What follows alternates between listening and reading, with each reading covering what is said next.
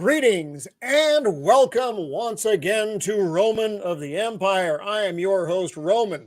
Tonight we are talking about groundbreaking comics. This is volume 4 because there are just so many damn good books to talk about, largely from the past because new things are kind of icky and not good. So let's go around, and we've got a couple folks who are supposed to be here, but one I imagine is eating a Subway sandwich, and the other is a man of mystery. So we'll go around to who is here. He is my co-host. He is my watcher. He is my wingman. He is Shieldwall of Dragons. Welcome to the show, buddy. How are you doing? Hey, everybody. Happy to be here. Gonna have a great conversation about comics and stuff. So yeah, thanks for having me on. It's always a pleasure.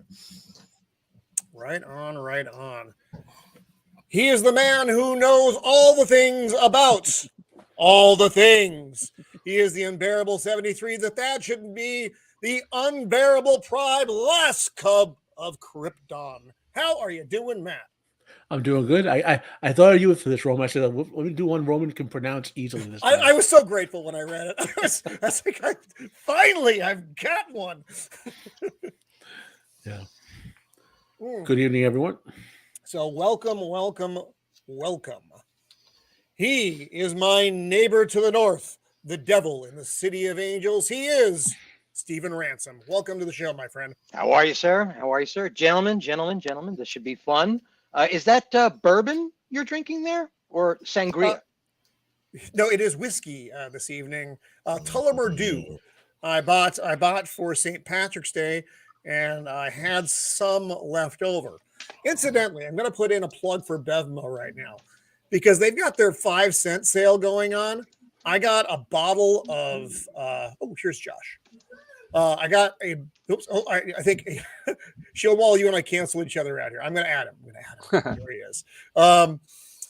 So I got a bottle of Whistle Pig for it was like $60, but I got another one for a nickel, and it was just like it was one of the best things that's ever happened in my life.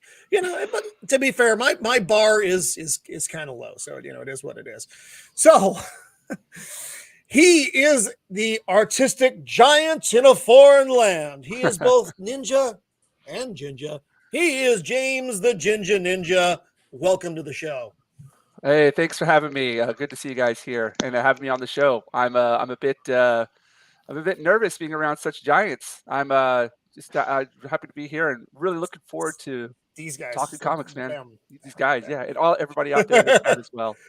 Well, I'm excited. So you are a first timer on the show, and we're very happy to have you. I'm glad you could work out. So, we're in wildly different time zones, so I'm glad you were able to make it. Yeah, it's 9 a.m. here. Got me a cup of Joe, ready to go.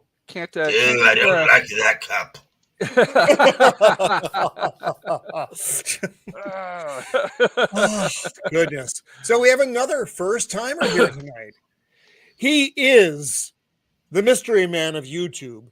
He has no channel, but is on all the channels. He is the enigma known as Josh McDonald. Welcome to the show, man. What's up? I believe Flaccid referred to me as a Barrack bunny before, which no bueno. That's not good. That's not an introduction piece. What's up with that? Well, yeah, I make my rounds. There's a lot of love going around for you, Josh. I mean, I swear to God, I'm pretty sure that MVP and Zax would be fisticuff over the possession of Josh. I am property of Zax. That has been established, and those grounds. Is there have been a contract? Is that a formal deal? Was there paperwork signed? Were there prenuptials written out? It's somewhere. We'll have to figure out where, but it's somewhere out there. Hell chat. Hello, everybody. Right, welcome to the show, Josh. He is the nemesis of the Dark Knight, the voice that will put a smile on your face and have you laughing to death. He is Joker Voice. Welcome to the show, my friend.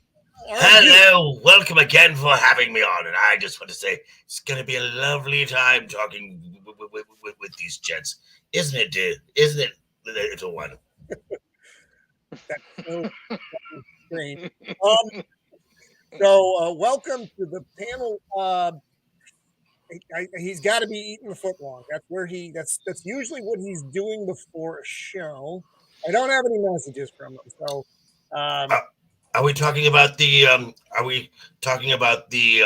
half man, half wolf abomination? We are, and I had a grand introduction for him. But a Furry Nation AJ. Oh. So The pedophile. Uh-oh. oh my! Did you say pedophile? Wookie be bad. What's up, sir? Hey, yeah, Wookie be bad. So let's check out who is floating around out there. We have Nosferatu the vampire, always having you in the stream. Wookie be bad. Looking forward to being on your show next month. Dempsey, welcome to the show, sir. Jacob Ironside is hanging out with us. The angry Canadian, who is also in Japan, oddly enough. Yes. What's up, bud?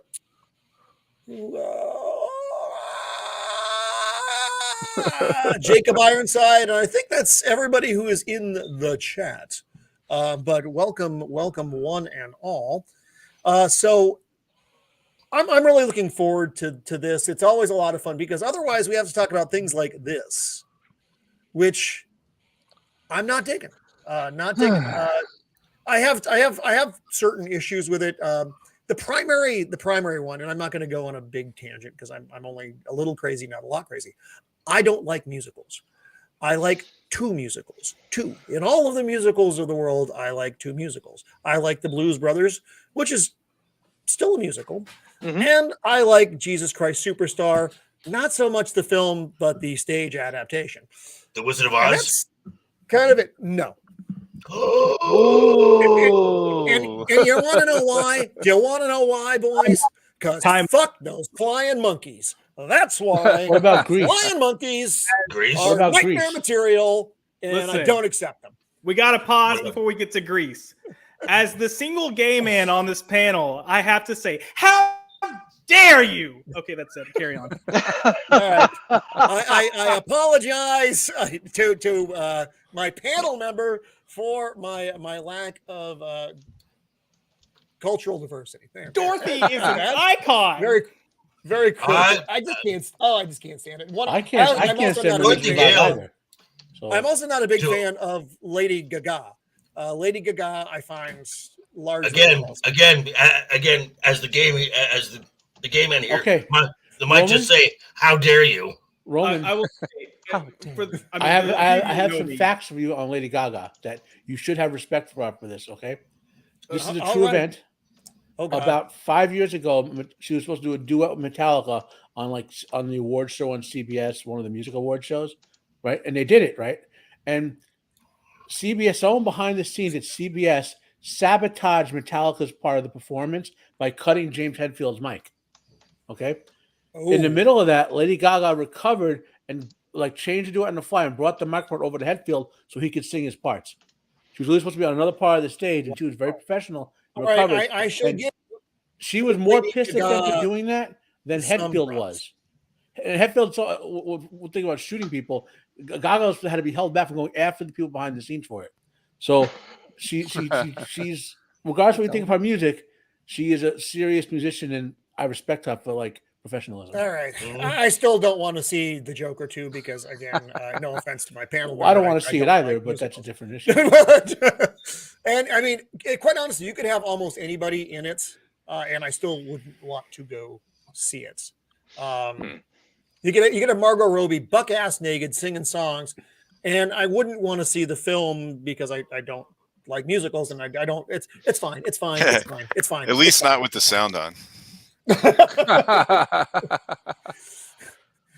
Yeah, I think we're all going to be surprised by it. Nothing misses of the Empire. Yeah. I think that there's going to be a general sense of surprise about the quality of that piece. I'm not really sure. Maybe. I'm not trying to predict anything. I just feel like that property, the legs that Joker has as a film, as a franchise, as a possibility of expansion, I think there's got some really powerful legs underneath that the possibility of the future of that storyline.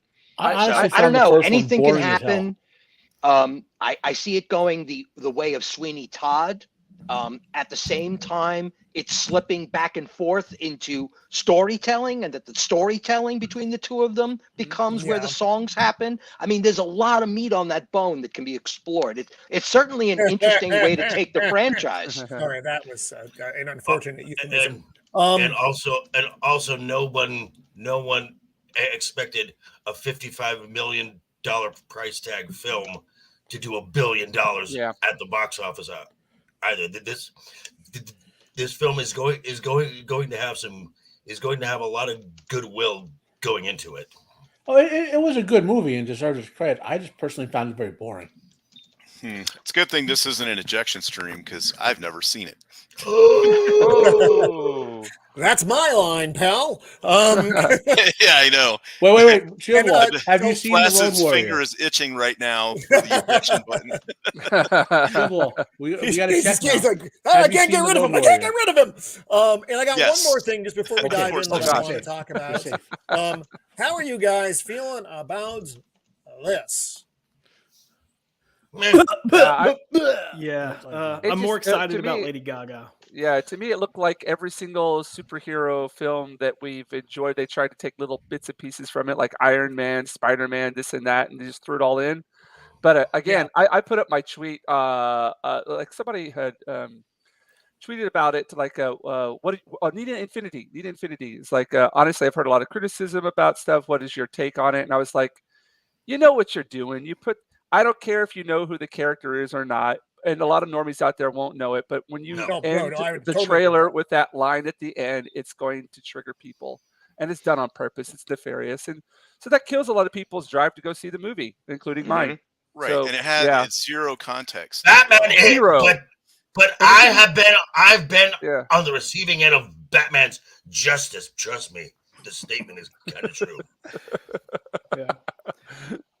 Yeah, well, I mean, if you would have had like a rebuttal to it at the end, like at the end of the trailer, right? Like, oh, Batman's the fastest. It's like, come on, Uncle, something like that. Then okay, Yes. that's fine. But you don't have that rebuttal, so what it ends is it leaves this really bad taste in your mouth for people who aren't, especially who don't know like who the character of Batman is or who the character of the Uncle is. So No, I mean, and well, a lot of people. I mean, and you were right with that, James.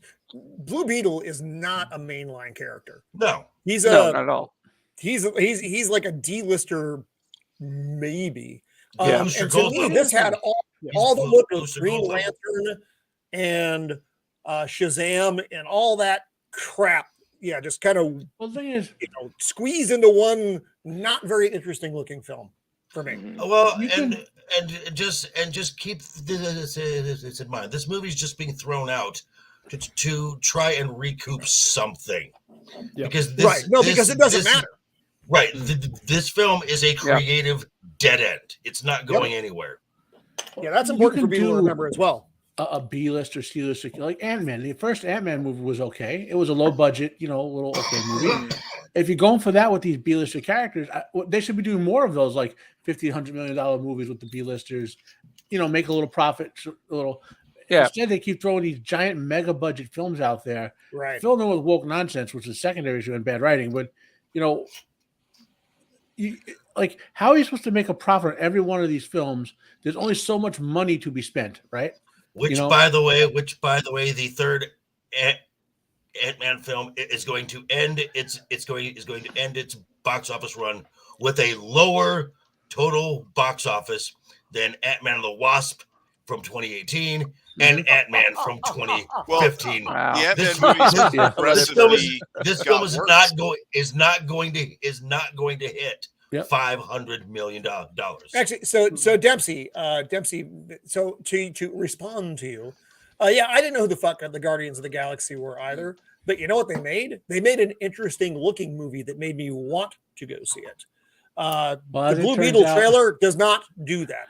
I mean, it's not driving me at all. I have zero fucks to give in the field of the Blue Beetle. There's nothing there. I also think Guardians of the Galaxy benefited from being in a film universe that had built up a reputation and had some, Yeah, I mean, but that was still pretty early on, Josh. What was that, like number Phase 2? 4?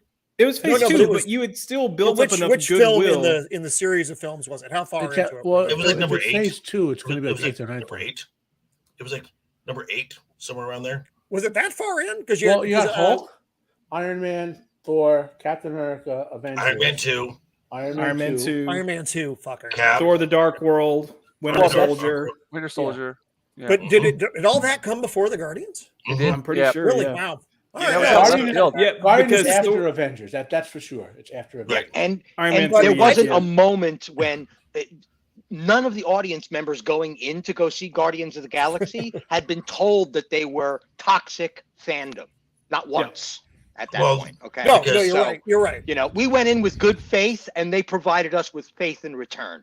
And there was a raccoon with a gun. Oh my Like, God! Best moment in the whole world, You know what I man. mean? I remember that comic book. I was thrilled to see Rocket on screen. And it Well, had Chris I'd Pratt never in it. seen the comic book Right. myself, but it was just one of those characters that was unknown to me. Oh, But I was going in with Matrix expectations. I had no idea what I was getting into. Right. Like that's how it was with the Matrix, the original movie, and it was just a joy to go in there and be Yes. blown away.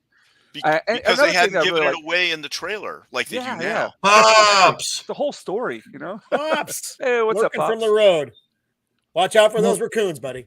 Well, Guardians of the Galaxy was a right. legit good movie. It wasn't like they didn't overwork it. Yeah. It had good writing, good production, good story. It was feel good. Like it was. There are very few of these Marvel movies, especially in the light of all of me blackpilling on all of it. That like I'll go back and watch Guardians of the Galaxy again. I'll watch Captain America 1 again. Yep. I'll watch Captain America 2 again. I'll watch Avengers 1 again. I'll watch Thor 1 again. As far as whole movies go, that's kind of it. You know. After that, I mean, Avengers: Age of Ultron.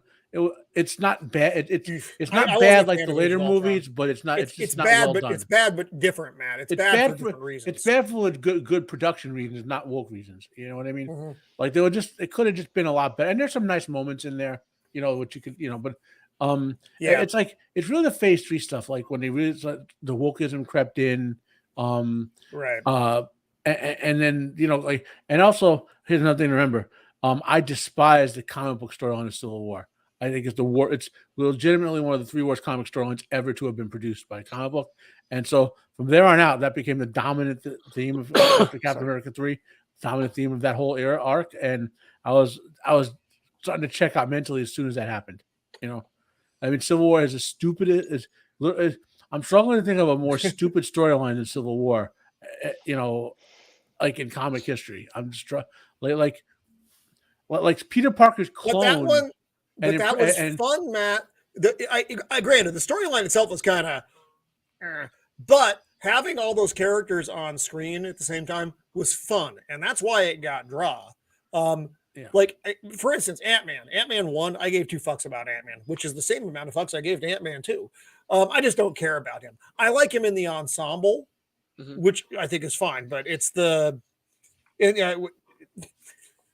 there are certain characters who I don't think should have their own movie. I think Black Widow should have had her own movie, or had a pair up movie with Hawkeye. Doing, you know, that thing would have been great to see, but we didn't get to see it. We got to see it. Would have been great. I mean, you how know, cool would have that been? 5 years too late. Yeah. That would have been Let's call it Budapest. Exactly. Let's hear that story. What the hell? The title should have been "What About Budapest?" Yeah. What the hell, man? It's like, come on, fill in the Black lore. Widow was another one of those B-list characters that sitting on a gold mine do with those small budget movies. You know.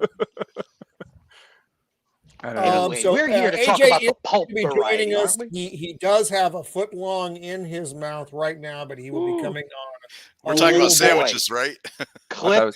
We don't know with AJ. It's AJ. He's a That is furry. very We true. don't know how this is going to go. Is he so let's wolfing down that foot long? Is he wolfing it down? Oh, that was bad. That was like dad level bad. That was Low that might hanging get fruit, you, baby. That might get you ejected from the stream. But let's actually talk about why we are here tonight. And we're going to start with the Jinja Ninja, because even though we're on live stream, I feel like he came a long way to be with us. So, James, I'd like to start with you tonight. I don't have I have my page loaded up, or do you have something you'd like to share?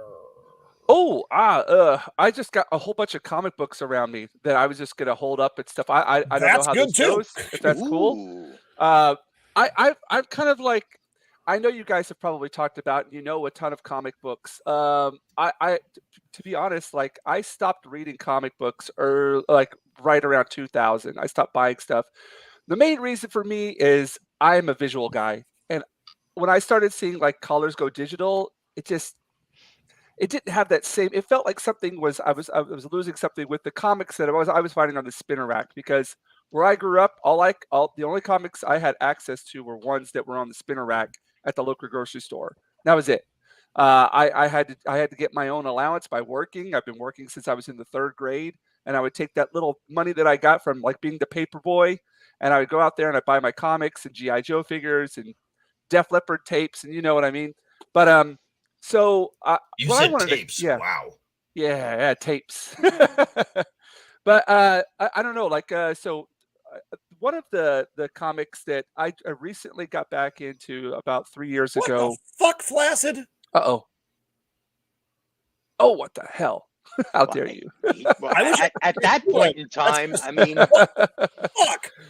Most of those books were being published in volume form, so yeah, I guess so. Or that them makes online. Sense. Mm-hmm. I didn't start getting into like comics again until recent, and then the first one I got was this Batman Year One. Yeah. Whatever. I love the artwork. I love the. That's Frank Miller's best work. Yep, David Mazzucchelli. I don't know how to pronounce his name. Mazzucchelli. Talk about that on one of the previous episodes, Roman. I pretty much knew that you guys had probably talked about this one before, but I was just going to show you that. When I go ahead, deal with that though, and fuck! I just kicked him. I kicked him. No, sorry. It's where I deserve to be. It's where I deserve to be down here. I will say, I got everybody all fucking in the wrong order. James, what I was going to say is, I don't really care if we're talking about a book. What did I do? Oh yeah. Well, Jinja Ninja, go ahead. There, okay. Go ahead and talk about it, because I watched all 3 episodes in the past 24 hours. It was a reference, but nobody actually discussed it in detail. Oh, okay.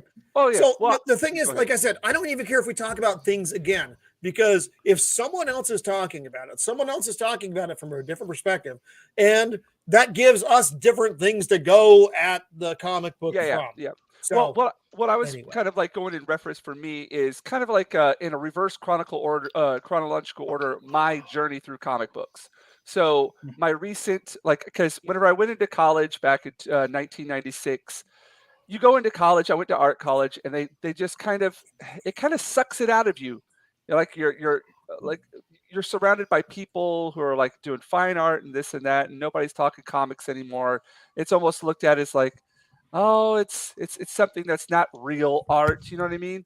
And the style of art, I just kind of like what I didn't like what I was seeing on the with the like I was a big fan of all the X-Men and everything like that, the X books. So I just saw kind of like the stories and the style just kind of go downhill, and then so I took a long hiatus from it. But I was lucky enough, and I've told this story a billion times, my last year of college, to have Kent Williams, who's a fine artist and a comic book artist, as a guest instructor for my advanced illustration class.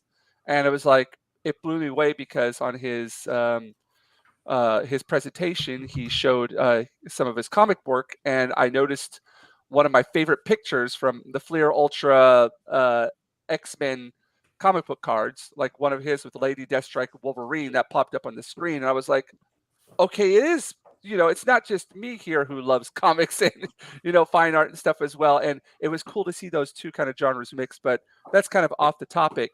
But that kind of brought me back into it, into the world. But then I came to Japan, and I was surrounded by and at that time, the internet, we didn't have all of this, YouTube and all this stuff. And it was just kind of difficult to find people to discuss that genre with. And so it wasn't until recent that I got back into things. And then for me, it's kind of like with music. I'm not like the lyrics guy. I like the sound. And with comic books, More so, I mean, I love good stories, but I just love visuals. I just love being like entertained, and not even have to read a word. I can just go and look and get lost in the pictures. That's just how I am with a lot of things. Just being honest. And with this style, the very graphic nature of it, how the color palette is just it's dark, but yet at the same time it's very vibrant. Yeah, Batman Year One, and this is the recolored version that I got here. They actually went back and, according to this book, his wife, David Mazzucchelli, his wife is also a fine artist, and she went back and did the acrylics, I believe. Oh, She went back and redid all the acrylics, and they replaced the color with her artwork there. But it's just I could sit here every time. So I started doing my own comic book here. It was like a year and a half ago. I started working on my own, and this was like my Bible. Whenever I was going through, looking at layouts, looking at contrast, looking at just the movement of the story, I would constantly go back and look at this book the whole time, and it was just, I just can't get enough of it. It's just beautiful. Oh, to me, it's perfect. Yeah. Agreed. Yeah. If you don't mind, can I jump in on some of the? Oh yes, go for it. Feel free to at any time. Yeah. So one of the things that I love about this is pretty much what he talked about, and it's something you don't see in modern comics today. But it's artists having either a visual voice or their use of visual storytelling, and you get that in spades here with Mazzucchelli. You get it in terms of panel structure and layout and how he approaches the storyline. So like if you were to go back to the opening pages, you've got parallels between Bruce Wayne and Jim Gordon as they're coming to Gotham. Yes. And you've got Jim Gordon coming to Gotham from, I believe, Chicago. And then you've got Bruce coming back to Gotham for the first time. And their thoughts on the city oppose each other. And you've got one that's coming down from the plane and then one that's coming up from like a subway train. It's just brilliant storytelling. But also his ability to define his backgrounds and create a story of what you're getting. There's so much here, and the only artist that I can think of that was a recent artist that was this good at telling a story through the background, the quote unquote set, is the late great John Paul Leon. And just so many artists don't do this. But there's one panel in particular that always stood out to me, and I think it's Commissioner Loeb is in his office, but he has either like a Mickey Mouse phone or something. Is that up here? This I think it was further. Yeah, like you see, he's got a lot of childhood type. There's a Snoopy thing up there. So he's this corrupt police commissioner, but he's got this fascination with things that are childlike and youthful and juvenile. And it's a little minor detail, and it's something I didn't even realize until probably the 6th or 7th time I'd read this comic. I was like, holy shit! Like it tells you a lot about him. He probably has children, you know. Yeah. Well, what I get from is they're just like for me, he's a buffoon, and he's a corrupt buffoon. Mm-hmm. And what I did like about this book, this is just kind of my 2 cents added into this conversation, was the parallels between this and The Dark Knight Returns, because Bruce makes a lot of similar comments in The Dark Knight Returns. Lucky old man, when he's coming out of her, he's making some missteps, and in this one, he's lucky amateur, where it's that, or stupid amateur. That's what it is in this one. Lucky old man, stupid amateur. But it's the juxtaposition of the Bruce in the timeline. Yeah, and you guys were talking about a visual voice. I mean, good grief, these heavy hand brush painted inks are just so extraordinary. At points, it almost looks like rotoscoping. It's so good because it's minimalist. It's hyper minimalist. Yeah. There's just these little small splatters that you get in there that just they create a certain kind of movement within the piece itself, and it gives it a raw feeling to it. There's like almost like a torn edge to the page on every single ink stroke. It's great. Yeah, it's I definitely have something I'm trying to emulate through my own work as well. And it's just, imitation is the best form of flattery kind of thing. And I think this is, if you're going to be an artist nowadays, if you're a comic book artist, you got to look at this one. regardless of whether or not you like the story or not, you just gotta have to look at the visual greatness of this and how they're able to tell a story. You could almost take away all the text, and you'll still have a very compelling piece here. 100%. Yeah, it's one of those things where it's like show don't tell, and I wish the comics, especially current day comics, did more of that. Matt, were you the one who mentioned All-Star Superman in one of the previous? Yes. Yeah, like you described the idea of show versus tell, show don't tell, when you discuss the opening panels, and it's like we've seen the origin of Superman so many times, and nobody's done it as better than Grant Morrison and Frank Quitely did. And those like 4 panels, like you got the impact, you knew what was going on, nothing had to be said. Today, they're going to spend 20 pages trying to poetically, go on and on and on about, how treacherous it was, this planet blew up, and it's just too much. Like it's perfect. Hey, before we go on, someone has joined the panel. I assume he is no longer eating his foot-long sandwich, but I did want to introduce. He is the shape-shifting Lord of Lycanthropes. He is the abomination known as AJ. Welcome to the show, AJ. I'm not eating Subway sandwich. You are eating, aren't you? but I am eating. AJ, Wolf brother. Eat your food so we can get your hot takes later. Oh, did I say hot takes? I meant crap takes. My bad. Oh, I don't have any, man. Oh, wow. Why AJ doesn't like Batman Year One? Because it looks like Lord of the Rings somehow. No, I don't have any hot takes when it comes to this. This is the watering hole. This, there's established peace. We're just learning from one another here. So. And there was peace on Roman of the Empire. As I was scrolling through here, there are a couple of panels that really grabbed me. This one and this one down here, because these are both again hearkening back to The Dark Knight Returns, which is the future set comic. But this is all similar imagery at the beginning of his timeline, at the end. I love that. I love the way he did that.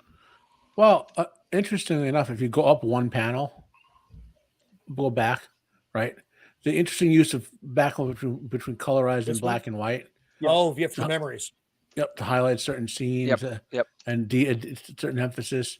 And also look at the art in particular, even in the black and white and the colorized versions, they're able to maintain that sort of, I don't know what you would call it, but that not also, like, I don't want to say unrealistic, like nowadays, since I guess the Todd McFarlane era, it's all hyper realistic art with like facial lines all over the place and whatever. It's great art, but like this, I think of the art from like the 60s through the late 80s as realistic, but not realized. Like you can see it's drawn. It's not meant to be photorealistic.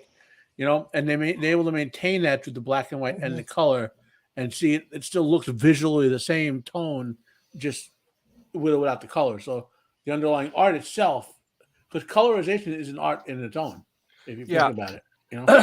I watched a really good a video, a guy who is basically analyzing Frank Frazetta's work.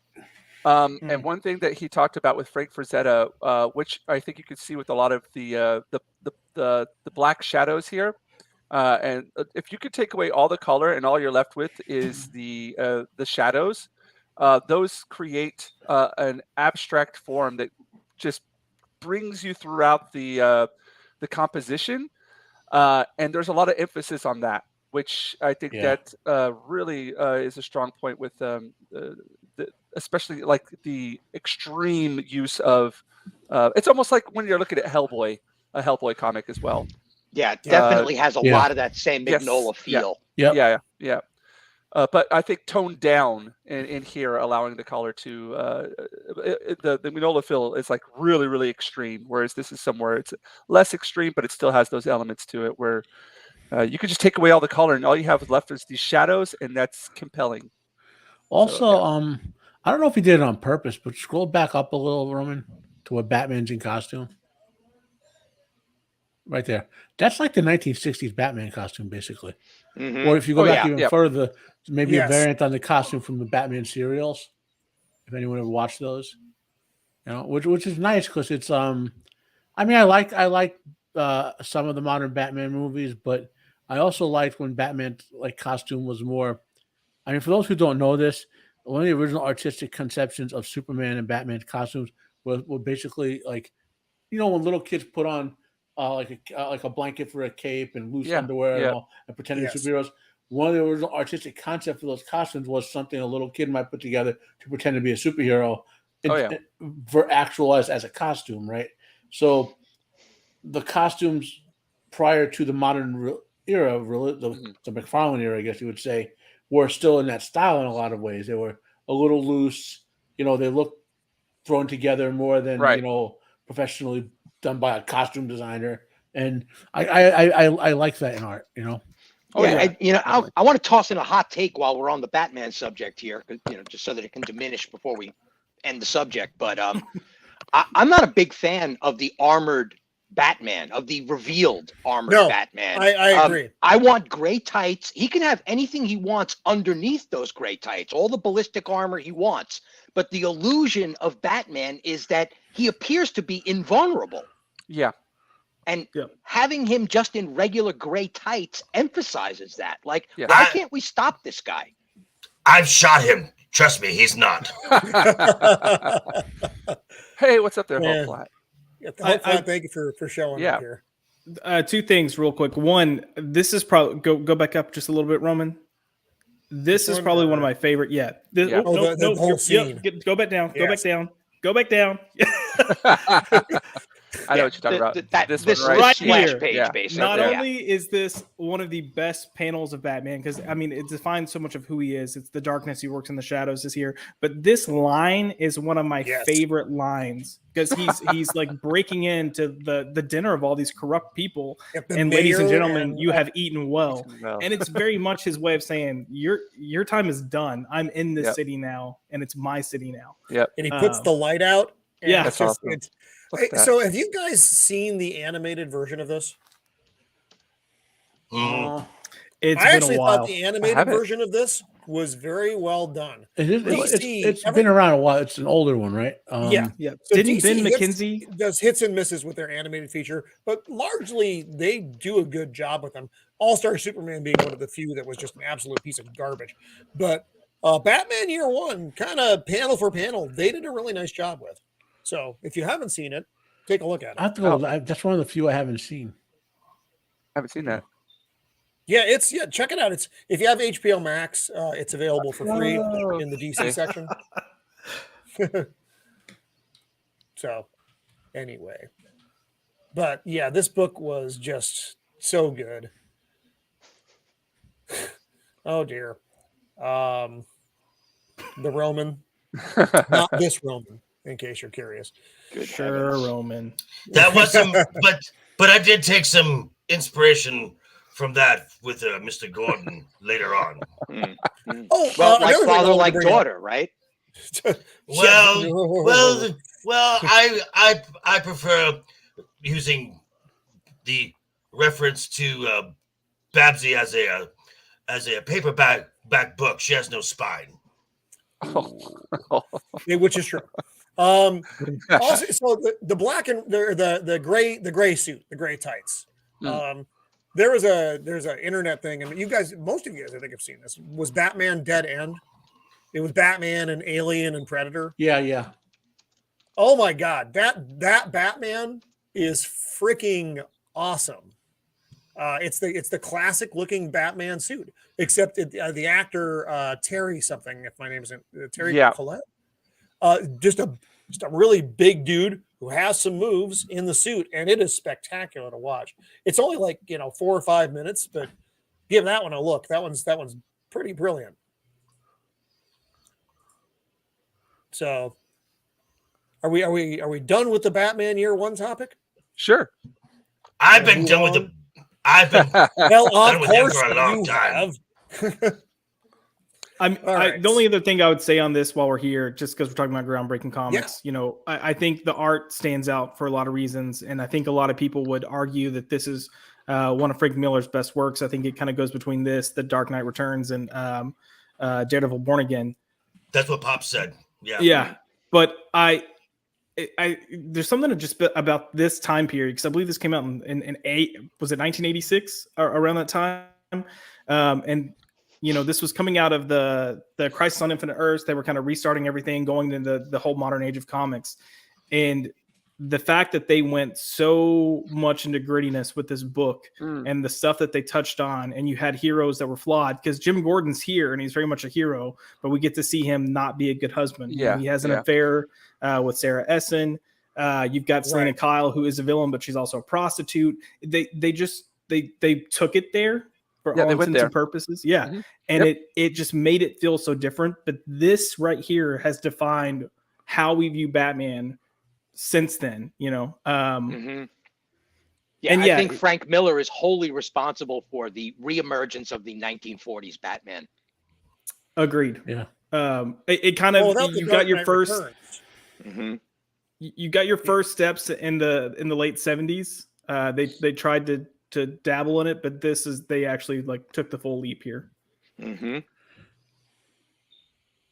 Yeah, so adding the grit back in. I mean, Frank Miller was a young man, teens and early 20s in the hardest time period that Los Angeles experienced. That was primarily like the late 70s, early 80s, where it had bona fidely become like a total shithole. Yep. And that's what Sin City is really all about. You want to talk about Basin City? That's what they call the Valley in Los Angeles. They call it the Basin. So that's what he's talking about, kids. He's talking about L.A. Sin City is L.A., or at least Frank Miller's experience of it. So yeah, James, and Josh as well, because you both wanted to talk about that book.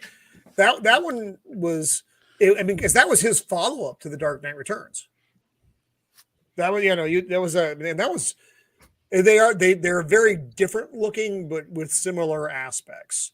The lines are a lot cleaner in The Dark Knight, where this one has those.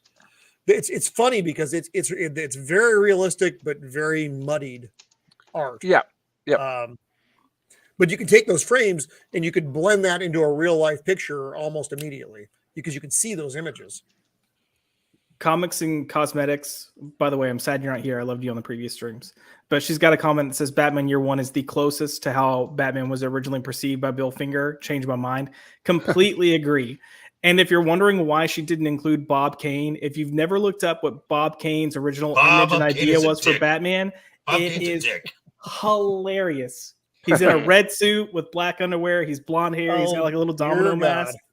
Yeah, it's interesting. So, Jacob Ironside, I have to just ask, why? Why? Exactly. Why? Because of your opinion on The Wizard of Oz. That's why. Adding a gigantic pile of Roman hate. Hey, it's not always Roman hate. It's often Roman hate. That's right. So, moving on to the next book here. So we'll, Josh, you are up next. Oh, I'm up next. Oh shit. What the fuck? Do you guys need prep work? Was there some? Did you need to get off and change before the fucking stream? What do you need from me, man? Well, normally Josh is eating bonbons while Zax does all the work. That's right. That's right. No, I was reading comments, and then I heard my name, and it took a second to process. And I was like, beep. Oh my god, my name is Josh McDonald. Fuck, I'm on the show. What? So I spent the past week really just battling what I wanted to bring to the table. And then as I listened to all the streams, I changed my mind to do Batman Year One because no one had talked about it in detail. And I was like, as someone who's known in certain circles as the Batman guy, I was like, okay, I've got to talk about this. Thankfully it's covered. It wasn't necessarily my full pick. So I pulled a last minute Hail Mary and I picked a modern comic, something that was done within the past, probably 8 years. But I picked Multiversity Packs. I'm familiar with this book. Yeah, it's just one issue. It's part of a kind of an anthology type series that Grant Morrison did during the New 52. But it was a book called The Multiversity, and specifically this issue, Pax Americana, I think is one of the best and most well-made comic books of all time. But you've got Grant Morrison writing, you got Frank Quitely on art.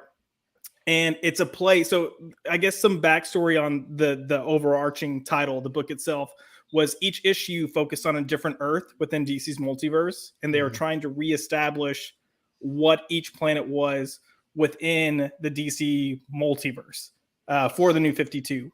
But for this, they took a take on pretty much Watchmen, and I know you guys have discussed Watchmen. But to do this, he pulled the actual charlatan characters, who the Watchmen characters were based off, to tell this story. So you've got something that thematically is very similar to Watchmen, but one of the reasons I put it here is, again, the use of story structure in terms of art and the artistic voice that's here. Frank Quietly, by the way. Yeah, Frank Quietly. Like, sometimes if you look at his art and you don't pay attention, like maybe you read digitally and you just go panel by panel, you may not be the biggest fan of his. When you go through and look at how the story is told, it's freaking brilliant. And there's multiple ways you can actually read this comic. So the story, in a way, starts at the end and ends at the beginning, but you can read it vice versa. You can read certain pages in different order. We'll get to that in a second. Oh, even here, scroll up. Just and, the way they, This so is Pax Americana, right? Yes. For the audience's reference, it mostly is the characters from Charlton or Carlton Comics, however you want to pronounce it, that DC bought, like Captain Atom and all that. So, yeah, you've got Captain Atom, you got Peacemaker, you got Blue Beetle, you got The Question. So a decent Blue Beetle. What? Blue Beetle. You'll see him in a second. But even the way the story, by the way, even the way the storytelling goes here, you've got that top panel where you read traditionally left to right, but then you go down and then you read to the left, and then you go down and you read to the right. Just following, that's fantastic. You know, I haven't heard of this book, but I am going to get this now. This is really cool. This looks great. Yeah. It's 41 pages. It's a quick read. It's just excellent. And this is a one-off, huh? This is a one-off. It kind of plays into the very end of that run. They brings all the stories together. Here you got Blue Beetle here. But it's just the way he goes about stuff. There are multiple themes that are both present in the narrative and the script itself, but also in the visual storytelling. So the idea of infinity and an infinite loop comes into play both visually and narratively. And then with Captain Atom, you have the oh, hey, what's up, Gray? Gray, I'm drinking tea. Gray. Hey, wakizashi. Welcome, buddy. But yeah, you've just got excellent storytelling. And it's one of those comics that, and some people are going to hate this because they'll think it's pretentious. I read it and I had to read it again to make sure I understood it. And then as I was reading it the second time, I started noticing different things. So I read it a third time. And then I went through and I actually wrote a review for this. This is one of the few comics I gave a 10 out of 10 when writing a review for. Ooh. So here. That spread's really interesting. Wow. Yes. Okay. Yeah. Ignore my dog going crazy in the background. You've got 3 different timelines within this one page. Yeah. And you read direct, even though it's technically 2 pages, you read all the way across, then all the way across, all the way across, all the way across. That is so cool. But if you want to, you can go through and read it per timeline to get each story like linearly in a linear like narrative. It's excellent work, man. That's interesting. The number of panels that they have on one page there, because that's breaking all the rules. You're not supposed to have over 9 or 10 maximum. And there's 12 right there easily. No, there's 16. Oh, yeah, 16. Sorry. 16. So that's another thing. Even though it breaks the rules, it's still very structured. Oh, yeah. And if you scroll down, so with Watchmen, it was known for having a 9-panel grid. Go ahead and scroll down. A lot of these pages are 8-panel grids. So kind of similar. This is different. This is kind of when they start going out because you're going into quote unquote Dr. Manhattan / Captain Atom. But if you go back to the beginning, there's 8-panel grids, and you don't need to go back, Roman. Just 8-panel grids. It's structured, but keep going down, because one of the themes of the story is life is set up in a way that we have structure. Inherently, there is structure in the world, and the thing that creates instability are people. They're humans themselves. So there's a page where you get to the character that you're pretty much following throughout this issue, which is the president. At the beginning of the issue, it's the president who gets murdered. But you get to see him at his father's grave, and you have Captain Atom say something about life and the way life plays itself. See, there's a symbol, or the infinity symbol, coming into play. He talks about life, and you see the panel structures completely just start disintegrating. And it's the use of storytelling visually just does so much legwork. Yeah, there was a page, a couple of pages up, Roman, where they show like whatever collider or big piece of scientific equipment, but you'll notice that the panels start to fractal. There, right there. Right, yeah, that's right, that one right there. Right there. It's like almost depicting how the rest of the story is going to flow. Correct. That's beautiful and visual, like storytelling right there. That's just that's it. That's intelligent. I love that. Oh yeah. Yeah, and kind of hidden too, because you don't know if it's panel work or part of the aesthetic or what. Exactly, part of the machine. You don't know what's going on there. Yeah. So, Josh. Yes. Was this written before Watchmen? No. This came after Watchmen. So this was in probably like it was published in 2014 or so, somewhere around there. Way after Watchmen. Yeah. But it was intended to be released like 2010 or so, because it was supposed to be related to the whole New 52, Countdown Infinite Crisis, Final Crisis stuff. It was supposed to be Morrison sort of explaining and relaunching, using like the fact that the multiverse is being invaded to explain the whole multiversal structure that they had going on post Final Crisis. And then it did Flashpoint, which screwed things up again. And then so this became a post Flashpoint comic book eventually. Yeah. That well, I'm just reading. It's like 7:20 p.m. January 31st. Basically, if you remember comics, Captain Adam has left the universe. No, but it reminds me of. But I mean, it is. It's and that's what you said, Josh. Was it's Watchmen. Yeah. I mean, this whole story, it goes backward in time.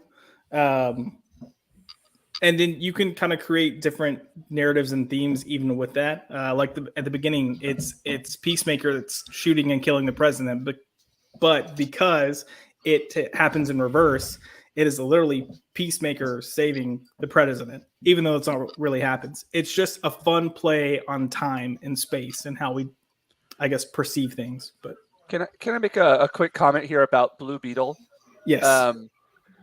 Something that I find that, especially with the movies, something that they lose, or maybe they overcomplicate. And we were talking about this with the Batman costume here earlier.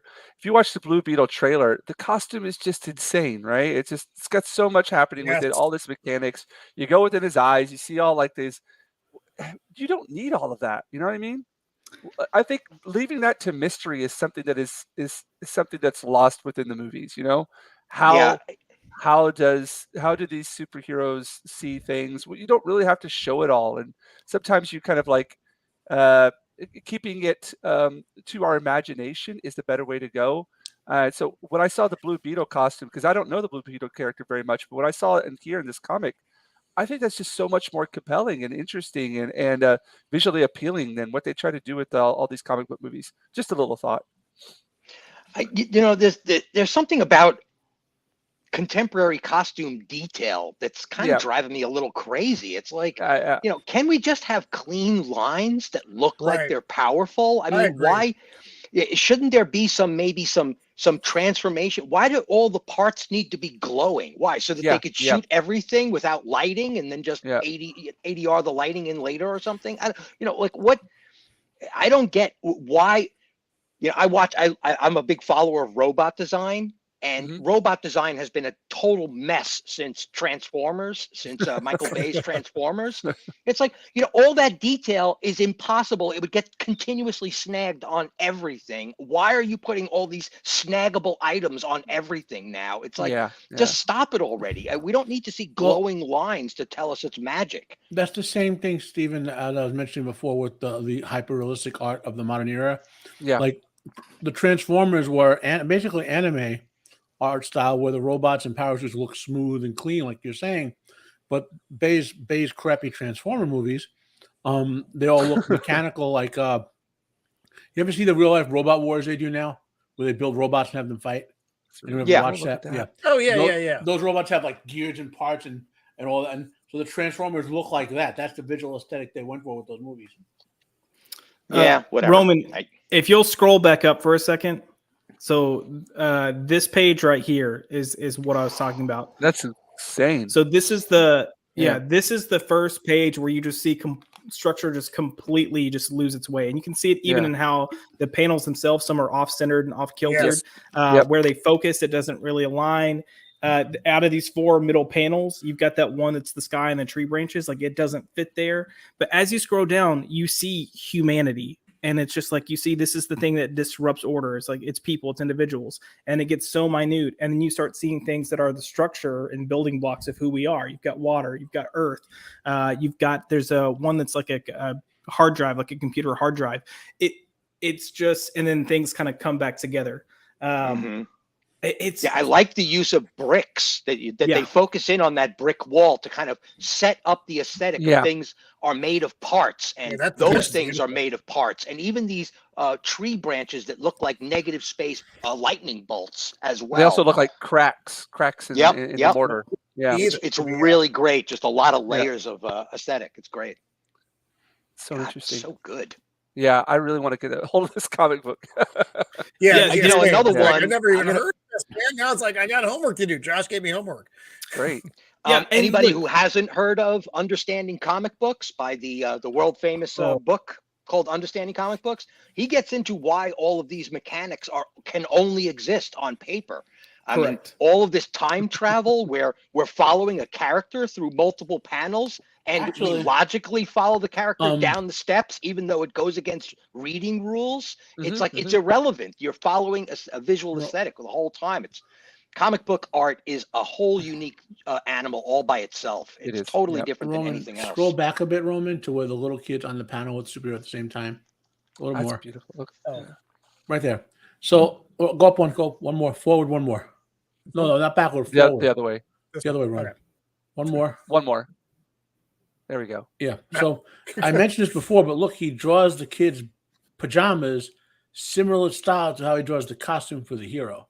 Yes. Yeah.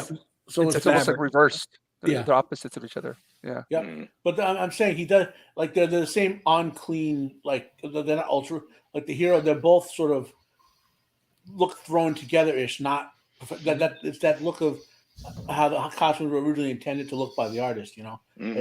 I could key on that stuff, and it's one of the I love Quietly's art, you know. There's something to that too, that because we're constantly talking about how characters we don't feel jeopardy, we don't feel threat levels anymore, we don't feel power creep anymore, and making a character's costume look like he just threw it together from stuff he grabbed from a store makes them vulnerable as an aesthetic, because they look like they're just pedestrian. But then they have these incredible powers and incredible capabilities that turn them into superheroes. It's not the costume; it's the superhero within. It's so strange. It's like they're missing these beats. Yeah, that brings me back to the point where, like, they're trying to make the superhero the costume, whereas the costume is just, I don't know. I get, for a person like Iron Man, who is a human underneath, yes, you need that. But for other people, it's just not necessary. Yeah. In my humble opinion. Looks great. Yeah, this is impressive. I'm blown away. Like I said, getting homework is pretty fun. Yeah, the series itself is 12 issues. Each issue, like I said, is a different Earth. When you go to each pudding. when you go to each Earth, they reference the other Earths. So the other Earths are comic books, and the Earth that you're on is quote unquote the real world. So they kind of play with that throughout the series. But that issue is a standalone issue. Most of I think the first like 6 or 7 issues are all just standalone, and then they start teasing connections and ties before doing a final issue. The premise of the series is that the multiverse is being invaded by parasitic extra-dimensional aliens. Correct. It builds towards something. Got it. So I can read this one though and be satisfied with it as a standalone. Yes, you can read this one and be satisfied with it as an issue on its own. And they have this as a traditional issue, and then they have a director's cut that actually has notes from Grant Morrison and Frank Quietly. Oh, I'm gonna find that because I like the extra stuff. I would say get both if you want, because the director's cut, it's all the notes are cut in between and it's black and white. So it's reading it like hodgepodge. Yeah, okay, got it. It's gonna be like got it. I understand. Thank you for letting me know. Yeah, that whole concept. Otherwise, I would have fucked that up, Josh. I really like of having like a meta thing where there's a comic book within a comic book world. And then you're always interested to see, like, what would that comic book look like if it was real? And then, you know what I mean? So you have, so you have those. He's out there. Stop it! None of that on this stream. And that's the premise of this series, right? Shut your mouth, AJ. You're just jealous. The next book is basically a comic book from in the first series world. Correct. Okay, cool. Yeah, man, this is cool shit. Thank you for sharing that. You're welcome. I didn't know it existed, but now I need to have it in my life. So that's what this is about. Sorry, Josh, could you give us the name of that one more time? People keep asking. The Multiversity Pax Americana #1. Multiversity. And let me go up to the top here real fast so you can see that header. Don't be lazy, Josh. Type it in the chat. Be a good man. The private chat is full. I gotta pull up. No, in the public fucking chat. New people. God damn it. Do the work so we don't have to. There you go. Thank you. Thank you, James. Look at these guys now. That's what I'm here for.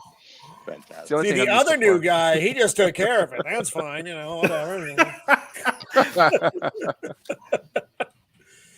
So, man, that was really good. I when I get to see something new and I get excited about it, I mean, that's why I like doing these streams, because the groundbreaking comic things that are, the things that we love that are really fucking different. And this is it. This is fantastic. Thank you for sharing that. So who did I want to? Oh, it would be the Subman, the Wolf and Subman. Apparently there are hardcover deluxe editions for the Multiversity. Is it like a collection of this? I'm gonna find this. I'm gonna get on after the stream. Yeah. So funny thing. It was a couple days ago. Friday? We'll call it Friday because I don't remember which day it was because I'd been drinking heavily. I drunk bought Yes and Rush albums. So I got to be careful when I get excited about stuff when I'm drinking. It's like, oh, hey, look what's coming to the house. Oh, mother dick. So this would be good though. Anyway, so moving on. Mother dick. That's a very current age concept. I try to be hip. I try to use the lingo of the youth so they know I'm connected, that I care. I don't. How's that working out? Not well. So the man with the voice. What do you want to talk about, buddy? Oh, hello. So I'm not so much a book per se, because unlike a lot of folks here, it's not that I can't read. I don't like to read. I'm very much a visual. I'm very much a visual person. I want to talk about a character that I have just grown to love through live action and animation, and it touches on some things that Steven said earlier about how the hero is not the hero is not the costume. This is kind of a working man's hero. And that would be his first appearance in Swamp Thing number 37, which would be the first appearance of John Constantine. Fucking Constantine. I love Constantine.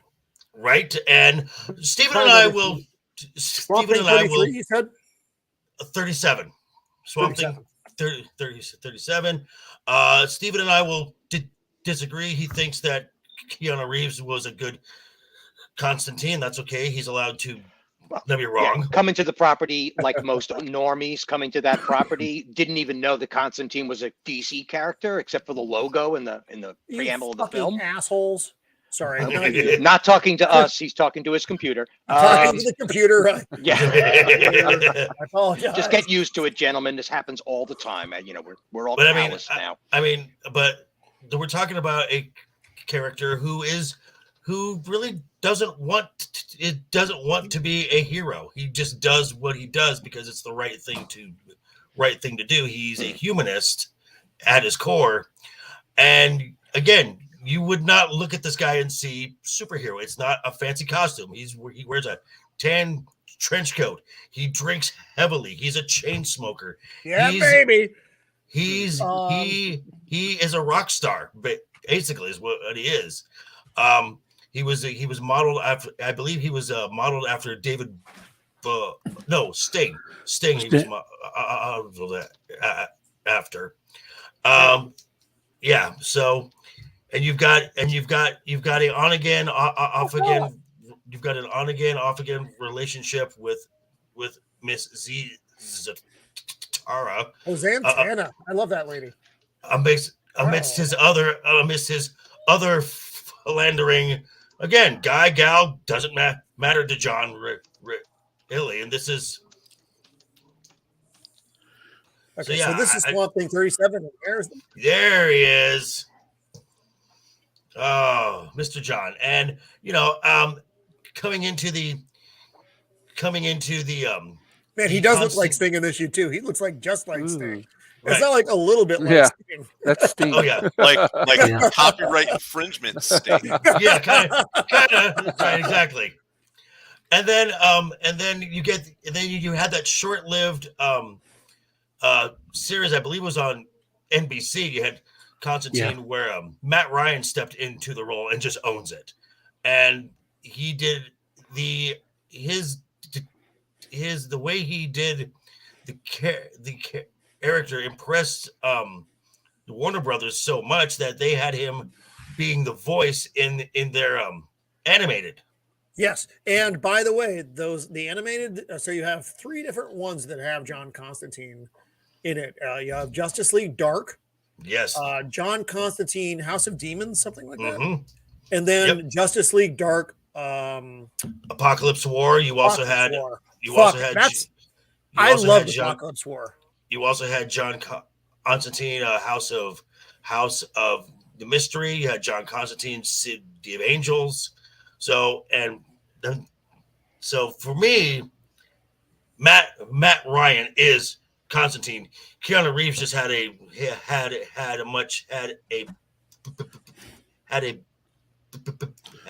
better script.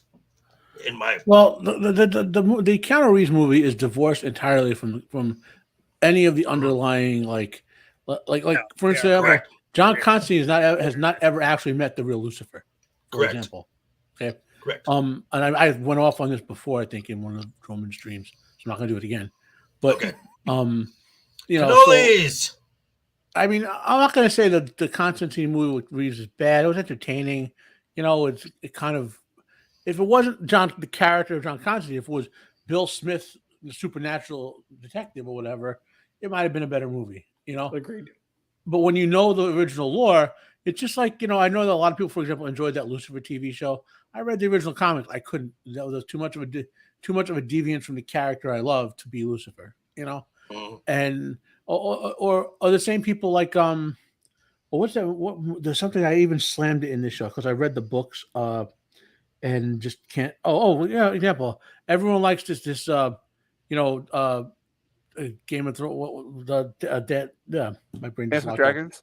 Yeah, that. Like that, I read the original material and found the TV show lacking. Matter of fact, I found Game of Thrones as a TV show lacking compared to the books, because I read the books first and I enjoyed them greatly, So when you submerge yourself in the original lore of this character and love it, and then you go to adapt it and you get now he was mentioned the NBC series for Constantine and Matt Ryan. That was I enjoyed that a lot, even with the deviances, because it was kind of respectful of the lore of the Constantine in the comics, So just to point out my arguments. Go ahead, Joker. Go ahead. This is your table. Go ahead. I would just like to hear from another panel. I mean, we heard from Matt, everyone else's take on the rock star of magic, Mr. John Constantine. That's an awkward pause. Josh, get in there. I'd like AJ to somehow speak. Don't everyone jump in at once. AJ, have you lost the ability to speak? Have you transformed into a werewolf right now? Jump in at once. Go ahead. Go, AJ. Yes, thank you, sir. No, man, I was just letting everybody speak, man. Like I said, I learned a lot from you guys. I got into collecting comics late. Me and Joker Voice have had conversations, or in the chat about Constantine. I think he's a dope character. I always go back to these characters already had these things that current people claim to push. So it lets you know that they're not honest in their messaging or what they claim to be fighting for, because everything that they claim we hate is already there if they just do the work. And Constantine, I haven't read a comic with Constantine besides I think some of the Etrigan stuff, but it was around like New 52. So I don't want to praise that too much because I'm still learning a lot of stuff for researching. But I thought he was a great character. The animated versions of him I've seen were fucking amazing. A cool ass character that's not this over the top magician with a long beard and he got the coat, he got the long you know what I'm talking about, the leather coat, and he smokes his cigarettes. He's cool as shit. And like you said, a lot of people don't even know that this is a DC character when they see him. Same thing with like when Blade, when he came out, a lot of people didn't know that was a Marvel character. They just saw a cool ass dude on TV handling business. So yeah, I like Constantine. The drinking, just a lot of the reluctant hero. To see like a lot of people are. I think somebody was saying it earlier on the stream. You have the guys who put the Superman, put the tights on, and I'm ready to get into action, go do this. But then you have these guys that are like, great power come great responsibility. I'm the only person around who can do something about it. So let me get in there. or things could be a lot worse. The ground level. It's very ground level. He's a everyman, basically. Well, I don't want to take it from you, Joker Voice. Oh, please go. Please go. No, I don't want to. We can stay here as long as we want. But we mentioned this New 52 stuff, right. And Josh's book. So it makes me feel. Danny, that is true, and this again, like AJ said, the modern audience wants to say, oh, this is the first this or the first. No, John was there way before you guys are trying to plant your flags on something. And just one more interesting note with the Sandman TV adaptation they did recently. So there's a character named Joanna Constantine who's in that show. When I first heard they were doing that because they couldn't legally use John Constantine because it's in a different license, right? I was like, oh, because Joanna Constantine is John Constantine's immortal grandmother. Okay, so I was like, oh, that's cool. That's a cool way to bring a diversity into it. You get a new female character who hasn't been used before, right? No, that's not what the geniuses do. No, let's just turn John Constantine into a woman. Yep. And it sucks. I like Gina Coleman. I'm a big fan of her from Doctor Who. Yes. But I did not like. No. Fuck off. Fuck off. Right. Straight up. Anyway, thanks, Joker. That's fun because Constantine, you're right. He's not a well-known character. Mm-hmm. If you've seen the movie, fine. You didn't really get John Constantine. You got I liked the movie. I enjoyed it. But it's one of those things where, like, I like the Jack Ryan TV series, but I have to, in my brain, it's not Jack Ryan. It's like it could have been named literally anything else. It could have been called StephenRansom, the secret agent, and it would have been better than if they had called it Jack Ryan. John Constantine in that was not. You had that much John Constantine in the John Constantine movie. Animated series, please, if you have them, go find. And this thing, like, it was fantastic. Is it Roman's internet or mine? No, I think it's Roman's internet. He's kind of roboting out a little bit. Did I robot? Yeah, you're all right just now. a little bit. You cleared up. I literally have like 47 fucking tabs open right now. It's probably that. 47. Well, close some. 47. Close 5 of them. Close 5 of them. You'll have to have them open because people want to talk about their books, and I don't want to close things out prematurely. Flaccid. Don't use Chrome in order to have the memory. Well, I just wanted to clarify before we move on from Constantine completely. To clarify, my not knowing the property, as well as some comic book people, I went in watching, a Keanu Reeves picture about the supernatural. And what I enjoyed the most about the movie was the supernatural mechanics worked soundly within the film. I get really annoyed with that stuff. If you're going to create a continuity of magic systems, you damn well better follow all the way through with it, okay? Right. And that film does. All the mechanics really, really work well, including the sacrifice at the end, the climax with Lucifer. It's all really, really tight stuff. It's basically The Exorcist in a superhero universe. It's basically this is one of the big problems I've had of late with stories that use magic is a get out of jail free card. You can just use magic whenever you want to, and you can just instantly level up. I mean, let's not. Doctor Strange too. Magic was whatever you needed to do at that time. It was just just awful. They turned it into a soft magic system where it's just whatever you need, you can do whatever. Whereas a hard magic system has rules. Wait, what? Right. Yeah, and consequences. Yeah, right. There's John Constantine in the film is a character who's tragically under the thumb of his own consequences.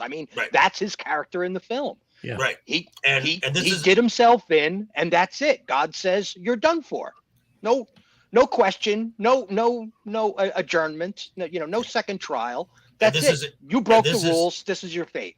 Right. And this is a character that I enjoy so much that this is one of the only cosplays that I do regularly. Really? John Constantine. Fuck yeah. Oh yeah. Well, the good news is you just get a trench coat, don't sleep or bathe for 2 days, smoke a cigarette, drink a whiskey. No. Smoke go. Lots of cigarettes. Lots of cigarettes. You basically chain smoke, which I do in my normal life anyway. So as Steven's lighting up right get here. Get a 3-day shadow going, and you're good to go. You just basically go out partying for 3 days and then roll into the Comic-Con. I live in Vegas, so that's kind of a standard. Yes, you do, my friend. Yes, you do. So the cosplay line, somebody for all the Constantines would all line up and they would sniff them to see if they smelled either cigarettes or body odor. If you're doing it right, you don't even have to get close to them. That's right. But has anybody? So I watched the movie a long time ago. I don't think I've read any of the comics, but really, has anybody seen a CW Legends? How Constantine was portrayed in that? So they nerfed him so bad. He's the NBC character. They nerfed him so badly. Although he was one of the better characters in the show, in my opinion. Agreed. Right, but agreed. It pales in comparison. Was that the same actor that Matt Ryan? It's the same character. It's a direct follow up to the correct to the NBC. Yeah. I don't show. like you said. I don't watch CW shows. The problem with Legends of Tomorrow, I've never been able to do it. It's a comedy show with superheroes in it. It's not an actual superhero show. Right. The first season was okay, and then it just kind of went in the toilet off the after rails. that. Yeah. Yeah. I mean, just like Arrow, how the first 1 or 2 seasons were decent. Yeah. They were going someplace. Oh, great. You want to pop in, Gray? Yeah, I'll send you the link. Now, for crying out loud, Shieldwall, it's like how many Black Canaries can you have shift characters within one season? It's like pathetic, man. It's just after the first season of Arrow and the first season of Flash. I mean, Legends of Tomorrow, all they had to do was follow that. And none of them did. Just none of them did. They just let's just make everybody a superhero, everybody, and make it not special anymore. It's pathetic. There was actually a line in Arrow that made me laugh because this was right after the Constantine show on NBC was not renewed, and they brought Matt Ryan in for like an episode or 2 of Arrow, and so then later on they were trying to recruit some help for the next big thing, whatever, and Oliver was like, and someone asked, well, what about John? And Oliver said, John's going through hell right now, and I don't mean that, and I don't mean that figuratively. He's literally going through hell right now, and I'm like, Well, he was like a quick little scene in the Lucifer TV show too. Yes, where they showed up. Which okay, that showed actually that was on Fox, wasn't it? Lucifer was on Fox. Yeah. I didn't read the comic book, so I have to pull myself back from that. But I really enjoyed the Lucifer TV show until the later seasons until it moved to Netflix. Did what? Yeah, that's what it was. Yeah, they cocked it up something fierce. Yeah, that's what all of these shows had some kind of promise. I still think I'd rather see Grant Gustin as Flash in a movie than old what's his nuts. Oh hell yeah! Either. The crazy guy yeah. What's his name? Agreed. I refuse to watch anything. Ezra Miller. Yeah. I refuse to watch anything on CW. But that dude, I feel like the CW is going to be trash. Which apparently it has been. But if you take some of these people and put them over into bigger budget, maybe somebody who cares, a lot of them can. I would love to see Matt Ryan in a proper Constantine film. That would absolutely exactly, and that was the point I was trying to make with the whole thing is I thought he was a good Constantine in the show, even with all the trash they gave him to work with. Right. Yeah. I know we're trashing the CW, but if you haven't at least seen, if you haven't at least seen the first season of Superman and Lois, you need to watch. Superman and Lois is awesome. I heard good things about it. It is by far the best interpretation of Superman we've gotten in decades. I have a hard time with that Superman. I don't like him because I can always see his 5 o'clock shadow, and that bothers me. I know that's stupid. I know it's stupid, but I can't get past it. I look at him like he has a 5 o'clock shadow. Roman, I'm right there with you. I look at him like there's just something just a bit off. It's just a bit off that visually it takes me out of it. So yeah, I understand where you're coming from. I need baby skin Superman. Just go watch the first episode, and you'll know if you want to watch it from there or not. No, I've seen it, Josh. I've actually I watched a few episodes of it, and I thought it was fine. Because did I ever watch Smallville? No, I think I said fuck off to that. That there was another comedy one that had the pretty lady in it that everybody liked. Lois and Clark. Lois and Clark was in the 90s. That was Dean which Cain. I didn't give a fuck about either. But then I started watching, but it had problems. You know what I didn't like? You know what threw me actually even beside the stubble-faced Superman was whatever the fuck they were doing with Lex Luthor. I didn't understand, and it upset me. I was like, Lieutenant Lex Luthor. He was like some kind of thing, and I didn't bother to investigate it further. Well, it turns out that's John Henry Irons. That's Steel. Again, I don't understand. So that's where it lost me, and I fucking hate their kids. I fucking hate their children. You know why? Because I don't like kids in pretty much any fucking show. Fucking hate them. Teenagers, youngsters, don't want them there. Get rid of the kids. Okay, W.C. Fields. He's like, I don't want to work with kids or animals. I don't want to work with Meanwhile, Roman's children in the other room are like, what? I know, Roman's kids are like, we hate you too, Dad. They're locking the door shut and pouring gasoline under it. Yes, so that was my contribution there. I can't watch that guy in Superman and Lois because he's the one of those ugly werewolves in Teen Wolf. Hey, is he a Teen Wolf? He wasn't. Is he one of those motherfuckers? He played. He was in like 4. I haven't finished watching Teen Wolf yet. Which Teen Wolf? The TV show or the TV? I think it was like MTV or something. The third seasons and the final season of the movie. Gray asked for a link. He's on the wrong one. He's lost. Are you on the wrong one, Gray? Let me know. Or do you need help? Or do you need help? I sent you the same one I sent to AJ, and he managed to show up despite having a mouthful of sandwich.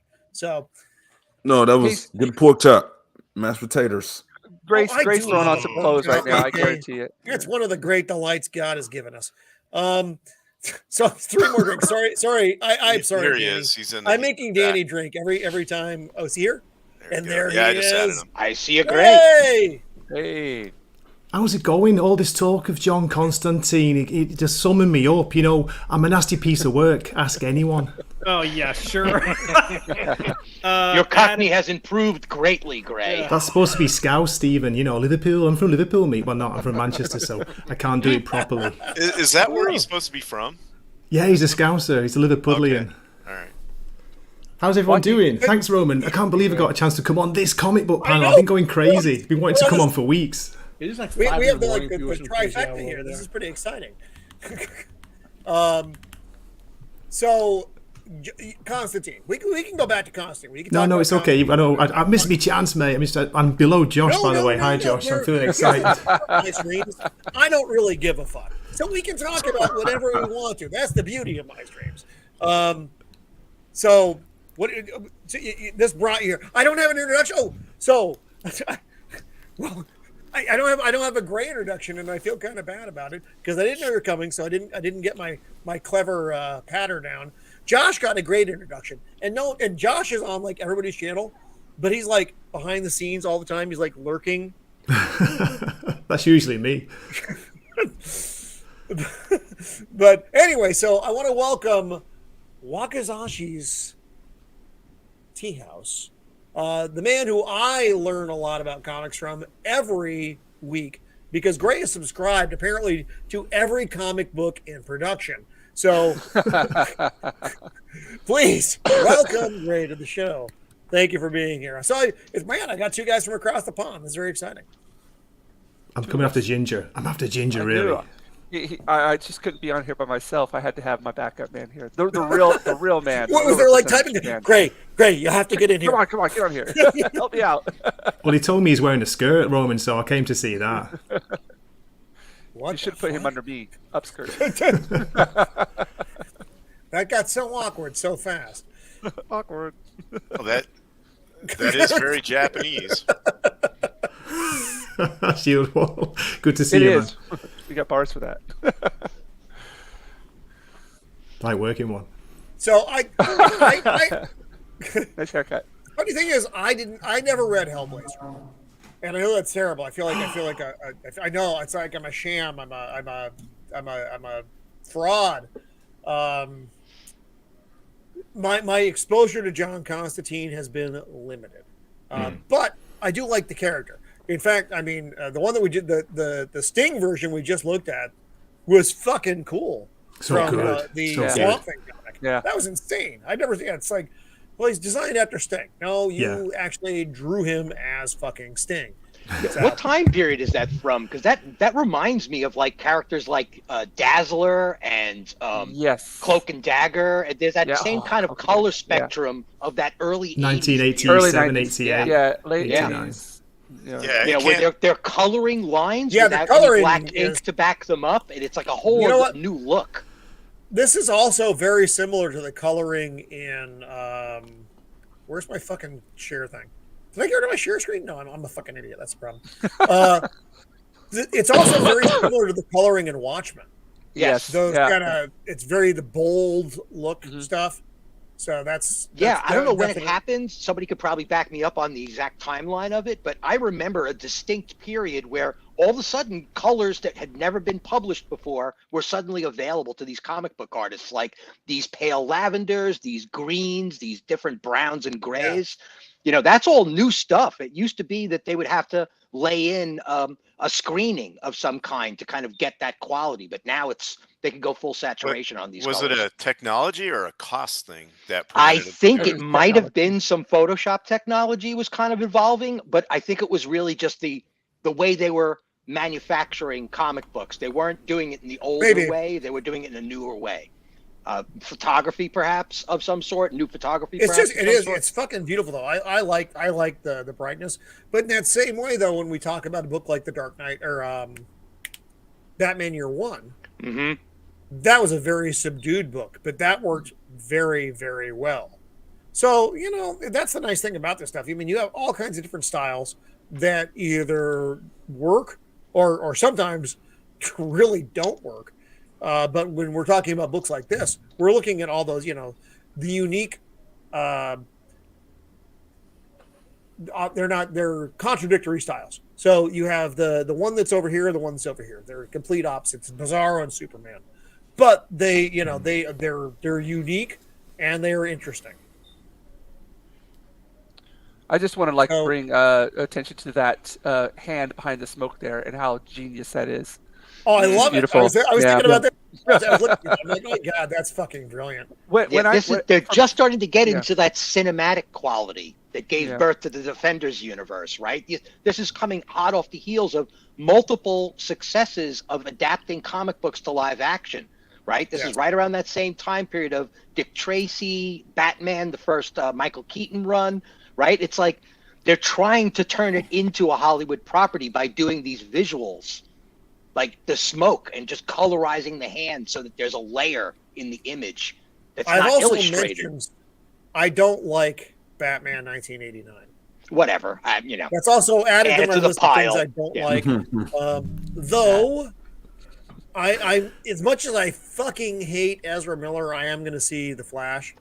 The member berries are bringing me in. I just want to see it. I just want to see it. I fucking hate what they've done with Supergirl, like Superman. Oh, she looks awful. She looks terrible. It drives me insane. Horrible. I hate that the fact there's going to be two, not one, but two Ezra Millers. Two for the price of one, baby. I think that was the most difficult thing that I had to do at Tokyo Comic Con is somebody asked for Ezra Miller commission. I was like, all right, I'll do it. It was like when I was that's like, terrible. Fuck this, fuck this. It was so hard, so I went out of my way to make it not look like it resembled him, but I made it to where like the face was concealed as much as possible because I didn't want to. Were they somebody that maybe didn't know like that much about him? Oh no, I don't think the majority of the people over here in Japan know about it. It's it definitely doesn't go around the news cycle around here, and that's done on purpose, of course. Yeah, a lot of people over here are very, very oblivious to everything that's going on. Like they just don't know about that part of the culture war and everything that's going on within the entertainment world. Yeah. Well, Japan is very based. They don't want this whole woke nonsense over. They don't want that. They just summarily say we're going to do our stuff, and this is why you can still enjoy anime and manga and all that, as long as you get the original one from there or fan translations. I mean, they're actually trying to hack edit like manga and anime that are coming over here now with woke corrections. That's terrible. So, AJ, what did you want to talk about tonight? What book or character or thing did you want to bring forward tonight? Oh my God, he's here. Hey. Oh yeah. You don't have to conceal yourself on the show, AJ. I don't. Hi, Gray. That button for the pop thing. AJ, good to see you, man. Nice to be here. Nice to be here. I got to, man. It's just y'all starting these streams late, man. I got to eat on the stream. I know. I'm on West Coast time. I'm in occupied territory time. It's it's not easy. It's all good. I let you know what you was getting yourself into, but you did. I accepted it. So again, I started collecting around the New 52 stuff. I read some of that, and then I went back and started collecting older stuff. But from that, now this is hard because during that time, I think I had just watched Batman Under the Red Hood and read that. I love that one. Man, that one's good. I love that one. Okay, so we can talk about that one. But the only physical media I have of that, I let somebody borrow that book, never got it back. It's going to pick Civil War, and Matt is going to lose his shit. Josh. No. Civil War was fine. Civil War was fine. The movie was worse, but it was good by MCU standards. But Red Hood and the Outlaws. Red Hood and the Outlaws. Give me a minute here. Okay, yeah, because this didn't get the praise that y'all just gave. Okay, Red Hood. all right, fair. I had to see which one you were picking up, man. Okay, so but this is Under the Red Hood would be like a groundbreaking comic for me. Is there a specific one? So what do you know what year that one was put out? So he's got the rebirth version, so it's going to be like 2016, around 2016. That's it. Yeah. Oh, very good. I think I've got it. So the team was introduced. I try to work here. Full and let me know if I got the right book. AJ, that book doesn't get as much praise as it deserves. That's the right book. So the team was introduced during the New 52, and you had Red Hood, Red Arrow, and Starfire. And it was fine. It was fine. It was cool. It was something different. But then during the Rebirth era, that's when they came out with this team, the Dark Trinity of Red Hood, this Bizarro, and Artemis. So this was dope because to me, this is what like modernizing a story should be. Like I, talk about I do praise the Ultimate Comics for modernizing a story and being bold and like making some changes or whatever. But this, so going from the Red Hood and the Outlaws, that was one of the first like graphic novels that I read, and then seeing an animated movie kind of paired with it that was almost like perfect one-to-one adaptation. This was my Batman experience, but this was my favorite Robin. And it also introduced another character, Onyx, an original black female character. So that book was dope. And I don't believe those exist, AJ. So I'd like you not to bring that up anymore. Hey man, I tell you, if you don't do any work, you'll miss them. But yeah, she was there. And then seeing that story, and then a character, a hero actually losing someone close. Damn to Lazarus Pitts. Yeah, so seeing that, but then this character, and then how. Not necessarily just giving me. Panel. Isn't that crazy? Yeah, the art for this is wild. Yeah, Dexter Soy did the art for this issue, and he's great. Wow. He almost has like a manga anime type flair to his work, which is nice. Look at the action. And I was gonna say that because you guys were talking about the minimalist like art, I guess, and then with the colors, and I'm like, if you take a lot of the color from this, those black and white stand on their own. Yeah, those are beautiful. All the different line weights, and even like the frames. Like there's one, I'll look through for, but there's just like some. Yes, hello, hi there. There you go, buddy. I remember that. Just like don't beautiful. mind me. I'm just commuting to work. Oh well, I'm on the little screen, but yeah, man, there's some beautiful art in this book. But then seeing. You have your Batman, your Superman, and your Wonder Woman, but it's like these failed versions, darker versions of them in the stories that you're able to like explore with these characters. What's dope, Batman giving Red Hood permission to run around Gotham. That just some cool stuff. I think world building stuff that DC accomplished. Yeah. So this particular run of Red Hood and the Outlaws, I was actually a really big fan of. I thought it was a good run. I was not a fan of the New 52 run of the book. I thought it was terrible. Yeah. The first arc of the New 52 was fun. After that, it was just garbage. But Scotty Lobdell wrote both runs, and this run in particular, he really stepped up his game because he had a pretty poor reputation for what he did during the New 52 with Jason. And here, just everything kind of fell into place. You had this dark trinity, and it's what AJ's talking about. You have these characters that are exactly what it says. They're the dark trinity. They are the darker versions of our trinity, and all of these characters have no qualms with killing people if they need to, but they're having to ride this really fine line of not killing people because Batman's going to throw the hammer down if they do, but still trying to serve their brand of justice. I do think it's become one of the weak points of Red Hood because for like 6 years now, it's been like, don't kill anyone. I'm not. You're being too dark, but I haven't killed anyone. It's like, okay. But I wish they would have kept him as an anti-hero / a villain and just let him just be extreme, because I think that's where he needs. And I think he has a reason to. I think he's got a point in saying, like, look, you're wrong to Batman. Like, you didn't take final action, and all these extra people that are getting killed by the Joker. Hey, now, I misunderstood. They were gotten my way. All these people that are dying because you won't stop them are on your hands. The blood is on your hands, and I think it's an interesting dynamic to put against Batman. On my hands, but that's fine. Man, it was an amazing story under the Red Hood, and just to actually see that, like I said, somebody close to the hero that actually dies, and then of course comic book, but this character gets to come back and like express all of those emotions, like telling Batman, like you should have killed this this piece of shit. Yes. You know, like the feeling like version of this did a nice job of it.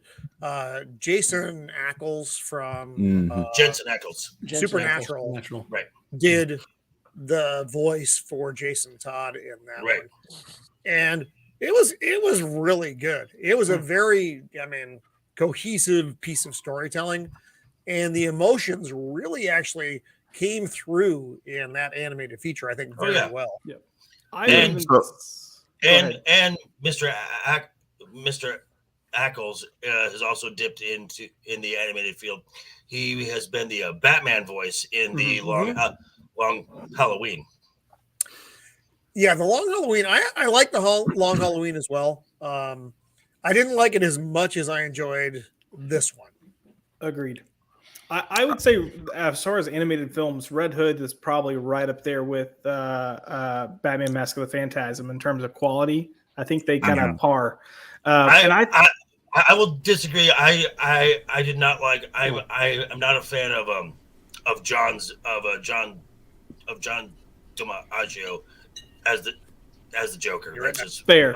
I can agree with you. That was one of my least favorite parts of the movie. I do think the movie did a better job with explaining how they brought Jason back than the comic book did, because it wasn't so convoluted of Superboy Prime punching a hole in reality, and that was just a little much. But the movie kind of summed it up in a more simple term. Wait, what's more awesome than the DC explanation of Superman punching something to cause it to happen?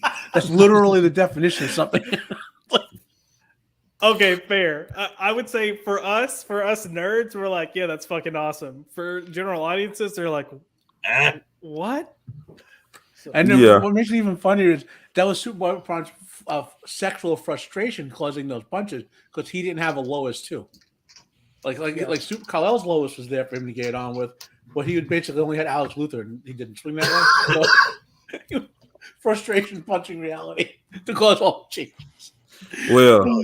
So I would say with this Red Hood character, it really sold me on the Robins being like the sons of Batman and that whole relationship, but as well as him and Artemis, and then how they like kind of treat or try to raise up or influence Bizarro. You get like a sibling relationship amongst them that I enjoyed in this book. Darker than Super Sons, most definitely, but not as heavy a lot of the times as like, some cataclysmic like big superhero event. One thing I'll say about this run too, and I never thought I'd say this about this character, but I absolutely adored and fell in love with Bizarro. If you haven't read it, you'll understand when you read it. But little retarded strong brother. What were the other books here, AJ? Let me. Is there another one I can pull up? So this is Dark Trinity. That was the first one you were just looking at. I have this clever site that allows me to find anything. Josh, do you remember how long it ran for? Or was it was it 30 issues? Because I have these like trades, not exactly like issues. Yeah. Right. Yeah, the volumes. Let me see if I can just pull up Red Hood and the Outlaws. Yeah, that's it. Yeah, from 2016. Yeah, the 2016 version. Great. It ran for a while, but they changed it. I want to say around 30-something issues in, 40-something issues in to redesign Jason and. So I just pulled it up. Volume 1 was 40 issues. Oh fuck! It's like a bunch of issues. And Volume 2 is 24 issues plus an annual and a DC. Okay, version. I don't have I don't have like a full. This is like issue by issue. AJ, did you collect them all? Did you buy the whole run? No, I did not. I only have 5 trades so far. Yeah. And I haven't read any of the recent Red Hood stuff with the redesign. Okay. No, me neither. So there's a Future's End. There's Rebirth, and then there's the 2016, which is like what the fuck? Jesus. Nosferatu, behave. What are you doing? God damn it, Nos. So I just know, as far as these trades, this one is Who is Artemis? Yeah, see, it's not listed like that. It's I have like all the issues, which is not the same thing, and I know that that's not as. So I agree, Pops. This is where we open. By the way, I'm just going to speculate that if you have a comic shop with back issues, given how much they sell these omnibuses for now, it might be cheaper to get the back issues originally at this point. Yeah. Oh man. It looks like the Dark Trinity story ran for about 24 issues for the most part. Oh, look, there's Blue Beetle. That motherfucker. That's a nice frame. That's a really cool frame. That's really good. Yeah. These are covers, of course, but that's fucking cool. Different artists obviously worked on this because this look at how that one trailer with that one statement in it made everybody hate this character. No, I hate Blue Beetle. It was horrible. What were they thinking? They were thinking free advertisement via negative fandom. Yep. Man, Defenders of that are saying it was taken out of context, weren't they? They're saying, "Oh, come on, it was just a joke. This guy who said that, he's a conspiracy theorist and all that." Yeah, but we don't know that. Norman doesn't know that at all. Yeah. No. I just popped over to eBay to look, and there's like Red Hood and the Outlaws Volume 2, all of it for $60, brand new. Wow! Oh, wow! Yeah, that's not bad at all. Great. Anywhere in Japan that has this stuff for sale? I have no idea. No In idea. Japan, no chance, man, to get physical. Is that the case? There isn't a section in the manga store at this point. No, the only place bringing in some Western. Maybe some guy's Foot Locker on a base somewhere. I went to when I recently went to Tokyo for a Comic Con. I did my research and looked for the comic shops there, and there were two ones that they said that were in the vicinity where I was at. I went to one, and it was all manga. And then I went to another one. It was all comics, but the oldest ones they had there were from like 2019. It was everything 2019 and up. Those are the old comics? They don't have back issues. No. So Shieldwall said your best bet is trying to find someone who worked there on a base, maybe. Yeah. Well, I've got a friend who is a comic book dealer, but he gets his stuff from basically. Don't you say those words, James? Like a drug dealer, yeah. Basically. Yeah. Yo, man, I got some awesome pulp, man. This pulp is like the coolest thing in like 40 years, man. Uncut. I don't know about Osaka, but Tokyo. There's in Tokyo there's one shop called Blister. Great name, Blister Comics. That's where I went. Blister. I ordered mine from there, but it's only, like you said, it's only new issues they do, and they're very limited. They only stock Marvel and DC and only the big titles. I went to the shop there and actually talked with the owner, and I was like, because I brought my books there. I was like, hey, do you guys like sell independent comics here? And they're like, oh, we used to, but we don't anymore. He was like the most enthusiastic person I'd ever met. I was like trying to get hyped. He's like, hey, you know what? But there's like a lot of creators out there. It'd be great for, you get like a cut, whatever. He's like, yeah, He's trying to sell comics in Japan, American comics. Yeah. Yeah, good luck. I could see why he's not excited. Well, worth a try. Yeah, you gotta start somewhere, Man, that's another cool cover. That's cool. Yeah. Yeah. You got the old Trinity, and then in the sword of Wonder Woman, you've got all the fucking crazies. Oh, that reflection, that's awesome. Yeah. I take offense to that. I'm not crazy. How do you guys like I misunderstood. The rebirth Batman design with the yellow outline around the symbol and the yellow? I don't prefer that personally. Okay. Yeah, I like either the classic yellow with the bat in the middle, or I like the big black bat. Those are the two that I like. That's racist. Fuck. Is it because it wasn't a brown bat? I don't know. I don't know what you want from me here. I'm just a man. I'm barely that. Ask Mr. of the Empire. It was a Bach, Batman of color.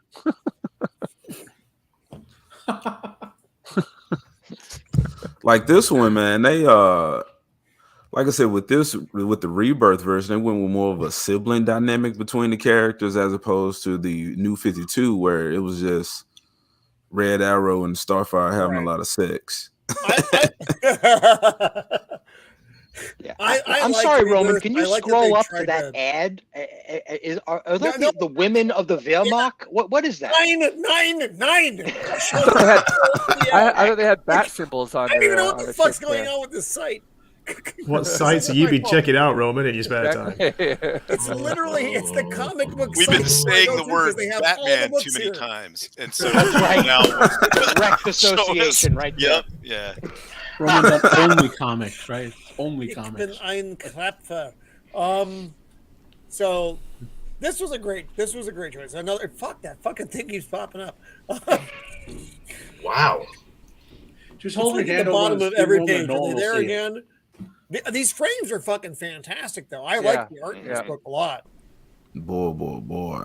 Artemis, badass. Look at the hair, though. Look at the hair. Like, there's no gravity there at all. It's just... No, it's alive. The hair is alive. That looks like anime hair or manga hair, Yeah. McDonald hair. Or something of the sort. That's God power. Yeah, look how much more dynamic the color palette is here. I mean, they're shading multiple layers of variations on each color. I mean, look, just the bandages on her arm. How many different scales of the same color are there right there? I mean, it's like 3, 4. That's amazing. I mean, these guys are doing some serious work with the coloring. That's like a whole new art. It used to be just, bucket fills on the illustration. And I like her because she's not just a Wonder Woman fucking stand-in. Yes. Well, I mean, literally, she was a Wonder Woman stand-in when she was invented. Yes, but she's not. That's a impressive axe too. Well, they turned her into her own character after she didn't become Wonder Woman 5 or whatever it would have been if Diana had not come back. She actually reminds me. I think the art of this reminds me of the early Image stuff with like Liefeld and all with Youngblood and all of those sort of comics. She reminds me of Sister Zealot.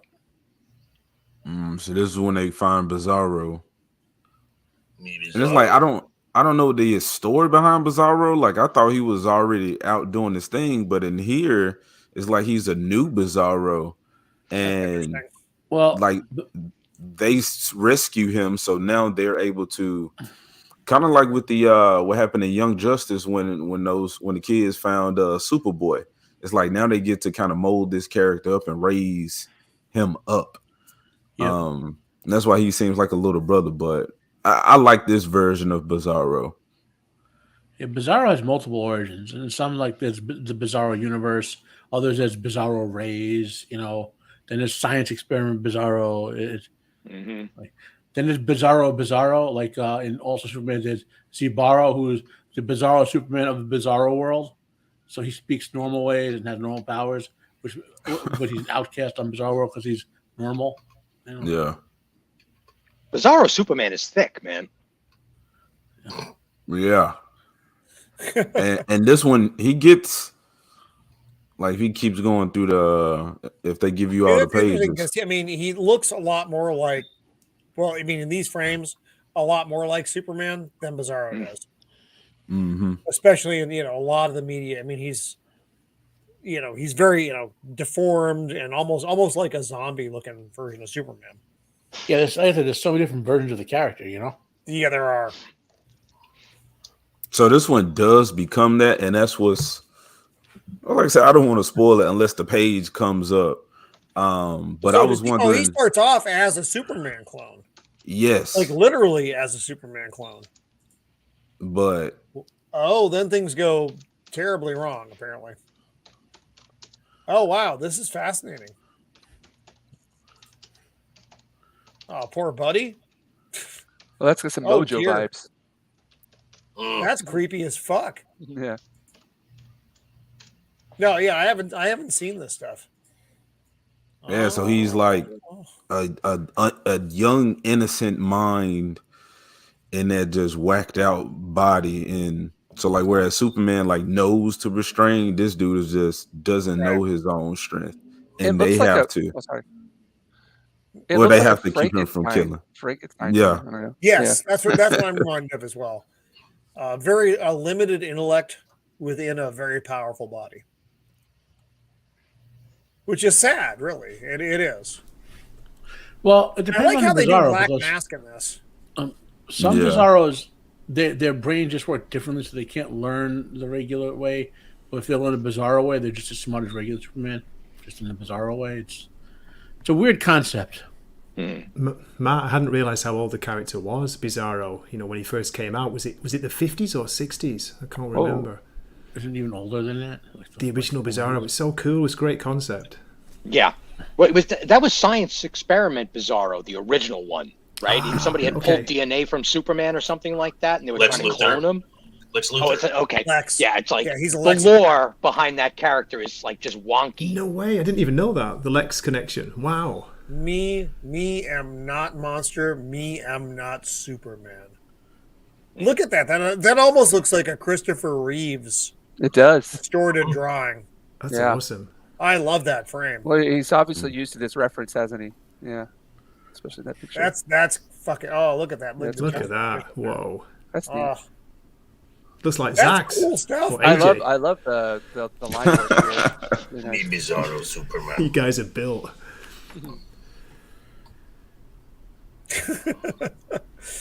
We drink. Well, I apologize. I do have some colorful lingo. It's not my fault. It's all those years as a sailor. Got a sailor's tongue there, Roman. Don't discriminate. That is a very No, that was wrong. Something's already happened there. Oh Lord! Whoa! I know. Gay! Yeah. And see, here's the sad thing. Go back up to that.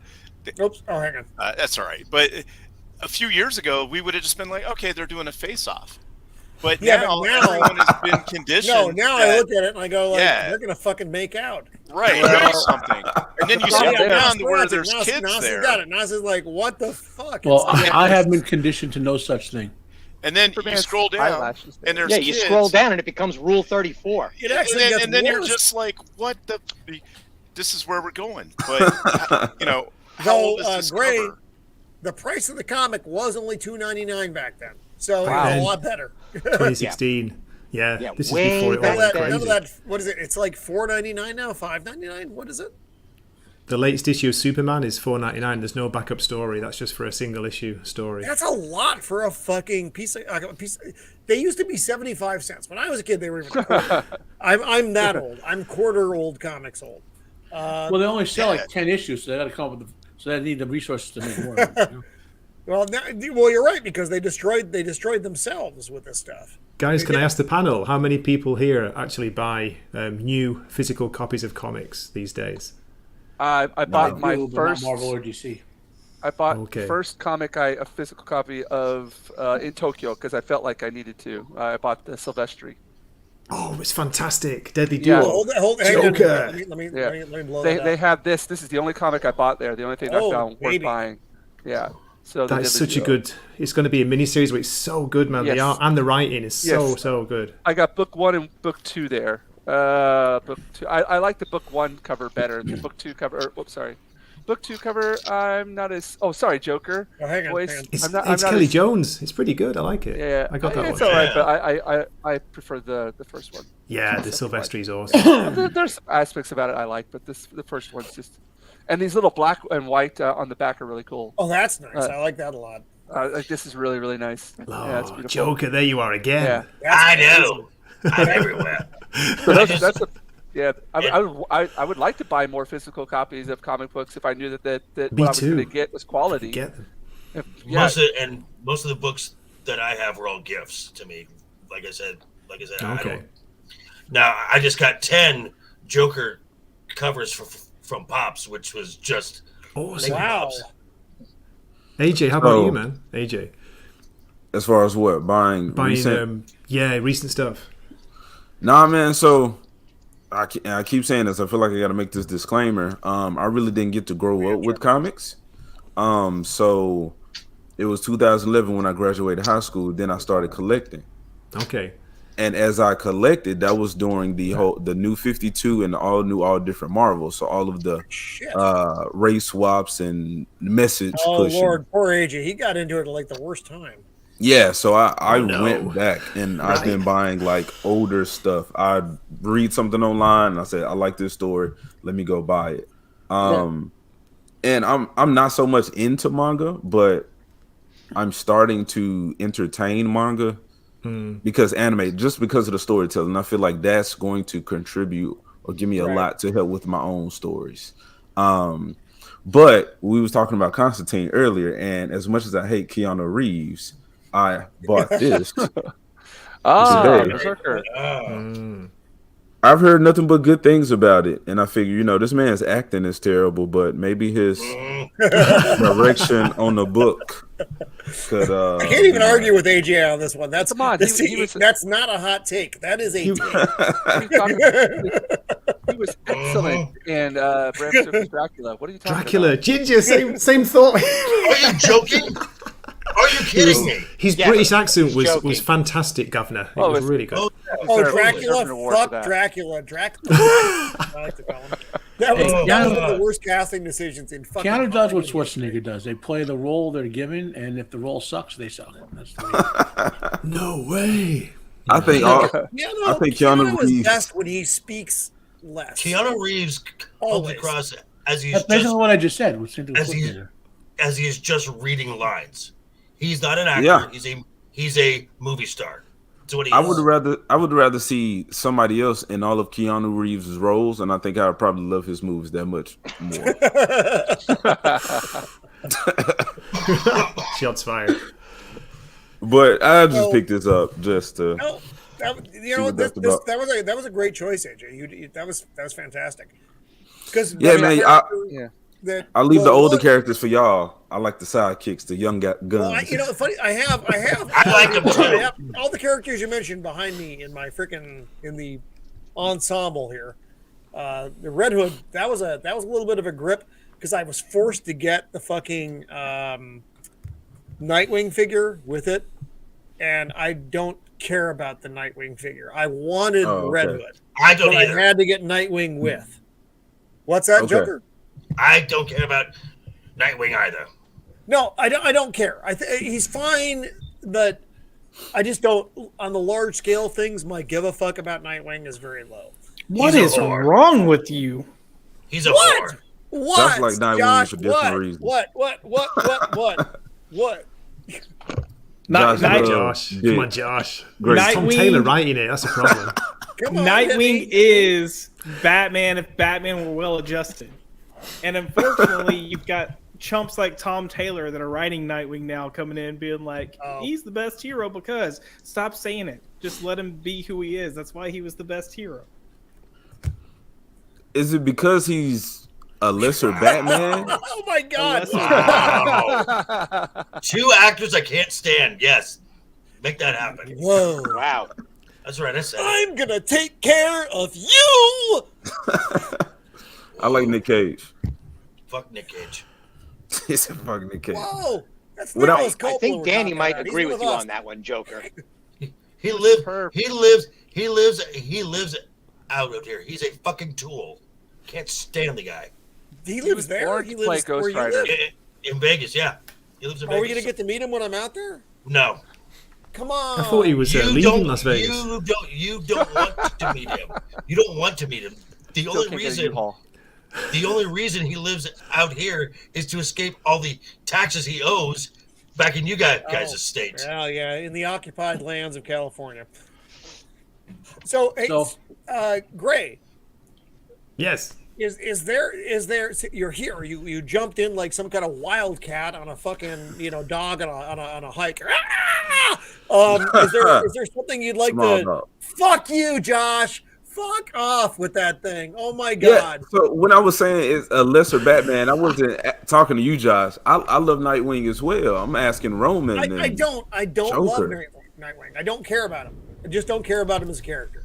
I think it's fine that Dick Grayson grew up and became his. Oh, you're like that ass. That is America's ass. That's why he likes him right there. That's I got Josh. Yeah. Put that back up, Josh. Put it back up, Josh. I want to shoot it down when we look at that. Tightest ass in Hollywood right there. Look at that. Woohoo! Right. Smack that ass. With them sticks. What else are you using them excrement sticks for? Exactly. AJ, man.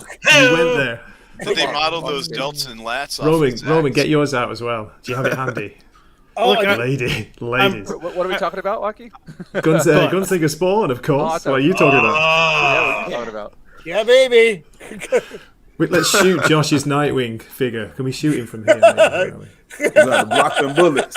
I think it's in the contract now with DC Comics that if you show Nightwing, you have to show his ass. So, oh man, is he spinning? He's spinning the stick. Yeah, it's a panel. It's a direct lift from a panel from Hush. Not spinning on the stick. No, he's spinning. No, they're close sticks. It's one of those like rave use that at a dancers. rave or something. Yeah. Yeah, Shieldwall. I just always found it ironic that when Dick Grayson decided to become his own independent superhero, he picks a name that Superman used. That's why he picked the name, though. Yeah, that's part of the irony. Yeah. Superman Nightwing was an alternate name for Superman when he was on Kandor in the Silver Age or whatever. Yeah. So, and Dick Grayson picks Nightwing, not some other version of Batman or whatever. It's a big F you to Bruce. Like, I'm not going to be like you. That's the whole ironic, That's like Gohan following in Piccolo's footsteps. Yeah. Yeah, but Piccolo's actually a badass character. Shit, Superman is too. It's Dick Grayson just saying like, I'd rather be that guy. I don't want to be dark and sad like you, father. I hate them both. Roman, you were asking about what do I recommend? Maybe I'll tell you, Mark Miller recently. I talked about this with Matt as well. Mark Miller, I don't know why, but he's on a roll at the moment. He's killing it, and he doesn't have to work. He's fine for money. He's obviously loaded, but I think that's why he's writing some really good comics. I'd recommend Nemesis. Nemesis Reloaded is so good. It's you've been talking about the Nemesis. It's like a dark version of Batman who doesn't give a shit. A proper anarchist. Like he kills for the sake of killing. Nightclub is kind of a fun teenage vampire story. I like that one. How do you spell Nemesis? Nemesis. Mark, I have a F-U-C-K? No, wait. Nemesis. Neicard clone. Mother Dick. One of you motherfuckers spelled the fucking that symbol that Prince used. Yeah, you could put on there. Nemeis. SIS. Something like that. Yeah. See you next Tuesday. Double M, double I, double S, Jesus. double I, double S. It's like fucking. But I always had a love-hate relationship with Mark Miller. Ooh, why do I get nothing with this? Ooh, I mean, on one hand, he writes the Ultimates, which is awesome, and then he writes Civil War, which is total garbage. So no one. Well, he gets a lot of flack, Matt, doesn't he? He gets a lot of flack for the not sticking landings, but I'm just enjoying the stuff he's writing now. But we haven't finished yet. Gray, what's the full name of the book? Nemesis Reloaded. And it's got art by oh my god, Jorge Jimenez. Oh, that's it. Jorge Jimenez, who was on Batman Failsafe run. Great art. Reloaded. Nemesis Reloaded. And Super Sons. Ooh, nope. That's unfortunately that one is not in here. That sucks. Oh, okay, fair enough. It didn't make it. I don't know. Look, try looking by Mark Miller and see if they list his comics. Oh, okay. All right. Yeah, the site is pretty reliable. Josh, are you reading that? Are you reading any of Miller's stuff at the moment? Yeah, I'm reading Nemesis Reloaded. I picked up a few other things, and I can't. I've got a read stack. It's about this big right now that I need to get through. But I've got some of his other independent stuff that's relatively new. It's not bringing up Mark Miller. I'm sorry. The Magic Order's pretty good. If you like magical stories, it's kind of like Justice League Dark. His last name really is dark. Millar. Oh, AR. Yeah. Wait, who the fuck spells it like that? What kind of fucking psychopath is It's from this? Scotland, Roman. Scotland. What can you do? All right. I still want to go back to that ad. I want to see those Luftwaffe. Steven got to start thinking about it. Of land. I'm sorry. God damn those it. white T-shirts were just rocking. So we get the Flash. We get Superman by Mark Miller. Those pyramid bras were amazing. We don't get German engineering for aerodynamic design. That's fucking weird. Here, let me try this again. You just bear with me on the spelling. They sometimes don't have it, Roman. They don't have all the indies on the They don't sites. have all. Yeah. So Don't worry about it. Speaking of non-DC comics, by the way, non-Marvel, there's a new Conan series that should be coming out, I think, this month if the publication is online from, I think, Titan Comics. Titan, isn't it, Matt? Yeah. Yes, Titan. Yep. I wonder what that'll be like. Well, by all reports, it seems like it's going to be actually based on the Conan lore. It's not going to be woke or anything. I believe Chuck Dixon was on. Yeah, he was on Midnight's Edge, announcing that he is back on, and he is doing this new Conan run. Yeah, he's got a novel, Joker. It's he's going to doing a book series of 3, I think. Is it Siege of the Black Citadel? But they're actual books. Yeah, the books. Yeah. Sounds he's writing amazing. a Conan novel, but this Conan series, I have to get some new info on it, maybe, because I definitely want to get it. And then another thing I'm interested in, Valiant has put out a new Exo Man of War reboot, Exo on Conqueror. Pops was saying he liked that. It's got good art. Liam Sharp's doing art on that. Yeah. I haven't read it. It's sort of like, for those who don't know, Valiant Comics, there's been like 2 or 3 iterations of it over the years, and from what I understand, the recent publications are throwbacks to the original incarnation of Valiant Comics. There you go. Hey, you found it, Roman. You star. You're not too drunk yet. Actually, I didn't find it. I found the cover. No, I can't. It's not coming up on my other site, which has all the comics. It doesn't have this comic, so I do have to apologize for that. Well, I have to apologize. They should apologize. Okay. Greg could talk about this book in his sleep with his eyes closed and hands tied behind his back. That's true. Go, Greg. Come on, bring it. Bring it! Oh, Jesus, put on the spot. I mean, look at those 2 swords for a start, Stephen. 2 katanas. You can't go wrong with that, can you? No. But yeah, Mark Miller gets a lot of criticism for being over the top. You know, he's a bit over the top, but it's just so much fun and it looks amazing. It's so well drawn by Jimenez. Yeah, go for it. But it hasn't finished yet, guys. I can't promise. You know, he gets criticised for not sticking the landing. We'll have to see how it goes. Well, I like it because you've talked about this. I mean, I've watched your reviews of the series. And it's not like he's very similar to a Batman type character, except he crosses the line. Yeah, he doesn't give an F. He doesn't give 2 fucks. He just goes and does the thing. He's definitely a villain. Wait, what? He's definitely a villain. He's not sympathetic either, is he, Josh? About? Amazing these days. He like puts a hit out for all the cops to be murdered. He's not a good guy. I like him already now. Joker. That's very, very contemporary. I mean, I wouldn't call him necessarily a villain, considering what some of the opinions of actual governors of the United States actually have. So, it's hard to say whether or not he's a villain if he wants to get rid of all the cops. I'm fine with it. So, Gray, what's the basic storyline with this dude? Okay, we're just getting what's the word? It starts off where he's already this anti-hero, but we're getting his backstory. I don't even know how to describe it without spoiling it. He was trained, of course, as a kid, and by a completely insane sensei, a master, who basically, almost killed him to make him better. I don't know.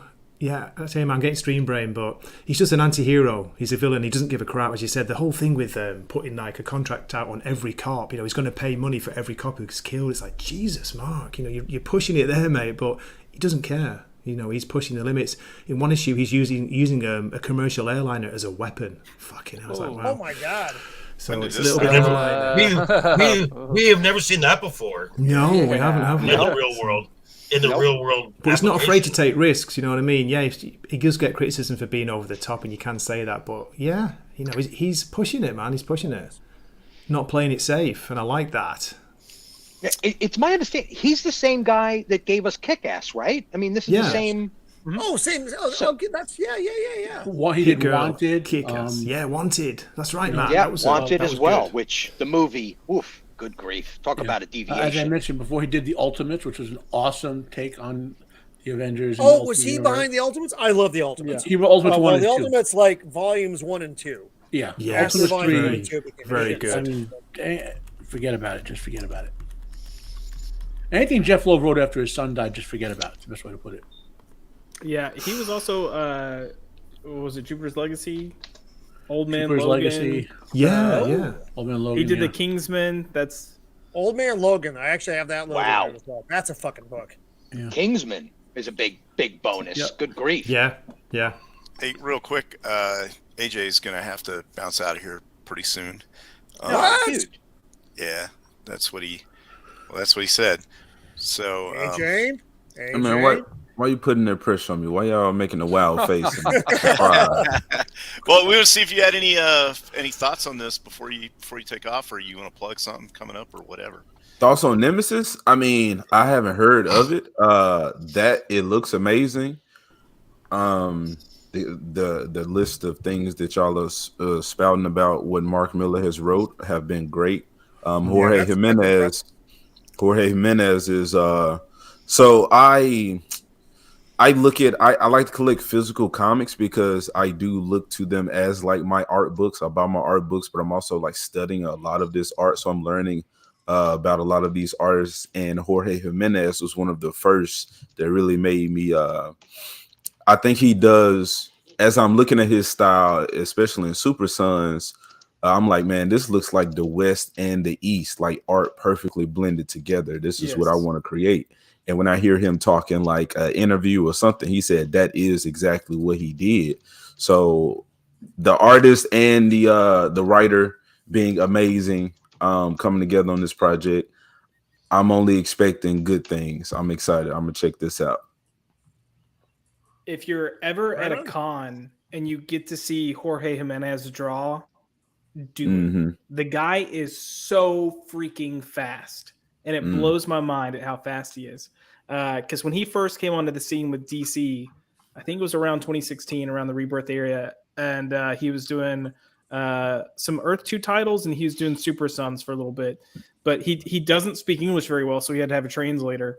Yeah. And they were asking him, like, hey, can you kind of talk and draw? And do you think you can get like a sketch done in about 15 minutes? The dude turned out like 12 sketches in 15 minutes. Oh my God. And it didn't look like crappy, quick sketches. It looked like the work that he turns in minus backgrounds. So it, like all the artists were like, how the hell are you doing this, man? And you had people up there like Lee Bermejo. I want to say Liam Sharp was up there. John Boyce, God, what was his last name? John Boy was up there. It was talented people, and he's just Jinja like Ninja. He was there too. Not yet. Yeah, I'd like to see some manga guys go up against some of the Western artists, because I can guarantee some of the animators, some of the guys who do in-between work, they're probably so damn fast. God, just I have an image in my head, and it's just like, it just happens on the page, like right out of their skull. Yeah, man, manga. I don't like, man. I'm getting into it. I just bought this dang Full Metal Alchemist. Like I said, I've seen the anime, but it's like I'm just developing this appreciation for manga, which I was the way to read them, which I can, but it's just like I don't like to do this. I love American comics. I love color, but I think manga, a lot of these franchises or properties, they do a great job of balancing a lot of genres that you don't see.